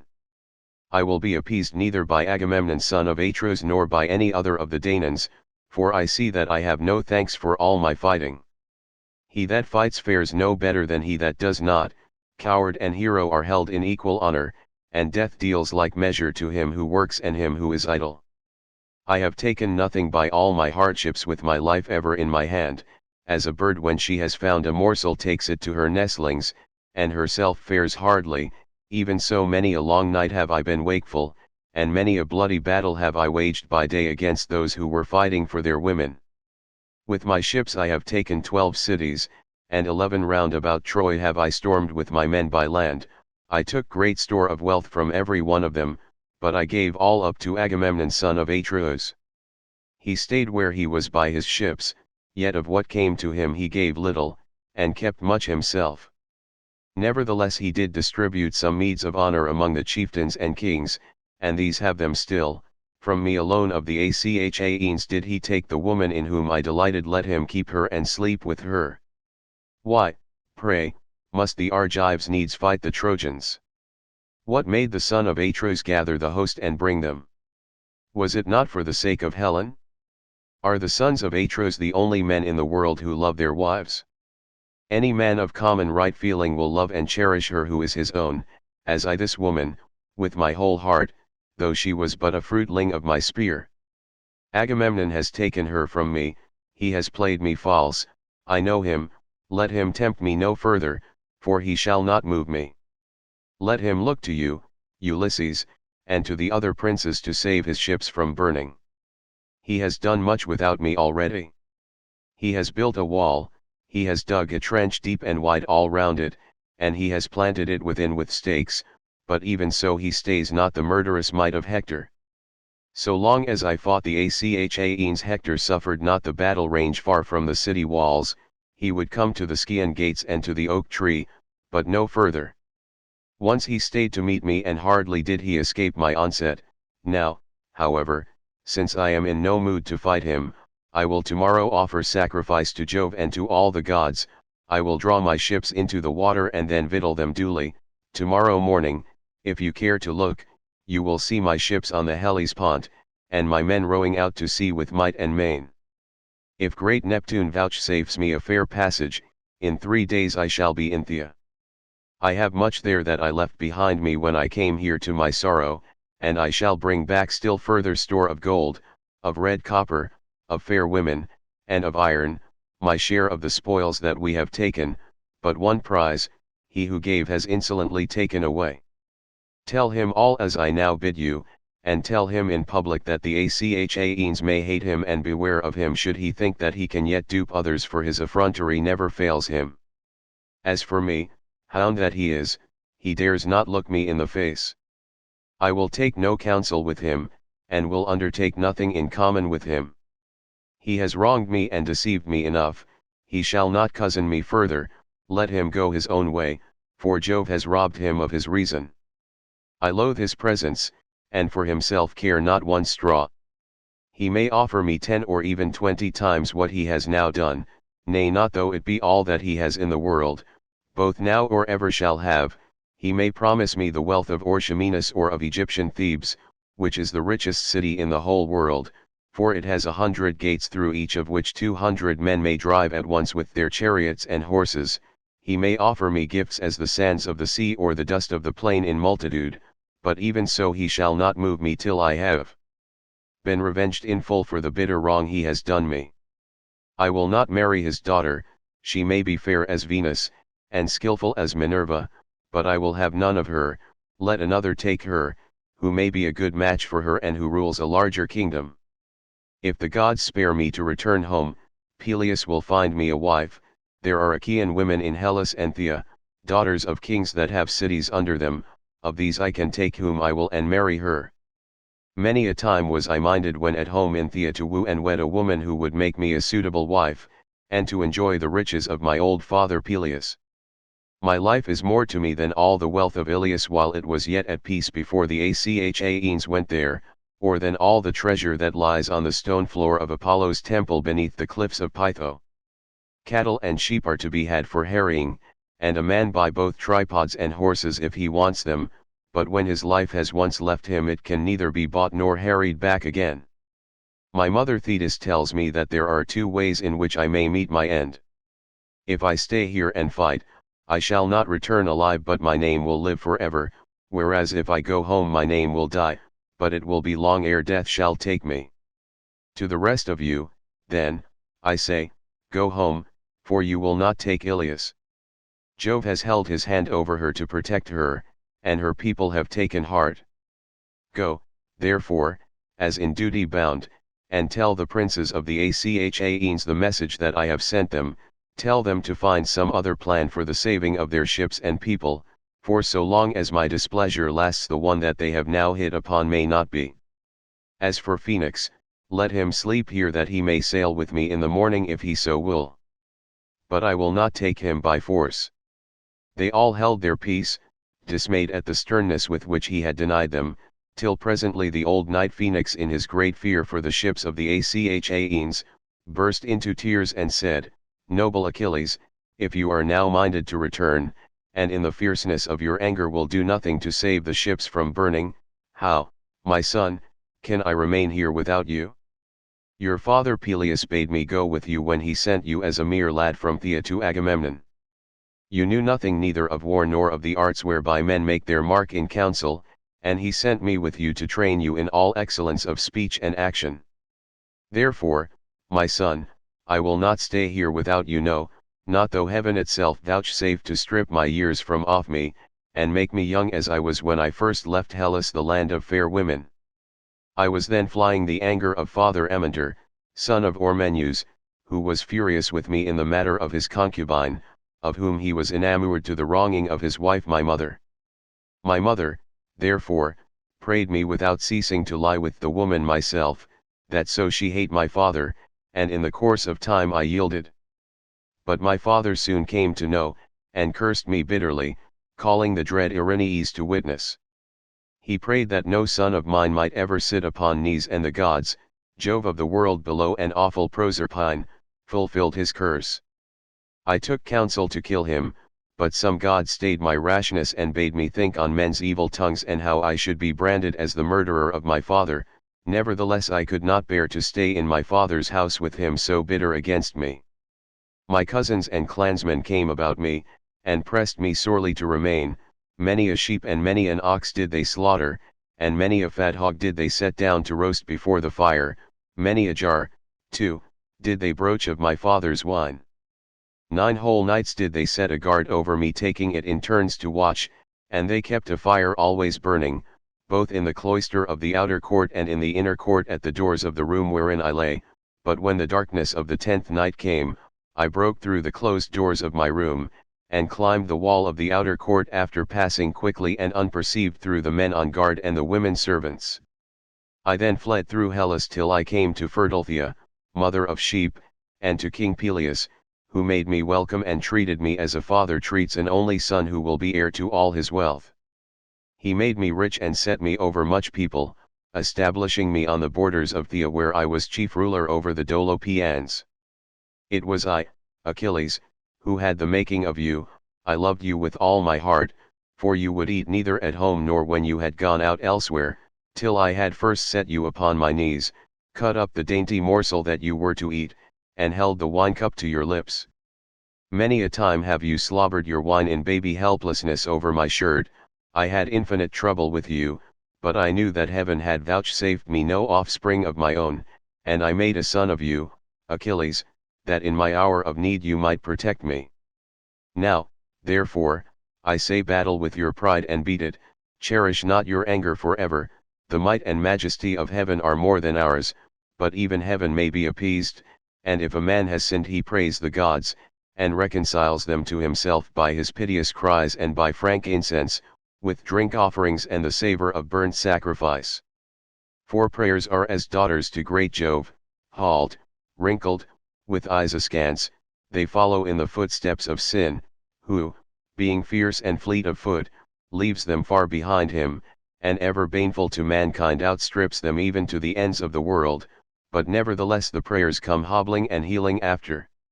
If a man has pity upon these daughters of Jove when they draw near him, they will bless him and hear him too when he is praying, but if he deny them and will not listen to them, they go to Jove the son of Saturn and pray that he may presently fall into sin to his ruing bitterly hereafter.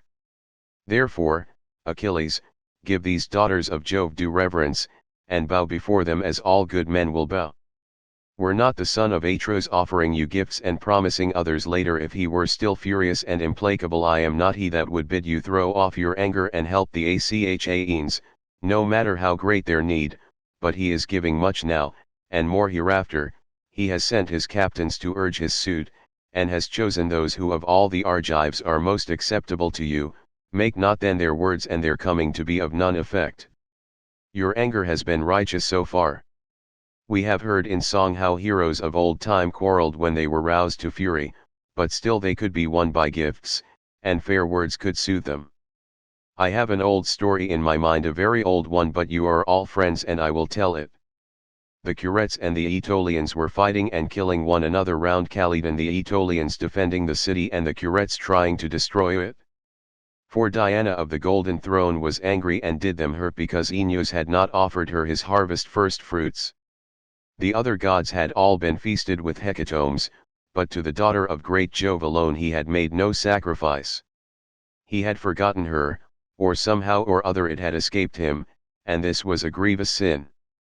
Thereon the archer goddess in her displeasure sent a prodigious creature against him, a savage wild boar with great white tusks that did much harm to his orchard lands, uprooting apple trees in full bloom and throwing them to the ground. But Meleager son of Aeneas got huntsmen and hounds from many cities and killed it, for it was so monstrous that not a few were needed, and many a man did it stretch upon his funeral pyre. On this the goddess set the Curetes and the Aetolians fighting furiously about the head and skin of the boar. So long as Meleager was in the field things went badly with the Curetes, and for all their numbers they could not hold their ground under the city walls, but in the course of time Meleager was angered, as even a wise man will sometimes be. He was incensed with his mother Althea, and therefore stayed at home with his wedded wife fair Cleopatra, who was daughter of Marpessa daughter of Euenus, and of Ides the man then living.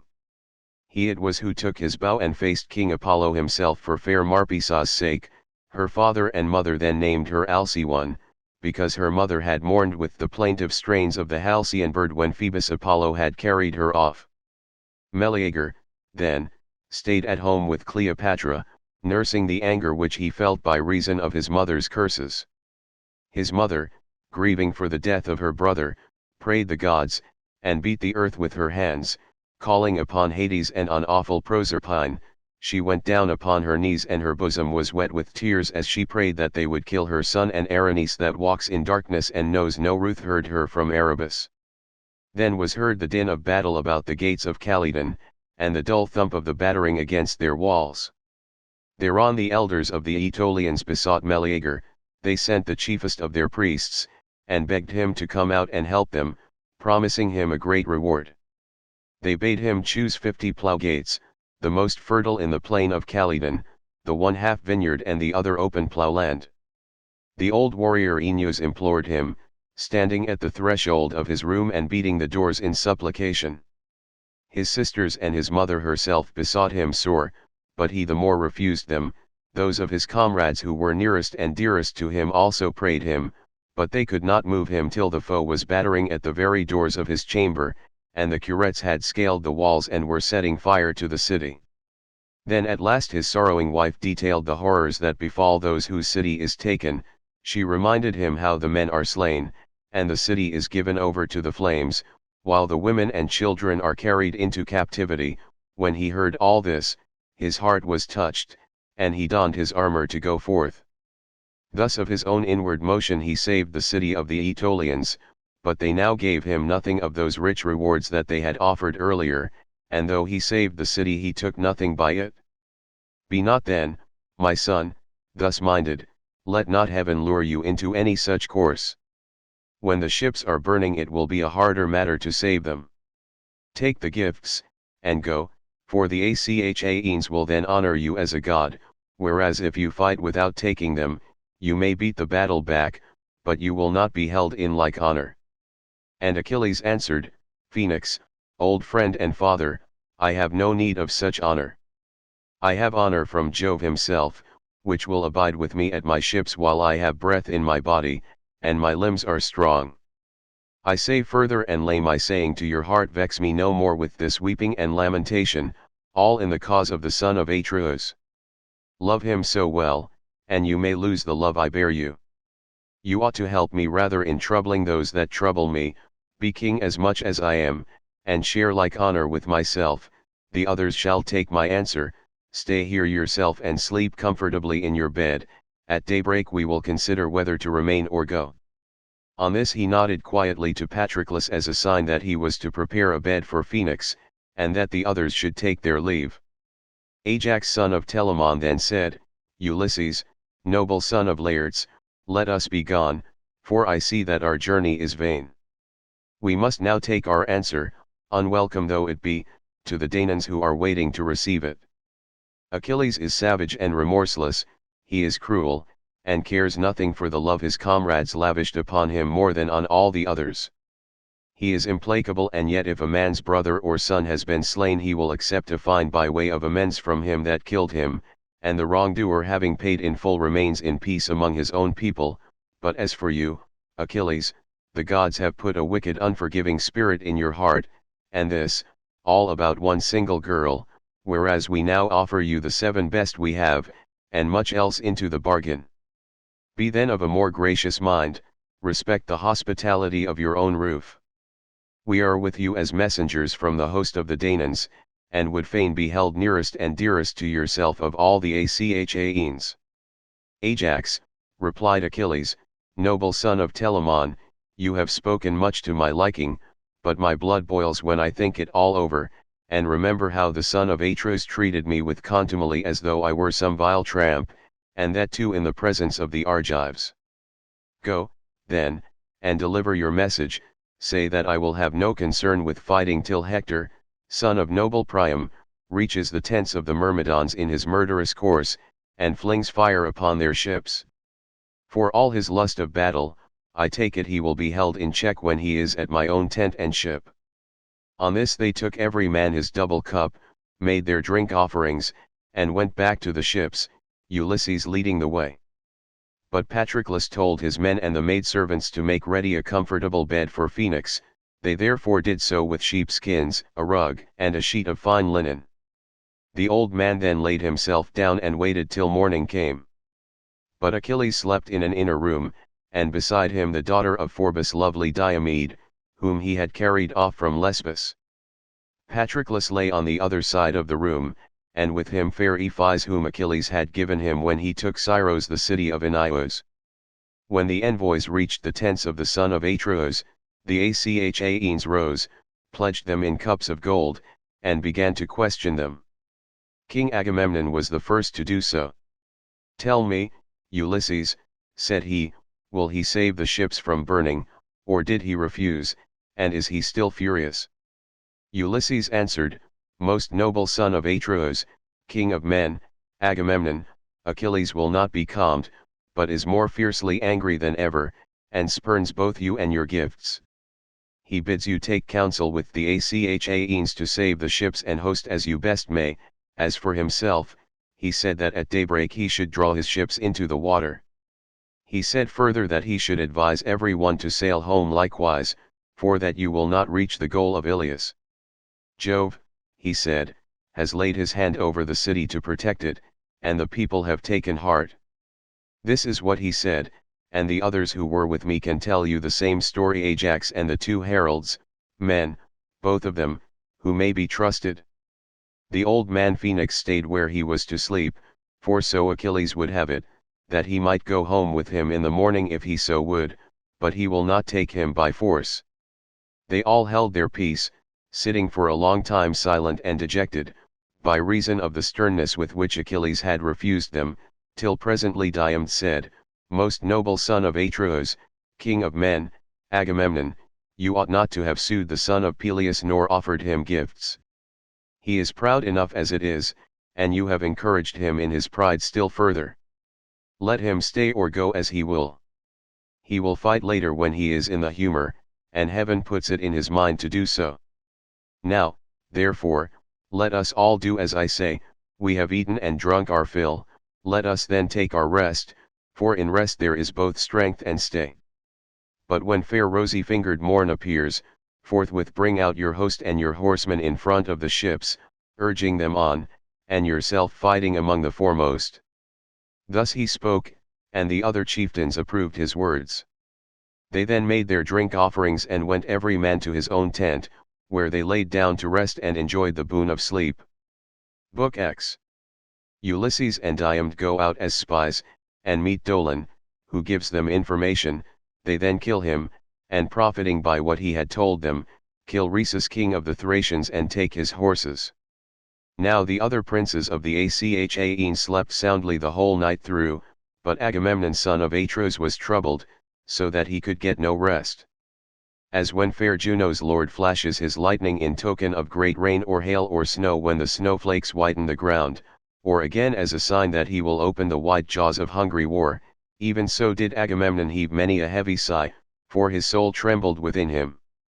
When he looked upon the plain of Troy he marvelled at the many watchfires burning in front of Ilias, and at the sound of pipes and flutes and of the hum of men, but when presently he turned towards the ships and hosts of the Achaeans, he tore his hair by handfuls before Jove on high, and groaned aloud for the very disquietness of his soul. In the end he deemed it best to go at once to Nestor son of Neleus, and see if between them they could find any way of the Achaeans from destruction. He therefore rose, put on his shirt, bound his sandals about his comely feet, flung the skin of a huge tawny lion over his shoulders, a skin that reached his feet, and took his spear in his hand. Neither could Menelaus sleep, for he, too, boded ill for the Argives who for his sake had sailed from far over the seas to fight the Trojans. He covered his broad back with the skin of a spotted panther, put a casque of bronze upon his head, and took his spear in his brawny hand. Then he went to rouse his brother, who was by far the most powerful of the Achaeans, and was honored by the people as though he were a god. He found him by the stern of his ship already putting his goodly array about his shoulders, and right glad was he that his brother had come. Menelaus spoke first. "Why," said he, "my dear brother, are you thus arming? Are you going to send any of our comrades to exploit the Trojans? I greatly fear that no one will do you the service, and spy upon the enemy alone in the dead of night. It will be a deed of great daring." And King Agamemnon answered, "Menelaus, we both of us need shrewd counsel to save the Argives and our ships, for Jove has changed his mind, and inclines towards Hector's sacrifices rather than ours. I never saw nor heard tell of any man as having wrought such ruin in one day as Hector has now wrought against the sons of the Achaeans, and that too of his own unaided self, for he is son neither to god nor goddess. The Argives will rue it long and deeply. Run, therefore, with all speed by the line of the ships, and call Ajax and Idomeneus. Meanwhile I will go to Nestor, and bid him rise and go about among the companies of our sentinels to give them their instructions. They will listen to him sooner than to any man, for his own son, and Merion's brother in arms to Idomeneus, are captains over them. It was to them more particularly that we gave this charge." Menelaus replied, "How do I take your meaning? Am I to stay with them and wait your coming, or shall I return here as soon as I have given your orders?" "Wait," answered King Agamemnon, for there are so many paths about the camp that we might miss one another. Call every man on your way, and bid him be stirring, name him by his lineage and by his father's name, give each all titular observance, and stand not too much upon your own dignity. We must take our full share of toil, for at our birth Jove laid this heavy burden upon us. With these instructions he sent his brother on his way, and went on to Nestor, shepherd of his people. He found him sleeping in his tent hard by his own ship. His goodly armor lay beside him, his shield, his 2 spears and his helmet. Beside him also lay the gleaming girdle with which the old man girded himself when he armed to lead his people into battle, for his age stayed him not. He raised himself on his elbow and looked up at Agamemnon. "Who is it," said he, "that goes thus about the host and the ships alone and in the dead of night, when men are sleeping? Are you looking for one of your mules or for some comrade? Do not stand there and say nothing, but speak. What is your business?" And Agamemnon answered, "Nestor, son of Neleus, honor to the Achaean name, it is I, Agamemnon son of Atreus, on whom Jove has laid labor and sorrow so long as there is breath in my body and my limbs carry me. I am thus abroad because sleep sits not upon my eyelids, but my heart is big with war and with the jeopardy of the Achaeans. I am in great fear for the Danaans. I am at sea, and without sure counsel, my heart beats as though it would leap out of my body, and my limbs fail me. If then you can do anything, for you two cannot sleep, let us go the round of the watch, and see whether they are drowsy with toil and sleeping to the neglect of their duty.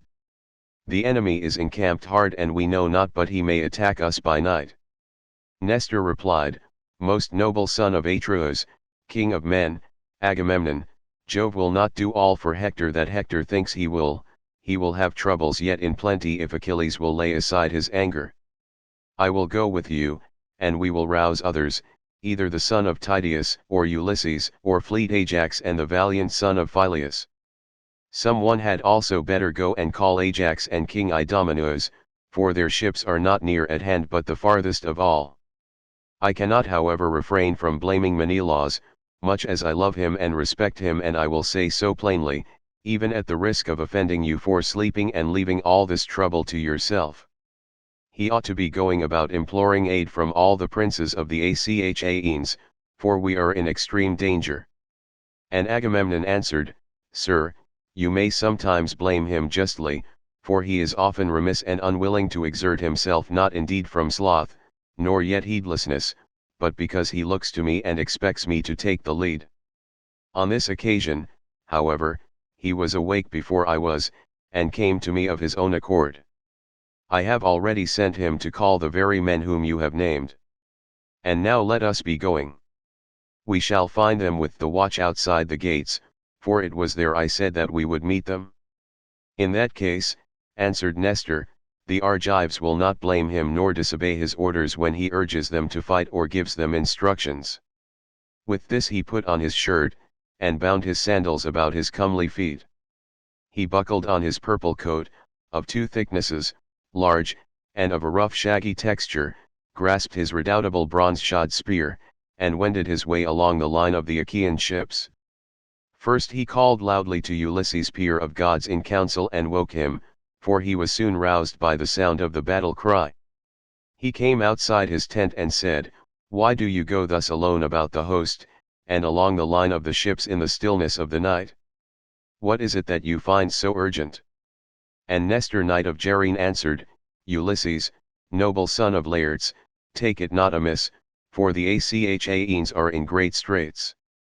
Come with me and let us wake some other, who may advise well with us whether we shall fight or fly." On this Ulysses went at once into his tent, put his shield about his shoulders and came out with them. First they went to Diomed son of Tydeus, and found him outside his tent clad in his armor with his comrades sleeping round him and using their shields as pillows. As for their spears, they stood upright on the spikes of their butts that were driven into the ground, and the burnished bronze flashed afar like the lightning of Father Jove. The hero was sleeping upon the skin of an ox, with a piece of fine carpet under his head. Nestor went up to him and stirred him with his heel to rouse him, upbraiding him and urging him to bestir himself. "Wake up," he exclaimed, son of Tydeus. How can you sleep on in this way? Can you not see that the Trojans are encamped on the brow of the plain hard by our ships, with but a little space between us and them? On these words Diomed leaped up instantly and said, Old man, your heart is of iron, you rest not one moment from your labors. Are there no younger men among the Achaeans who could go about to rouse the princes? There is no tiring you. And Nestor knight of Gerene made answer, My son, all that you have said is true. I have good sons, and also much people who might call the chieftains, but the Achaeans are in the gravest danger, life and death are balanced as it were on the edge of a razor. Go then, for you are younger than I, and of your courtesy rouse Ajax and the fleet son of Phyleus. Diomed threw the skin of a great tawny lion about his shoulders, a skin that reached his feet, and grasped his spear. When he had roused the heroes, he brought them back with him. They then went the round of those who were on guard, and found the captains not sleeping at their posts but wakeful and sitting with their arms about them. As sheepdogs that watch their flocks when they are yarded, and hear a wild beast coming through the mountain forest towards them, forthwith there is a hue and cry of dogs and men, and slumber is broken, even so was sleep chased from the eyes of the Achaeans as they kept the watches of the wicked night, for they turned constantly towards the plain whenever they heard any stir among the Trojans. The old man was glad and bade them be of good cheer. Watch on, my children, said he, and let not sleep get hold upon you, lest our enemies triumph over us. With this he passed the trench, and with him the other chiefs of the Achaeans who had been called to the council. Marians and the brave son of Nestor went also, for the princes bade them. When they were beyond the trench that was dug round the wall, they held their meeting on the open ground where there was a space clear of corpses, for it was here that when night fell Hector had turned back from his onslaught on the Argives. They sat down, therefore, and held debate with one another. Nestor spoke first.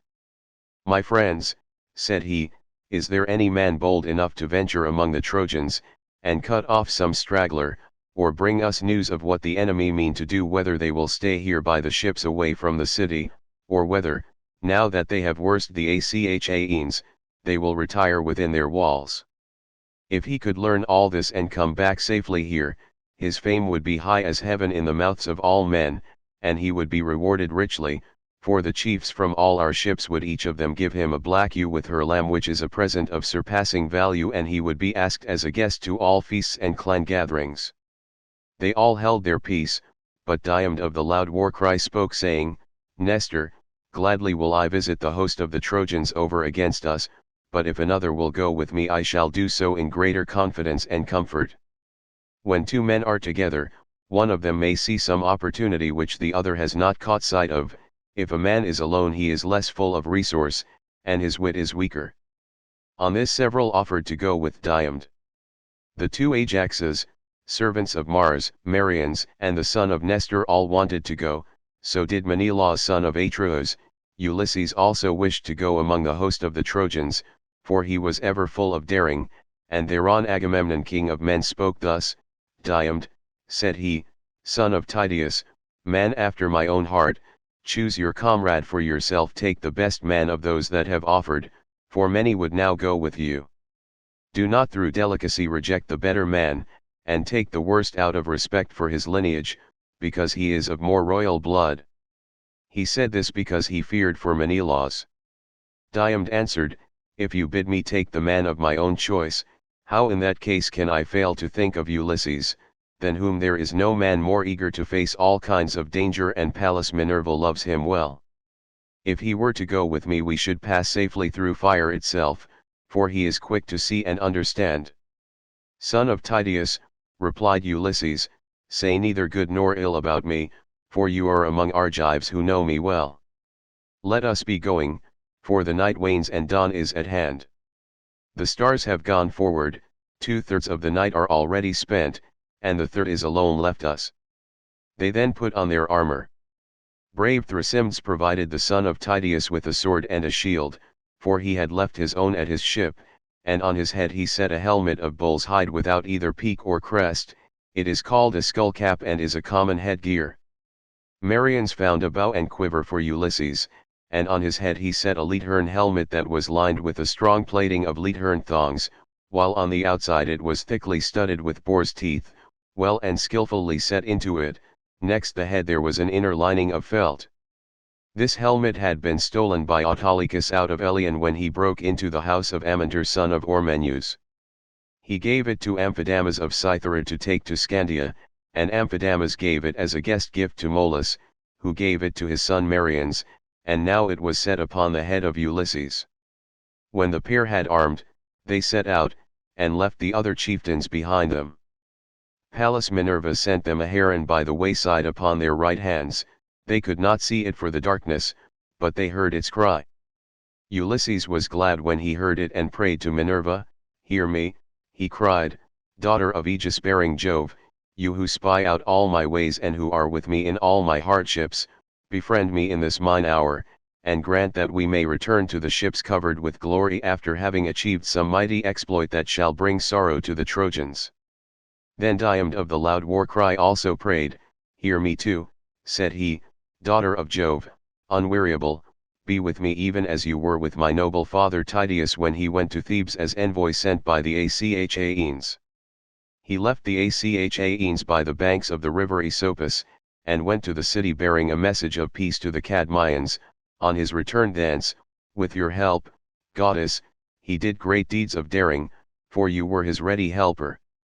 Even so guide me and guard me now, and in return I will offer you in sacrifice a broad-browed heifer of a year old, unbroken, and never yet brought by man under the yoke. I will gild her horns and will offer her up to you in sacrifice." Thus they prayed, and Pallas Minerva heard their prayer. When they had done praying to the daughter of great Jove, they went their way like two lions prowling by night amid the armor and blood-stained bodies of them that had fallen. Neither again did Hector let the Trojans sleep, for he too called the princes and counselors of the Trojans that he might set his counsel before them. "Is there one," said he, "who for a great reward will do me the service of which I will tell you? He shall be well paid if he will. I will give him a chariot and a couple of horses, the fleetest that can be found at the ships of the Achaeans, if he will dare this thing, and he will win infinite honor to boot. He must go to the ships and find out whether they are still guarded as heretofore, or whether now that we have beaten them the Achaeans design to fly, and through sheer exhaustion are neglecting to keep their watches." They all held their peace, but there was among the Trojans a certain man named Dolon, son of Euaemes, the famous herald, a man rich in gold and bronze. He was ill-favored, but a good runner, and was an only son among 5 sisters. He it was that now addressed the Trojans. "I, Hector," said he, "will to the ships and will exploit them. But first hold up your scepter and swear that you will give me the chariot, bedight with bronze, and the horses that now carry the noble son of Peleus. I will make you a good scout, and will not fail you. I will go through the host from one end to the other till I come to the ship of Agamemnon, where I take it the princes of the Achaeans are now consulting whether they shall fight or fly." When he had done speaking, Hector held up his scepter, and swore him his oath, saying, "May Jove the thundering husband of Juno bear witness that no other Trojan but yourself shall mount those steeds, and that you shall have your will with them forever." The oath he swore was bootless, but it made Dolon more keen on going. He hung his bow over his shoulder, and as an overall he wore the skin of a grey wolf, while on his head he set a cap of ferret skin. Then he took a pointed javelin, and left the camp for the ships, but he was not to return with any news for Hector. When he had left the horses and the troops behind him, he made all speed on his way, but Ulysses perceived his coming and said to Diomed, "Diomed, here is some one from the camp. I am not sure whether he is a spy, or whether it is some thief who would plunder the bodies of the dead. Let him get a little past us, we can then spring upon him and take him. If, however, he is too quick for us, go after him with your spear and hem him in towards the ships away from the Trojan camp, to prevent his getting back to the town." With this they turned out of their way and lay down among the corpses.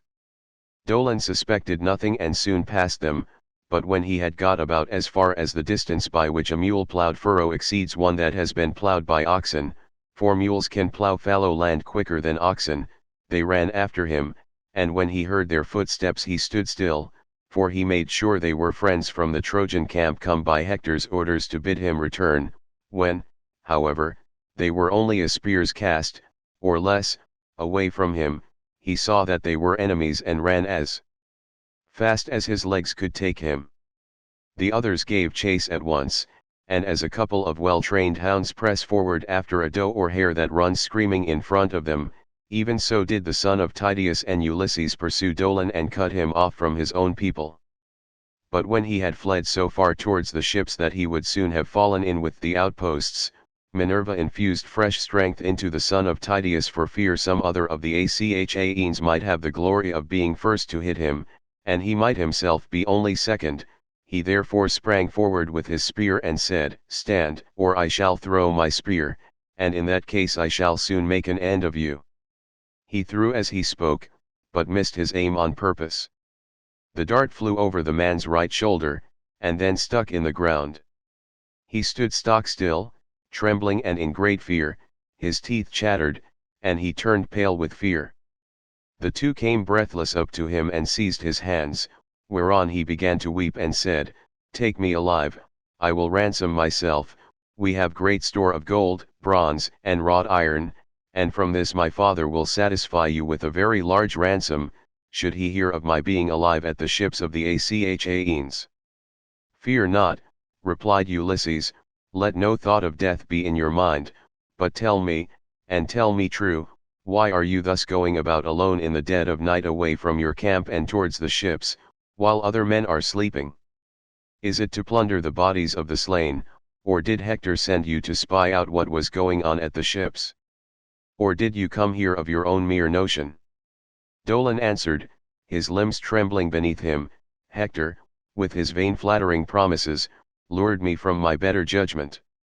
He said he would give me the horses of the noble son of Peleus and his bronze bedizened chariot.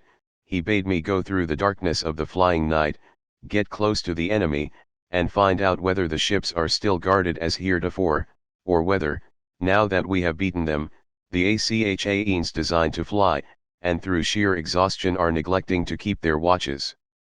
Ulysses smiled at him and answered, "You had indeed set your heart upon a great reward, but the horses of the descendant of Aeacus are hardly to be kept in hand or driven by any other mortal man than Achilles himself, whose mother was an immortal. But tell me, and tell me true, where did you leave Hector when you started? Where lies his armor and his horses? How, too, are the watches and sleeping ground of the Trojans ordered? What are their plans? Will they stay here by the ships and away from the city, or now that they have worsted the Achaeans, will they retire within their walls?" And Dolon answered, "I will tell you truly all. Hector and the other counselors are now holding conference by the monument of great Ilus, away from the general tumult. As for the guards about which you ask me, there is no chosen watch to keep guard over the host. The Trojans have their watch fires, for they are bound to have them. They, therefore, are awake and keep each other to their duty as sentinels, but the allies who have come from other places are asleep and leave it to the Trojans to keep guard, for their wives and children are not here." Ulysses then said, "Now tell me, are they sleeping among the Trojan troops, or do they lie apart? Explain this that I may understand it." "I will tell you truly all," replied Dolon. "To the seaward lie the Carians, the Paeonian bowmen, the Leleges, the Cauconians, and the noble Pelasgi. The Lycians and proud Mysians, with the Phrygians and Maeonians, have their place on the side towards Thymbra. But why ask about all this? If you want to find your way into the host of the Trojans, there are the Thracians, who have lately come here and lie apart from the others at the far end of the camp, and they have Rhesus son of Aeneas for their king. His horses are the finest and strongest that I have ever seen, they are whiter than snow and fleeter than any wind that blows. His chariot is bedight with silver and gold, and he has brought his marvelous golden armor, of the rarest workmanship too splendid for any mortal man to carry, and meet only for the gods. Now, therefore, take me to the ships or bind me securely here, until you come back and have proved my words whether they be false or true." Diomed looked sternly at him and answered, "Think not, Dolon, for all the good information you have given us, that you shall escape now you are in our hands, for if we ransom you or let you go, you will come some second time to the ships of the Achaeans either as a spy or as an open enemy, but if I kill you and an end of you, you will give no more trouble. On this Dolon would have caught him by the beard to beseech him further, but Diomed struck him in the middle of his neck with his sword and cut through both sinews so that his head fell rolling in the dust while he was yet speaking. They took the ferret skin cap from his head, and also the wolf skin, the bow, and his long spear. Ulysses hung them up aloft in honor of Minerva the goddess of plunder, and prayed saying, "Accept these, goddess, for we give them to you in preference to all the gods in Olympus, therefore speed us still further towards the horses and sleeping ground of the Thracians." With these words he took the spoils and set them upon a tamarisk tree, and they marked the place by pulling up reeds and gathering boughs of tamarisk that they might not miss it as they came back through the flying hours of darkness. The two then went onwards amid the fallen armor and the blood, and came presently to the company of Thracian soldiers, who were sleeping, tired out with their day's toil. Their goodly armor was lying on the ground beside them all orderly in 3 rows, and each man had his yoke of horses beside him. Rhesus was sleeping in the middle, and hard by him his horses were made fast to the topmost rim of his chariot. Ulysses from some way off saw him and said, "This, Diomed, is the man, and these are the horses about which Dolon whom we killed told us.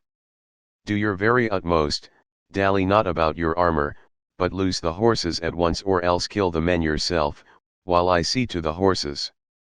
Thereon Minerva put courage into the heart of Diomed, and he smote them right and left.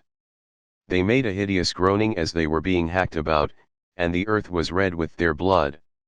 As a lion springs furiously upon a flock of sheep or goats when he finds them without their shepherd, so did the son of Tydeus set upon the Thracian soldiers till he had killed 12.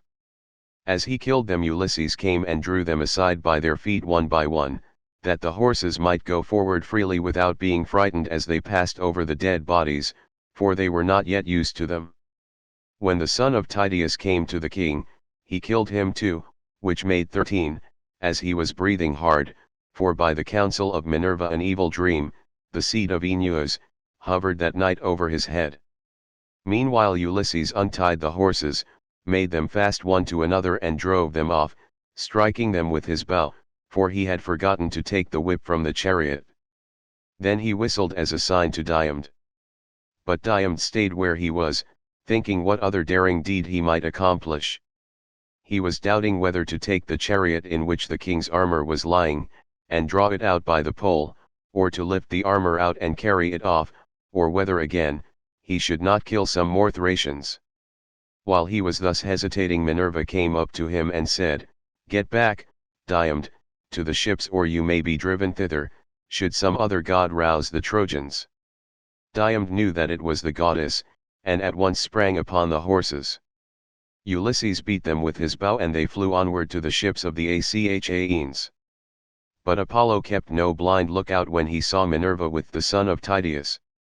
He was angry with her, and coming to the host of the Trojans he roused Hippocoon, a counselor of the Thracians and a noble kinsman of Rhesus. He started up out of his sleep and saw that the horses were no longer in their place, and that the men were gasping in their death agony. On this he groaned aloud, and called upon his friend by name. Then the whole Trojan camp was in an uproar as the people kept hurrying together, and they marveled at the deeds of the heroes who had now got away towards the ships. When they reached the place where they had killed Hector's scout, Ulysses stayed his horses, and the son of Tydeus, leaping to the ground, placed the blood-stained spoils in the hands of Ulysses and remounted. Then he lashed the horses onwards, and they flew forward nothing loath towards the ships as though of their own free will. Nestor was first to hear the tramp of their feet. "My friends," said he, "princes and counselors of the Argives, shall I guess right or wrong, but I must say what I think, there is a sound in my ears as of the tramp of horses. I hope it may be Diomed and Ulysses driving in horses from the Trojans, but I much fear that the bravest of the Argives may have come to some harm at their hands." He had hardly done speaking when the two men came in and dismounted, whereon the others shook hands right gladly with them and congratulated them. Nestor knight of Gerene was first to question them. "Tell me," said he, "renowned Ulysses, how did you two come by these horses? Did you steal in among the Trojan forces, or did some god meet you and give them to you? They are like sunbeams. I am well conversant with the Trojans, for old warrior though I am I never hold back by the ships, but I never yet saw or heard of such horses as these are. Surely some god must have met you and given them to you, for you are both of you dear to Jove, and to Jove's daughter Minerva."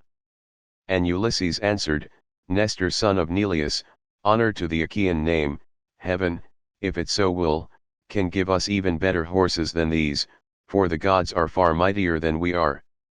These horses, however, about which you ask me, are freshly come from Thrace. Diomed killed their king with the 12 bravest of his companions.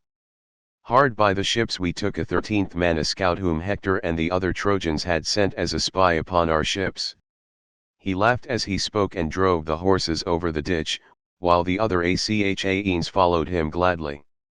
When they reached the strongly built quarters of the son of Tydeus, they tied the horses with thongs of leather to the manger, where the steeds of Diomed stood eating their sweet corn, but Ulysses hung the blood-stained spoils of Dolon at the stern of his ship, that they might prepare a sacred offering to Minerva.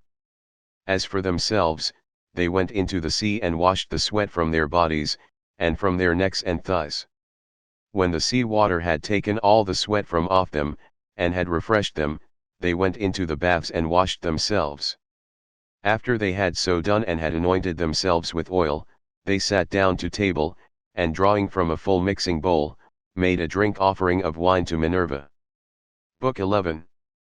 In the forenoon the fight is equal, but Agamemnon turns the fortune of the day towards the Achaeans until he gets wounded and leaves the field. Hector then drives everything before him till he is wounded by Diomed. Paris wounds Diomed. Ulysses, Nestor, and Idomeneus perform prodigies of valor. Machaon is wounded. Nestor drives him off in his chariot. Achilles sees the pair driving towards the camp and sends Patroclus to ask who it is that is wounded. This is the beginning of evil for Patroclus. Nestor makes a long speech. And now as dawn rose from her couch beside Tithonus, harbinger of light alike to mortals and immortals, Jove sent fierce discord with the ensign of war in her hands to the ships of the Achaeans. She took her stand by the huge black hull of Ulysses' ship, which was middlemost of all, so that her voice might carry farthest on either side, on the one hand towards the tents of Ajax son of Telamon, and on the other towards those of Achilles. For these two heroes, well assured of their own strength, had valorously drawn up their ships at the two ends of the line. There she took her stand, and raised a cry both loud and shrill that filled the Achaeans with courage, giving them heart to fight resolutely and with all their might, so that they had rather stay there and do battle than go home in their ships. The son of Atreus shouted aloud and bade the Argives gird themselves for battle while he put on his armor. First he girded his goodly greaves about his legs, making them fast with ankle clasps of silver, and about his chest he set the breastplate which Cinyras had once given him as a guest gift. It had been noised abroad as far as Cyprus that the Achaeans were about to sail for Troy, and therefore he gave it to the king. It had 10 courses of dark cyanus, 12 of gold, and 10 of tin.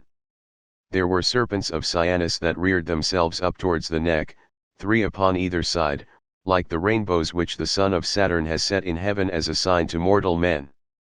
About his shoulders he threw his sword, studded with bosses of gold, and the scabbard was of silver with a chain of gold wherewith to hang it. He took moreover the richly dight shield that covered his body when he was in battle fair to see, with 10 circles of bronze running all round it. On the body of the shield there were 20 bosses of white tin, with another of dark cyanus in the middle. This last was made to show a Gorgon's head, fierce and grim, with rout and panic on either side. The band for the arm to go through was of silver, on which there was a writhing snake of cyanus with 3 heads that sprang from a single neck, and went in and out among one another. On his head Agamemnon set a helmet, with a peak before and behind, and 4 plumes of horsehair that nodded menacingly above it. Then he grasped 2 redoubtable bronze-shod spears, and the gleam of his armor shot from him as a flame into the firmament, while Juno and Minerva thundered in honor of the king of rich Mycene. Every man now left his horses in charge of his charioteer to hold them in readiness by the trench, while he went into battle on foot clad in full armor, and a mighty uproar rose on high into the dawning. The chiefs were armed and at the trench before the horses got there, but these came up presently. The son of Saturn sent a portent of evil sound about their host, and the dew fell red with blood, for he was about to send many a brave man hurrying down to Hades. The Trojans, on the other side upon the rising slope of the plain, were gathered round great Hector, noble Polydamas, Aeneas who was honored by the Trojans like an immortal, and the 3 sons of Antenor, Polybus, Agenor, and young Acamas beauteous as a god. Hector's round shield showed in the front rank, and as some baneful star that shines for a moment through a rent in the clouds and is again hidden beneath them, even so was Hector now seen in the front ranks and now again in the hindermost, and his bronze armor gleamed like the lightning of aegis-bearing Jove. And now as a band of reapers mow swathes of wheat or barley upon a rich man's land, and the sheaves fall thick before them, even so did the Trojans and Achaeans fall upon one another. They were in no mood for yielding but fought like wolves, and neither side got the better of the other. Discord was glad as she beheld them, for she was the only god that went among them, the others were not there, but stayed quietly each in his own home among the dells and valleys of Olympus.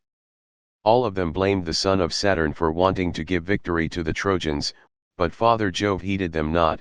He held aloof from all, and sat apart in his all-glorious majesty, looking down upon the city of the Trojans, the ships of the Achaeans, the gleam of bronze, and alike upon the slayers and on the slain.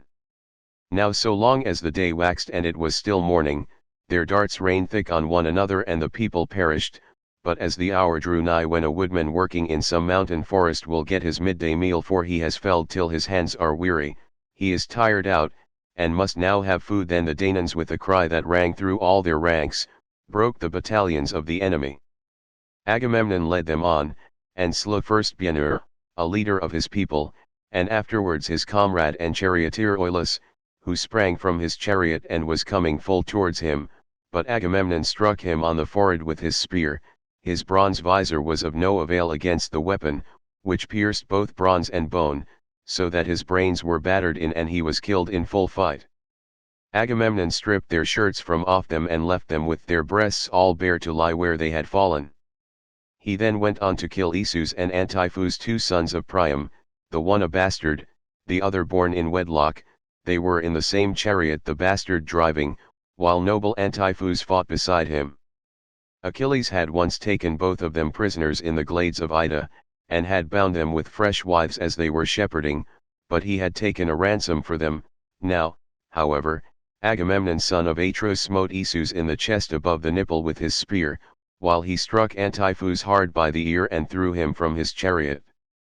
Forthwith he stripped their goodly armor from off them and recognized them, for he had already seen them at ships when Achilles brought them in from Ida. As a lion fastens on the fawns of a hind and crushes them in his great jaws, robbing them of their tender life while he on his way back to his lair, the hind can do nothing for them even though she be close by, for she is in an agony of fear, and flies through the thick forest, sweating, and at her utmost speed before the mighty monster. So, no man of the Trojans could help Esus and Antiphus, for they were themselves flying in panic before the Argives. Then King Agamemnon took the 2 sons of Antimachus, Pisander and brave Hippolochus. It was Antimachus who had been foremost in preventing Helen's being restored to Menelaus, for he was largely bribed by Alexandrus, and now Agamemnon took his 2 sons, both in the same chariot, trying to bring their horses to a stand, for they had lost hold of the reins and the horses were mad with fear. The son of Atreus sprang upon them like a lion, and the pair besought him from their chariot. "Take us alive," they cried, "son of Atreus, and you shall receive a great ransom for us.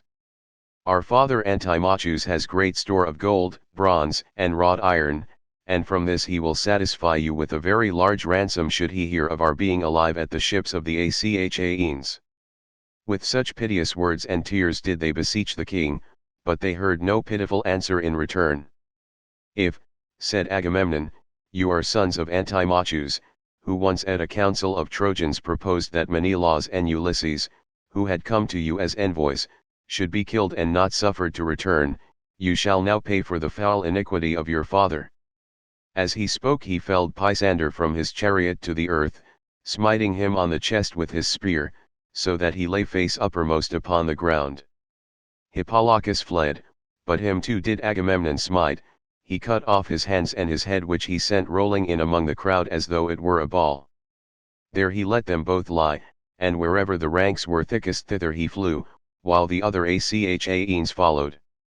Foot soldiers drove the foot soldiers of the foe in rout before them, and slew them, horsemen did the like by horsemen, and the thundering tramp of the horses raised a cloud of dust from off the plain. King Agamemnon followed after, ever slaying them and cheering on the Achaeans. As when some mighty forest is all ablaze, the eddying gusts whirl fire in all directions till the thickets shrivel and are consumed before the blast of the flame, even so fell the heads of the flying Trojans before Agamemnon son of Atreus, and many a noble pair of steeds drew an empty chariot along the highways of war, for lack of drivers who were lying on the plain, more useful now to vultures than to their wives. Jove drew Hector away from the darts and dust, with the carnage and din of battle, but the son of Atreus sped onwards, calling out lustily to the Danaans. They flew on by the tomb of old Ilus, son of Dardanus, in the middle of the plain, and passed the place of the wild fig tree, making always for the city, the son of Atreus still shouting, and with hands all bedrabbled in gore. But when they had reached the Scaean gates and the oak tree, there they halted and waited for the others to come up. Meanwhile the Trojans kept on flying over the middle of the plain like a herd of cows maddened with fright. When a lion has attacked them in the dead of night, he springs on one of them, seizes her neck in the grip of his strong teeth, and then laps up her blood and gorges himself upon her entrails. Even so did King Agamemnon son of Atreus pursue the foe, ever slaughtering the hindmost as they fled pell-mell before him. Many a man was flung headlong from his chariot by the hand of the son of Atreus, for he wielded his spear with fury. But when he was just about to reach the high wall and the city, the Father of gods and men came down from heaven and took his seat, thunderbolt in hand, upon the crest of many-fountained Ida. He then told Iris of the golden wings to carry a message for him. "Go," said he, "fleet Iris, and speak thus to Hector, say that so long as he sees Agamemnon heading his men and making havoc of the Trojan ranks, he is to keep aloof and bid the others bear the brunt of the battle. But when Agamemnon is wounded either by spear or arrow, and takes to his chariot, then will I vouchsafe him strength to slay till he reach the ships and night falls at the going down of the sun." Iris hearkened and obeyed. Down she went to strong Ilius from the crests of Ida, and found Hector son of Priam standing by his chariot and horses. Then she said, "Hector son of Priam, peer of gods in council, Father Jove has sent me to bear you this message. So long as you see Agamemnon heading his men and making havoc of the Trojan ranks, you are to keep aloof and bid the others bear the brunt of the battle.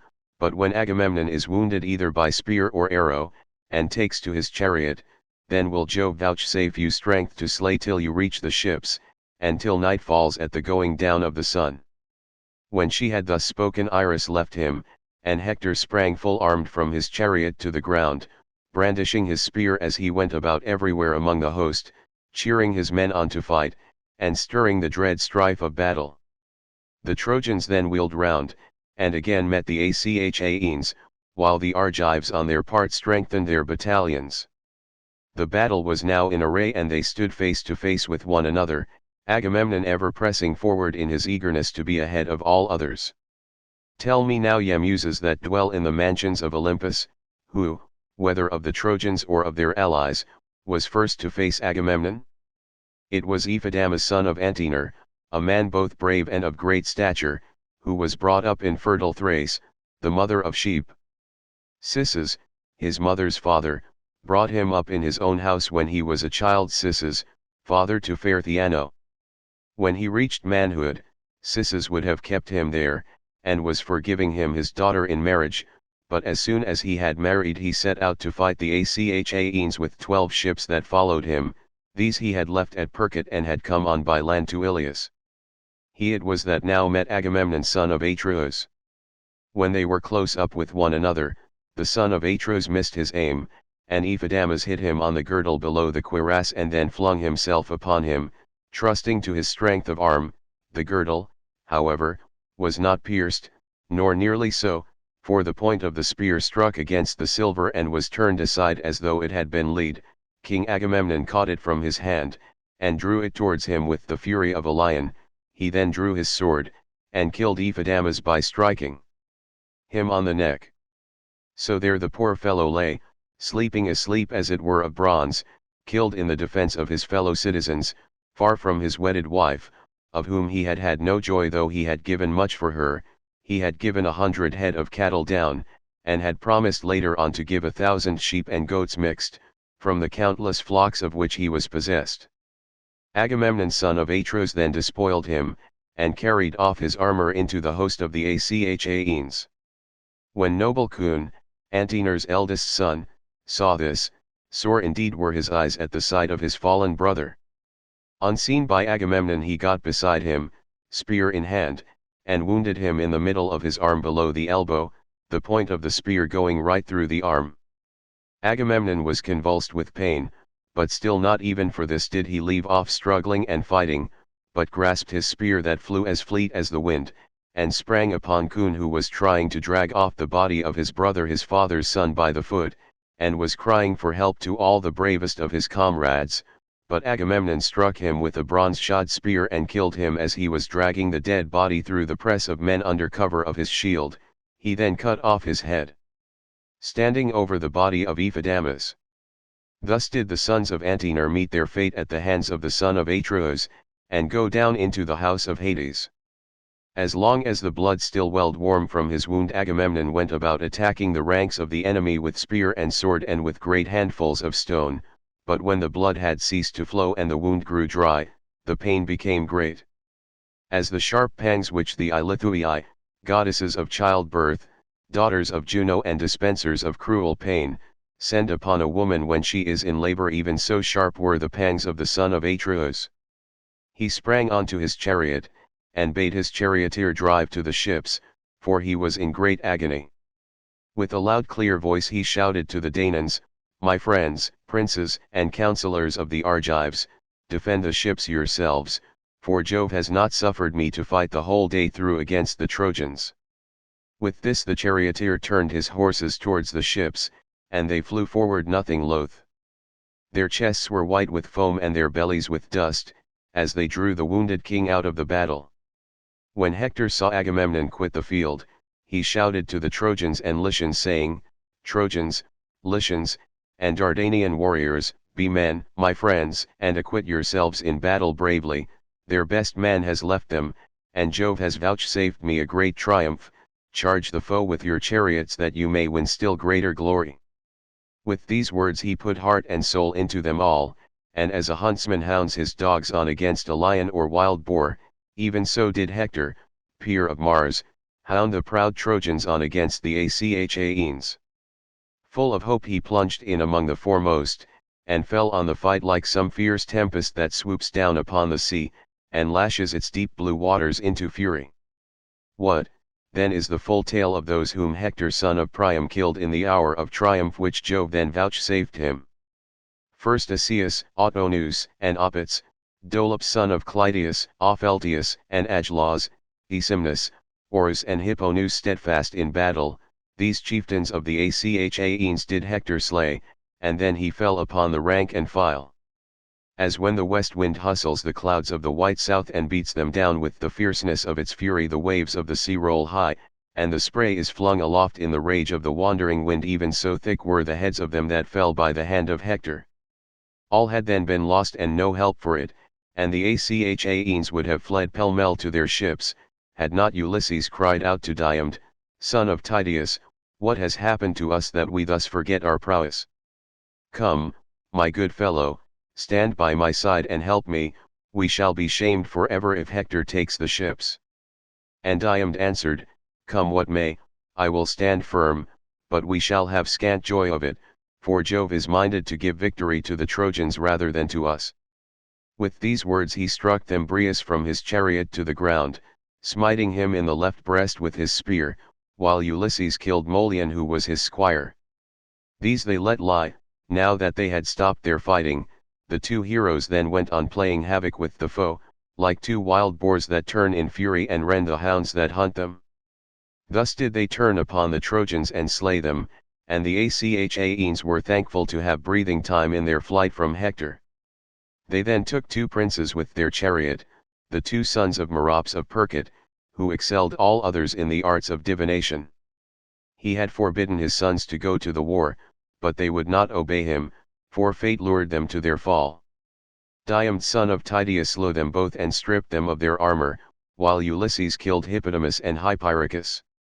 And now the son of Saturn, as he looked down from Ida, ordained that neither side should have the advantage, and they kept on killing one another. The son of Tydeus speared Agastrophus son of Paeon in the hip joint with his spear. His chariot was not at hand for him to fly with, so blindly confident had he been.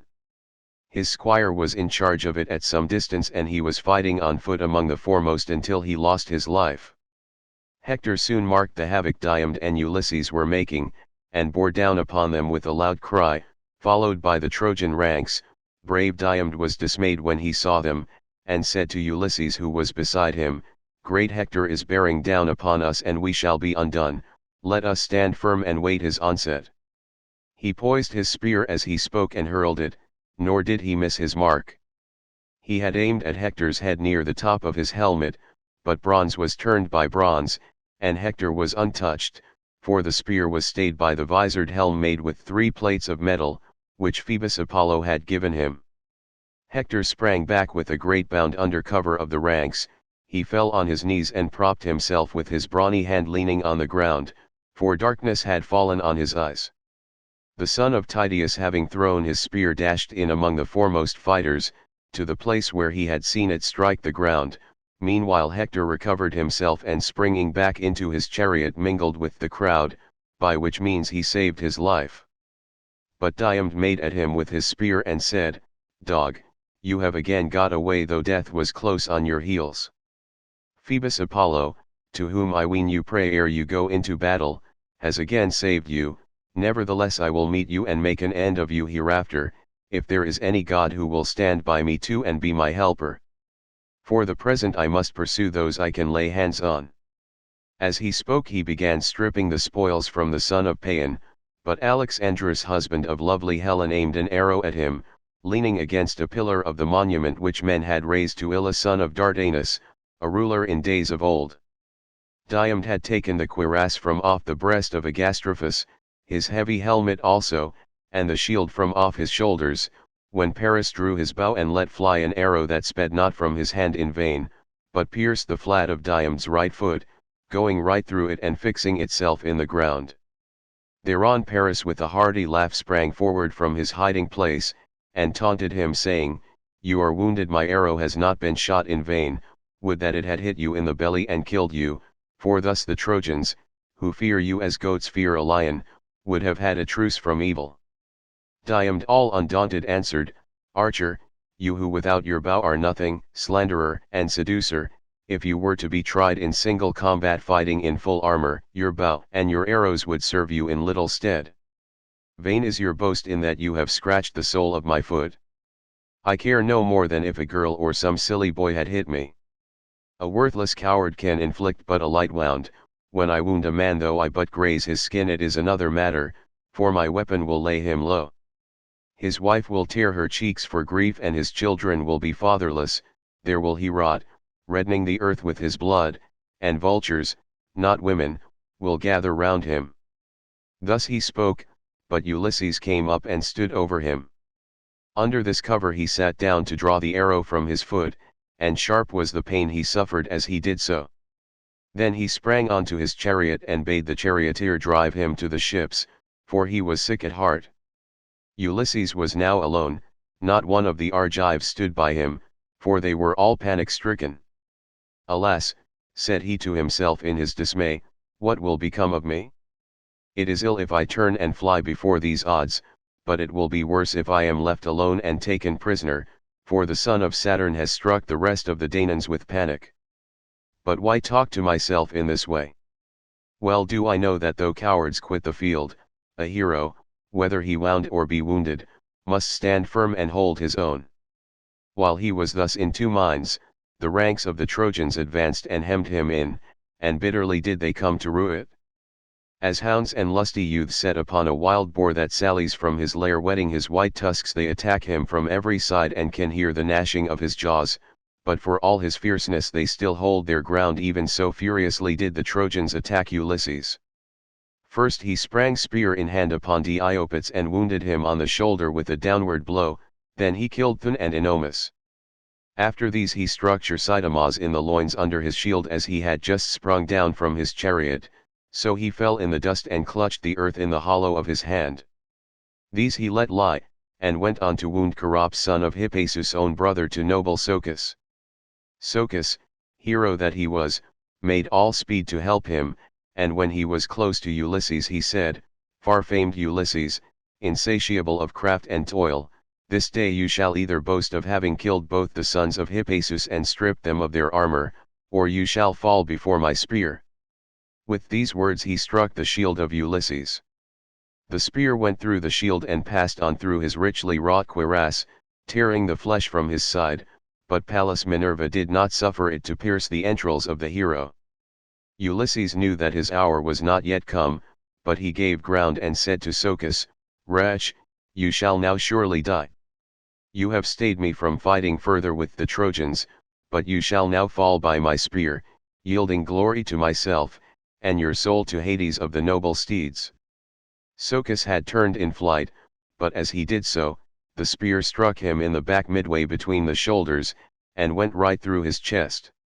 He fell heavily to the ground, and Ulysses vaunted over him saying, "O Socus, son of Hippasus, tamer of horses, death has been too quick for you and you have not escaped him. Poor wretch, not even in death shall your father and mother close your eyes, but the ravening vultures shall enshroud you with the flapping of their dark wings and devour you.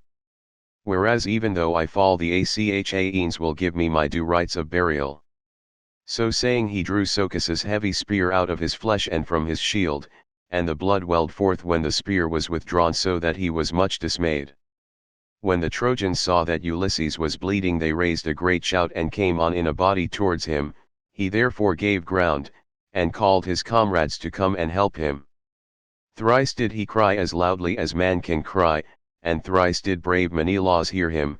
He turned, therefore, to Ajax who was close beside him and said, "Ajax, noble son of Telamon, captain of your people, the cry of Ulysses rings in my ears, as though the Trojans had cut him off and were worsting him while he is single-handed. Let us make our way through the throng, it will be well that we defend him. I fear he may come to harm for all his valor if he be left without support, and the Danaans would miss him sorely." He led the way and mighty Ajax went with him. The Trojans had gathered round Ulysses like ravenous mountain jackals round the carcase of some horned stag that has been hit with an arrow. The stag has fled at full speed so long as his blood was warm and his strength has lasted, but when the arrow has overcome him, the savage jackals devour him in the shady glades of the forest. Then heaven sends a fierce lion thither, whereon the jackals fly in terror and the lion robs them of their prey. Even so did Trojans many and brave gather round crafty Ulysses, but the hero stood at bay and kept them off with his spear. Ajax then came up with his shield before him like a wall, and stood hard by, whereon the Trojans fled in all directions.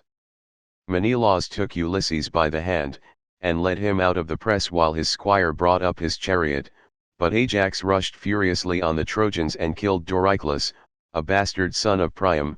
Then he wounded Pandocus, Lysandrus, Pyrrhasus, and Pylartes, as some swollen torrent comes rushing in full flood from the mountains onto the plain, big with the rain of heaven. Many a dry oak and many a pine does it engulf, and much mud does it bring down and cast into the sea. Even so did brave Ajax chase the foe furiously over the plain, slaying both men and horses. Hector did not yet know what Ajax was doing, for he was fighting on the extreme left of the battle by the banks of the river Scamander, where the carnage was thickest and the war cry loudest round Nestor and brave Idomeneus. Among these Hector was making great slaughter with his spear and furious driving, and was destroying the ranks that were opposed to him. Still the Achaeans would have given no ground, had not Alexandrus, husband of lovely Helen, stayed the prowess of Machaon, shepherd of his people, by wounding him in the right shoulder with a triple barbed arrow. The Achaeans were in great fear that as the fight had turned against them the Trojans might take him prisoner, and Idomeneus said to Nestor, Nestor son of Neleus, honor to the Achaean name, mount your chariot at once, take Machaon with you and drive your horses to the ships as fast as you can. A physician is worth more than several other men put together, for he can cut out arrows and spread healing herbs. Nestor knight of Gerene did as Idomeneus had counseled. He at once mounted his chariot, and Machaon son of the famed physician Aesculapius, went with him. He lashed his horses and they flew onward nothing loath towards the ships, as though of their own free will.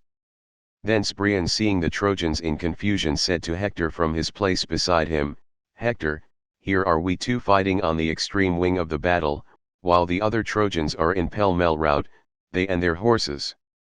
Ajax son of Telamon is driving them before him, I know him by the breadth of his shield, let us turn our chariot and horses thither, where horse and foot are fighting most desperately, and where the cry of battle is loudest. With this he lashed his goodly steeds, and when they felt the whip they drew the chariot full speed among the Achaeans and Trojans, over the bodies and shields of those that had fallen, the axle was bespattered with blood, and the rail round the car was covered with splashes both from the horses' hoofs and from the tires of the wheels. Hector tore his way through and flung himself into the thick of the fight, and his presence threw the Danaans into confusion, for his spear was not long idle, nevertheless though he went among the ranks with sword and spear, and throwing great stones, he avoided Ajax son of Telamon, for Jove would have been angry with him if he had fought a better man than himself. Then Father Jove from his high throne struck fear into the heart of Ajax, so that he stood there dazed and threw his shield behind him looking fearfully at the throng of his foes as though he were some wild beast, and turning hither and thither but crouching slowly backwards. As peasants with their hounds chase a lion from their stockyard, and watch by night to prevent his carrying off the pick of their herd, he makes his greedy spring, but in vain, for the darts from many a strong hand fall thick around him, with burning brands that scare him for all his fury, and when morning comes he slinks foiled and angry away. Even so did Ajax, sorely against his will, retreat angrily before the Trojans, fearing for the ships of the Achaeans. Or as some lazy ass that has had many a cudgel broken about his back, when he into a field begins eating the corn, boys beat him but he is too many for them, and though they lay about with their sticks they cannot hurt him, still when he has had his fill they at last drive him from the field. Even so did the Trojans and their allies pursue great Ajax, ever smiting the middle of his shield with their darts. Now and again he would turn and show fight, keeping back the battalions of the Trojans, and then he would again retreat, but he prevented any of them from making his way to the ships. Single-handed he stood midway between the Trojans and Achaeans, the spears that sped from their hands stuck some of them in his mighty shield, while many, though thirsting for his blood, fell to the ground ere they could reach him to the wounding of his fair flesh. Now when Eurypylus the brave son of Euaemon saw that Ajax was being overpowered by the rain of arrows, he went up to him and hurled his spear. He struck Apisaon son of Phausius in the liver below the midriff, and laid him low. Eurypylus sprang upon him, and stripped the armor from his shoulders, but when Alexandrus saw him, he aimed an arrow at him which struck him in the right thigh. The arrow broke, but the point that was left in the wound dragged on the thigh. He drew back, therefore, under cover of his comrades to save his life, shouting as he did so to the Danaans, "My friends, princes and councillors of the Argives, rally to the defense of Ajax who is being overpowered, and I doubt whether he will come out of the fight alive. Hither, then, to the rescue of great Ajax son of Telamon." Even so did he cry when he was wounded. Thereon the others came near, and gathered round him, holding their shields upwards from their shoulders so as to give him cover. Ajax then made towards them, and turned round to stand at bay as soon as he had reached his men. Thus then did they fight as it were a flaming fire. Meanwhile the Mares of Neleus, all in a lather with sweat, were bearing Nestor out of the fight, and with him Machaon shepherd of his people.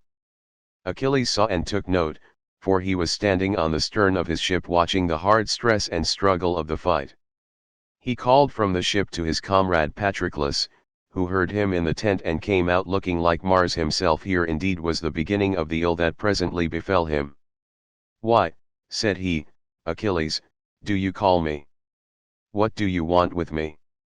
And Achilles answered, "Noble son of Menoetius, man after my own heart, I take it that I shall now have the Achaeans praying at my knees, for they are in great straits. Go, Patroclus, and ask Nestor who it is that he is bearing away wounded from the field. From his back I should say it was Machaon son of Aesculapius, but I could not see his face for the horses went by me at full speed." Patroclus did as his dear comrade had bidden him, and set off running by the ships and tents of the Achaeans. When Nestor and Machaon had reached the tents of the son of Neleus, they dismounted, and an esquire, Eurymedon, took the horses from the chariot. The pair then stood in the breeze by the seaside to dry the sweat from their shirts, and when they had so done they came inside and took their seats. Fair Hecamede, whom Nestor had awarded to him from Tyndas when Achilles took it, mixed them a mess. She was daughter of wise Arsinus, and the Achaeans had given her to Nestor because he excelled all of them in counsel. First she set for them a fair and well-made table that had feet of cyanus, on it there was a vessel of bronze and an onion to give relish to the drink, with honey and cakes of barley meal. There was also a cup of rare workmanship which the old man had brought with him from home, studded with bosses of gold. It had 4 handles, on each of which there were 2 golden doves feeding, and it had 2 feet to stand on. Anyone else would hardly have been able to lift it from the table when it was full, but Nestor could do so quite easily. In this the woman, as fair as a goddess, mixed them a mess with Pramnian wine. She grated goat's milk cheese into it with a bronze grater, threw in a handful of white barley meal, and having thus prepared the mess she bade them drink it. When they had done so and had thus quenched their thirst, they fell talking with one another, and at this moment Patroclus appeared at the door.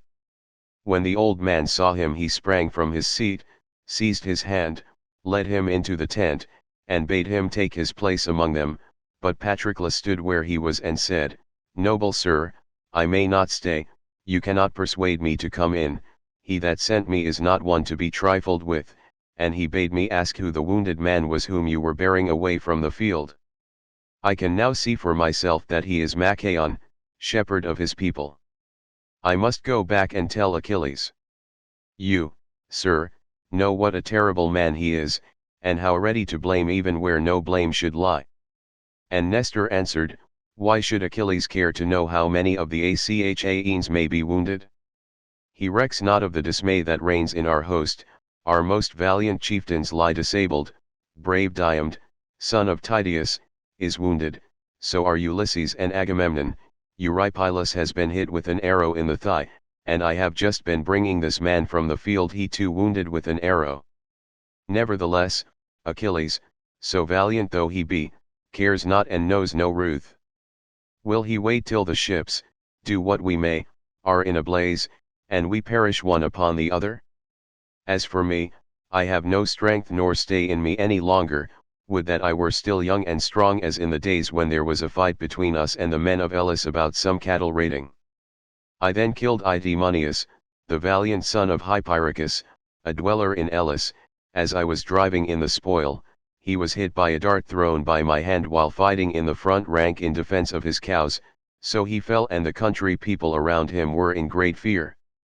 We drove off a vast quantity of booty from the plain, 50 herds of cattle and as many flocks of sheep, 50 droves also of pigs, and as many wide-spreading flocks of goats.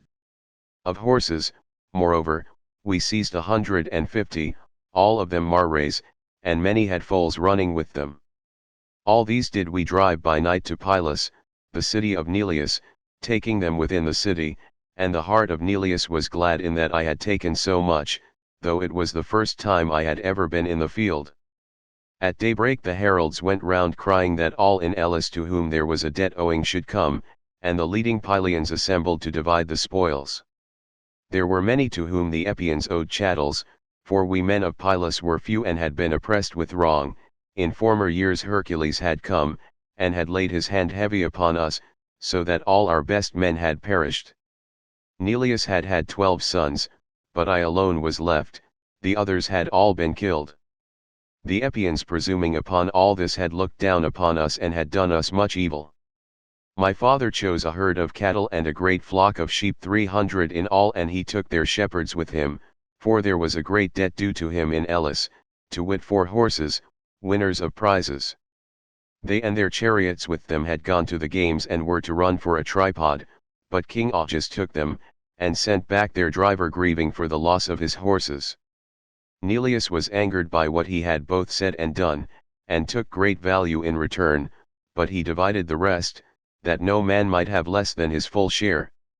Thus did we order all things, and offer sacrifices to the gods throughout the city, but 3 days afterwards the Epeans came in a body, many in number, they and their chariots, in full array, and with them the 2 moly ones in their armor, though they were still lads and unused to fighting. Now there is a certain town, Threoessa, perched upon a rock on the river Alpheus, the border city of Pylos. This they would destroy, and pitched their camp about it, but when they had crossed their whole plain, Minerva darted down by night from Olympus and bade us set ourselves in array, and she found willing soldiers in Pylos, for the men meant fighting. Neleus would not let me arm, and hid my horses, for he said that as yet I could know nothing about war. Nevertheless Minerva so ordered the fight that, all on foot as I was, I fought among our mounted forces and vied with the foremost of them. There is a river Minyaeus that falls into the sea near Arene, and there they that were mounted, and I with them, waited till morning, when the companies of foot soldiers came up with us in force. Thence in full panoply and equipment we came towards noon to the sacred waters of the Alpheus, and there we offered victims to Almighty Jove, with a bull to Alpheus, another to Neptune, and a herd heifer to Minerva. After this we took supper in our companies, and laid us down to rest each in his armor by the river. The Epeans were beleaguering the city and were determined to take it, but ere this might be there was a desperate fight in store for them. When the sun's rays began to fall upon the earth we joined battle, praying to Jove and to Minerva, and when the fight had begun, I was the first to kill my man and take his horses, to wit the warrior Mulius. He was son-in-law to Augeas, having married his eldest daughter, golden-haired Agamede, who knew the virtues of every herb which grows upon the face of the earth. I speared him as he was coming towards me, and when he fell headlong in the dust, I sprang upon his chariot and took my place in the front ranks. The Epeans fled in all directions when they saw the captain of their horsemen, the best man they had, laid low, and I swept down on them like a whirlwind, taking 50 chariots, and in each of them 2 men bit the dust, slain by my spear. I should have even killed the 2 moly ones, sons of Actor, unless their real father, Neptune lord of the earthquake, had hidden them in a thick mist and borne them out of the fight. Thereon Jove vouchsafed the Pylians a great victory, for we chased them far over the plain, killing the men and bringing in their armor, till we had brought our horses to Buprasium, rich in wheat, and to the Olenian rock, with the hill that is called Elysian, at which point Minerva turned the people back. There I slew the last man and left him. Then the Achaeans drove their horses back from Buprasium to Pylos and gave thanks to Jove among the gods, and among mortal men to Nestor. Such was I among my peers, as surely as ever was, but Achilles is for keeping all his valor for himself, bitterly will he rue it hereafter when the host is being cut to pieces. My good friend, did not Menoetius charge you thus, on the day when he sent you from Phthia to Agamemnon? Ulysses and I were in the house, inside, and heard all that he said to you, for we came to the fair house of Peleus while beating up recruits throughout all Achaea, and when we got there we found Menoetius and yourself, and Achilles with you. The old knight Peleus was in the outer court, roasting the fat thigh bones of a heifer to Jove the Lord of Thunder, and he held a gold chalice in his hand from which he poured drink offerings of wine over the burning sacrifice. You two were busy cutting up the heifer, and at that moment we stood at the gates, whereon Achilles sprang to his feet, led us by the hand into the house, placed us at table, and set before us such hospitable entertainment as guests expect. When we had satisfied ourselves with meat and drink, I said my say and urged both of you to join us. You were ready enough to do so, and the 2 old men charged you much and straitly. Old Peleus bade his son Achilles fight ever among the foremost and outvie his peers, while Menoetius the son of Actor spoke thus to you, "My son," said he, "Achilles is of nobler birth than you are, but you are older than he, though he is far the better man of the two. Counsel him wisely, guide him in the right way, and he will follow you to his own profit. Thus did your father charge you, but you have forgotten. Nevertheless, even now, say all this to Achilles if he will listen to you. Who knows but with heaven's help you may talk him over, for it is good to take a friend's advice. If, however, he is fearful about some oracle, or if his mother has told him something from Jove, then let him send you, and let the rest of the Myrmidons follow with you, if perchance you may bring light and saving to the Danaans. And let him send you into battle clad in his own armor, that the Trojans may mistake you for him and leave off fighting, the sons of the Achaeans may thus have time to get their breath, for they are hard pressed and there is little breathing time in battle. You, who are fresh, might easily drive a tired enemy back to his walls and away from the tents and ships." With these words he moved the heart of Patroclus, who set off running by the line of the ships to Achilles, descendant of Aeacus. When he had got as far as the ships of Ulysses, where was their place of assembly and court of justice, with their altars dedicated to the gods, Eurypylus son of Euaemon, met him, wounded in the thigh with an arrow, and limping out of the fight. Sweat rained from his head and shoulders, and black blood welled from his cruel wound, but his mind did not wander. The son of Menoetius when he saw him had compassion upon him and spoke piteously saying, "O unhappy princes and counselors of the Danaans, are you then doomed to feed the hounds of Troy with your fat, far from your friends and your native land? Say, noble Eurypylus, will the Achaeans be able to hold great Hector in check, or will they fall now before his spear?" Wounded Eurypylus made answer, "Noble Patroclus, there is no hope left for the Achaeans but they will perish at their ships. All they that were princes among us are lying struck down and wounded at the hands of the Trojans, who are waxing stronger and stronger. But save me and take me to your ship, cut out the arrow from my thigh, wash the black blood from off it with warm water, and lay upon it those gracious herbs which, so they say, have been shown you by Achilles, who was himself shown them by Chiron, most righteous of all the centaurs. For of the physicians Podalirius and Machaon, I hear that the one is lying wounded in his tent and is himself in need of healing, while the other is fighting the Trojans upon the plain." "Hero Eurypylus," replied the brave son of Menoetius, "how may these things be? What can I do? I am on my way to bear a message to noble Achilles from Nestor of Gerene, bulwark of the Achaeans, but even so I will not be unmindful of your distress." With this he clasped him round the middle and led him into the tent, and a servant, when he saw him, spread bullock skins on the ground for him to lie on.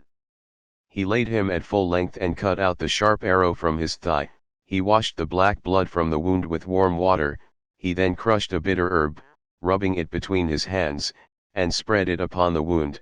This was a virtuous herb which killed all pain, so the wound presently dried and the blood left off flowing. Book 12. The Trojans and their allies break the wall, led on by Hector. So the son of Menoetius was attending to the hurt of Eurypylus within the tent, but the Argives and Trojans still fought desperately, nor were the trench and the high wall above it, to keep the Trojans in check longer. They had built it to protect their ships, and had dug the trench all round it that it might safeguard both the ships and the rich spoils which they had taken, but they had not offered hecatombs to the gods. It had been built without the consent of the immortals, and therefore it did not last. So long as Hector lived and Achilles nursed his anger, and so long as the city of Priam remained untaken, the great wall of the Achaeans stood firm, but when the bravest of the Trojans were no more, and many also of the Argives, though some were yet left alive when, moreover, the city was sacked in the 10th year, and the Argives had gone back with their ships to their own country, then Neptune and Apollo took counsel to destroy the wall, and they turned onto it the streams of all the rivers. From Mount Ida into the sea, Rhesus, Heptaporus, Chersus, Rhodius, Grenicus, Aesopus, and goodly Scamander, with Simois, where many a shield and helm had fallen, and many a hero of the race of demigods had bitten the dust. Phoebus Apollo turned the mouths of all these rivers together and made them flow for 9 days against the wall, while Jove reigned the whole time that he might wash it sooner into the sea. Neptune himself, trident in hand, surveyed the work and threw into the sea all the foundations of beams and stones which the Achaeans had laid with so much toil. He made all level by the mighty stream of the Hellespont, and then when he had swept the wall away he spread a great beach of sand over the place where it had been. This done he turned the rivers back into their old courses. This was what Neptune and Apollo were to do in after time, but as yet battle and turmoil were still raging round the wall till its timbers rang under the blows that rained upon them. The Argives, cowed by the scourge of Jove, were hemmed in at their ships in fear of Hector the mighty minister of rout, who as heretofore fought with the force and fury of a whirlwind. As a lion or wild boar turns fiercely on the dogs and men that attack him, while these form a solid wall and shower their javelins as they face him, his courage is all undaunted, but his high spirit will be the death of him. Many a time does he charge at his pursuers to scatter them, and they fall back as often as he does so. Even so did Hector go about among the host exhorting his men, and cheering them on to cross the trench. But the horses dared not do so, and stood neighing upon its brink, for the width frightened them. They could neither jump it nor cross it, for it had overhanging banks all round upon either side, above which there were the sharp stakes that the sons of the Achaeans had planted so close and strong as a defense against all who would assail it. A horse, therefore, could not get into it and draw his chariot after him, but those who were on foot kept trying their very utmost. Then Polydamas went up to Hector and said, "Hector, and you other captains of the Trojans and allies, it is madness for us to try and drive our horses across the trench. It will be very hard to cross, for it is full of sharp stakes, and beyond these there is the wall. Our horses therefore cannot get down into it, and would be of no use if they did. Moreover, it is a narrow place and we should come to harm. If, indeed, great Jove is minded to help the Trojans, and in his anger will utterly destroy the Achaeans, I would myself gladly see them perish now and here far from Argos, but if they should rally and we are driven back from the ships pell-mell into the trench, there will be not so much as a man get back to the city to tell the tale. Now, therefore, let us all do as I say, let our squires hold our horses by the trench, but let us follow Hector in a body on foot, clad in full armor, and if the day of their doom is at hand the Achaeans will not be able to withstand us." Thus spoke Polydamas, and his saying pleased Hector, who sprang in full armor to the ground, and all the other Trojans, when they saw him do so, also left their chariots. Each man then gave his horses over to his charioteer in charge to hold them ready for him at the trench.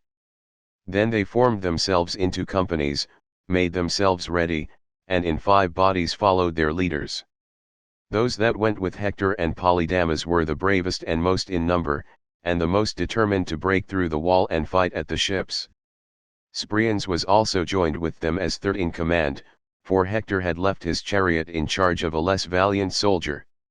The next company was led by Paris, Alcathaus, and Agenor, the third by Helenus and Dephobus, 2 sons of Priam, and with them was the hero Asius, the son of Hyrtacus, whose great black horses of the breed that comes from the river Celeus had brought him from Arisbe. Aeneas, the valiant son of Anchises, led the fourth, he and the 2 sons of Antenor, Archelicus and Acamas, men well versed in all the arts of war. Sarpedon was captain over the allies, and took with him Glaucus and Asteropaeus, whom he deemed most valiant after himself, for he was far the best man of them all. These helped to array one another in their ox-hide shields, and then charged straight at the Danaans, for they felt sure that they would not hold out longer and that they should themselves now fall upon the ships. The rest of the Trojans and their allies now followed the counsel of Polydamas, but Asius, son of Hyrtacus, would not leave his horses and his esquire behind him. In his foolhardiness he took them on with him towards the ships, nor did he fail to come by his end in consequence. Nevermore was he to return to wind-beaten Ilias, exulting in his chariot and his horses. Ere he could do so, Death of ill-omened name had overshadowed him, and he had fallen by the spear of Idomeneus, the noble son of Deucalion. He had driven towards the left wing of the ships, by which way the Achaeans used to return with their chariots and horses from the plain. Hither he drove and found the gates with their doors opened wide, and the great bar down, for the gatemen kept them open so as to let those of their comrades enter who might be flying towards the ships. Hither of set purpose did he direct his horses, and his men followed him with a loud cry, for they felt sure that the Achaeans would not hold out longer, and that they should now fall upon the ships. Little did they know that at the gates they should find two of the bravest chieftains, proud sons of the fighting Lapithae, the one, Polypoetes, mighty son of Pirithous, and the other Leonteus, peer of murderous Mars. These stood before the gates like two high oak trees upon the mountains, that tower from their wide-spreading roots, and year after year battle with wind and rain. Even so did these two men await the onset of great Asius confidently and without flinching. The Trojans, led by him and by Iamenus, Orestes, Adamas the son of Asius, Thuon, and Enemos, raised a loud cry of battle and made straight for the wall, holding their shields of dry ox hide above their heads. For a while the two defenders remained inside and cheered the Achaeans on to stand firm in the defense of their ships. When, however, they saw that the Trojans were attacking the wall, while the Danaans were crying out for help and being routed, they rushed outside and fought in front of the gates like two wild boars upon the mountains that abide the attack of men and dogs, and charging on either side break down the wood all round them, tearing it up by the roots, and one can hear the clattering of their tusks, till some one hits them and makes an end of them. Even so did the gleaming bronze rattle about their breasts, as the weapons fell upon them, for they fought with great fury, trusting to their own prowess and to those who were on the wall above them. These threw great stones at their assailants in defense of themselves, their tents and their ships. The stones fell thick as the flakes of snow which some fierce blast drives from the dark clouds and showers down in sheets upon the earth. Even so fell the weapons from the hands alike of Trojans and Achaeans. Helmet and shield rang out as the great stones rained upon them, and Asius, the son of Hyrtacus, in his dismay cried aloud and smote his two thighs. "Father Jove," he cried, "of a truth you two are altogether given to lying. I made sure the Argive heroes could not withstand us, whereas like slim-waisted wasps, or bees that have their nests in the rocks by the wayside, they leave not the holes wherein they have built undefended, but fight for their little ones against all who would take them. Even so these men, though they be but two, will not be driven from the gates, but stand firm either to slay or be slain." He spoke, but moved not the mind of Jove, whose counsel it then was to give glory to Hector. Meanwhile the rest of the Trojans were fighting about the other gates. I, however, am no god to be able to tell about all these things, for the battle raged everywhere about the stone wall as it were a fiery furnace. The Argives, discomfited though they were forced to defend their ships, and all the gods who were defending the Achaeans were vexed in spirit, but the Lapithae kept on fighting with might and main. Thereon Polypoetes, mighty son of Pirithous, hit Damasus with a spear upon his cheek-pierced helmet. The helmet did not protect him, for the point of the spear went through it, and broke the bone, so that the brain inside was scattered about, and he died fighting. He then slew Pylon and Ormenus. Leonteus, of the race of Mars, killed Hippomachus the son of Antimachus by striking him with his spear upon the girdle. He then drew his sword and sprang first upon Antiphates, whom he killed in combat, and who fell face upwards on the earth. After him he killed Menon, Iamenus, and Orestes, and laid them low one after the other. While they were busy stripping the armor from these heroes, the youths who were led on by Polydamas and Hector, and these were the greater part and the most valiant of those that were trying to break through the wall and fire the ships, were still standing by the trench, uncertain what they should do, for they had seen a sign from heaven when they had essayed to cross it, a soaring eagle that flew skirting the left wing of their host, with a monstrous blood-red snake in its talons still alive, and struggling to escape. The snake was still bent on revenge, wriggling and twisting itself backwards till it struck the bird that held it, on the neck and breast, whereon the bird, being in pain, let it fall, dropping it into the middle of the host, and then flew down the wind with a sharp cry. The Trojans were struck with terror when they saw the snake, portent of aegis-bearing Jove, writhing in the midst of them, and Polydamas went up to Hector and said, Hector, at our councils of war you are ever given to rebuke me, even when I speak wisely, as though it were not well, forsooth, that one of the people should cross your will either in the field or at the council board, you would have them support you always. Nevertheless I will say what I think will be best. Let us not now go on to fight the Danaans at their ships, for I know what will happen if this soaring eagle which skirted the left wing of our host with a monstrous blood-red snake in its talons, the snake being still alive, was really sent as an omen to the Trojans on their essaying to cross the trench. The eagle let go her hold, she did not succeed in taking it home to her little ones, and so will it be with ourselves. Even though by a mighty effort we break through the gates and wall of the Achaeans, and they give way before us, still we shall not return in good order by the way we came, but shall leave many a man behind us whom the Achaeans will do to death in defense of their ships. Thus would any seer who was expert in these matters, and was trusted by the people, read the portent. Hector looked fiercely at him and said, Polydamas, I like not of your reading. You can find a better saying than this if you will. If, however, you have spoken in good earnest, then indeed has heaven robbed you of your reason. You would have me pay no heed to the counsels of Jove, nor to the promises he made me, and he bowed his head in confirmation. You bid me be ruled rather by the flight of wild fowl. What care I whether they fly towards dawn or dark, and whether they be on my right hand or on my left? Let us put our trust rather in the counsel of great Jove, King of mortals and immortals. There is one omen, and one only, that a man should fight for his country. Why are you so fearful? Though we be all of us slain at the ships of the Argives, you are not likely to be killed yourself, for you are not steadfast nor courageous.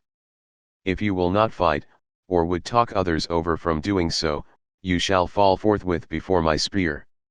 With these words he led the way, and the others followed after with a cry that rent the air. Then Jove the Lord of Thunder sent the blast of a mighty wind from the mountains of Ida, that bore the dust down towards the ships. He thus lulled the Achaeans into security, and gave victory to Hector and to the Trojans, who, trusting to their own might and to the signs he had shown them, essayed to break through the great wall of the Achaeans. They tore down the breastworks from the walls, and overthrew the battlements. They upheaved the buttresses, which the Achaeans had set in front of the wall in order to support it. When they had pulled these down they made sure of breaking through the wall, but the Danaans still showed no sign of giving ground. They still fenced the battlements with their shields of ox hide, and hurled their missiles down upon the foe as soon as any came below the wall.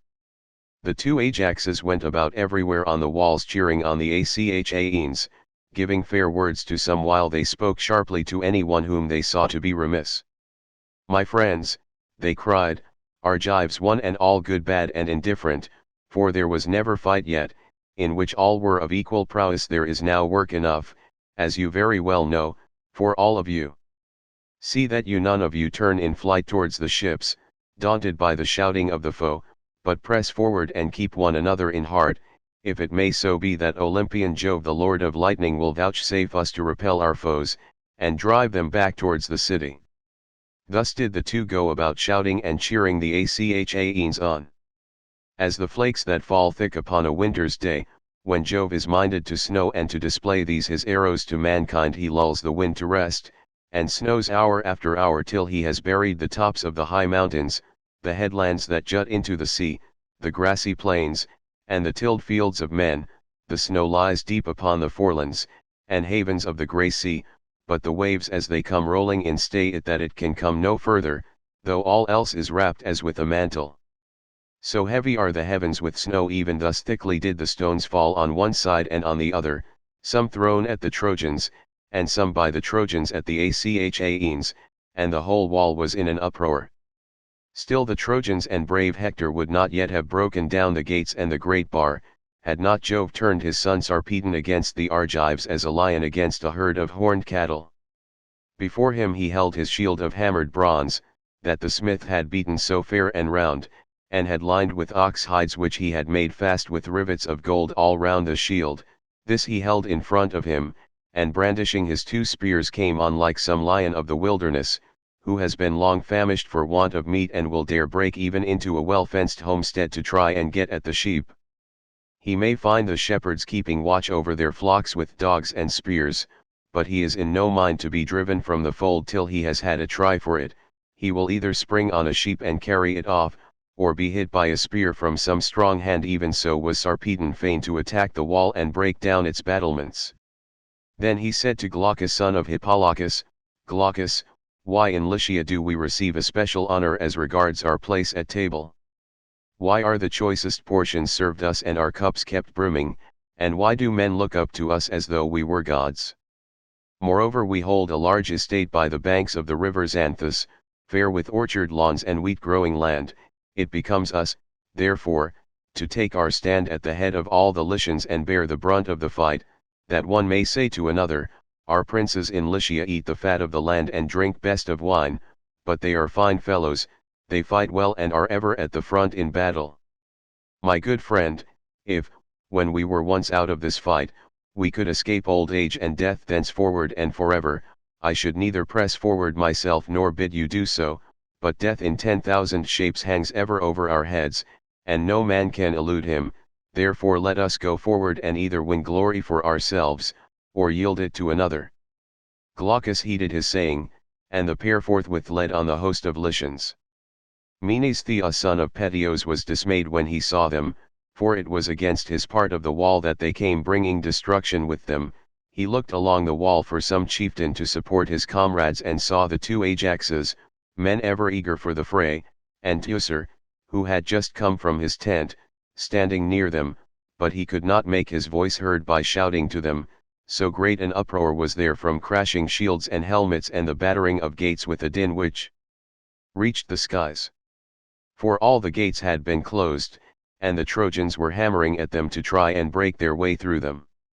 Menestheus, therefore, sent Thoots with a message to Ajax. Run, good Thoots, he said, and call Ajax, or better still bid both come, for it will be all over with us here directly.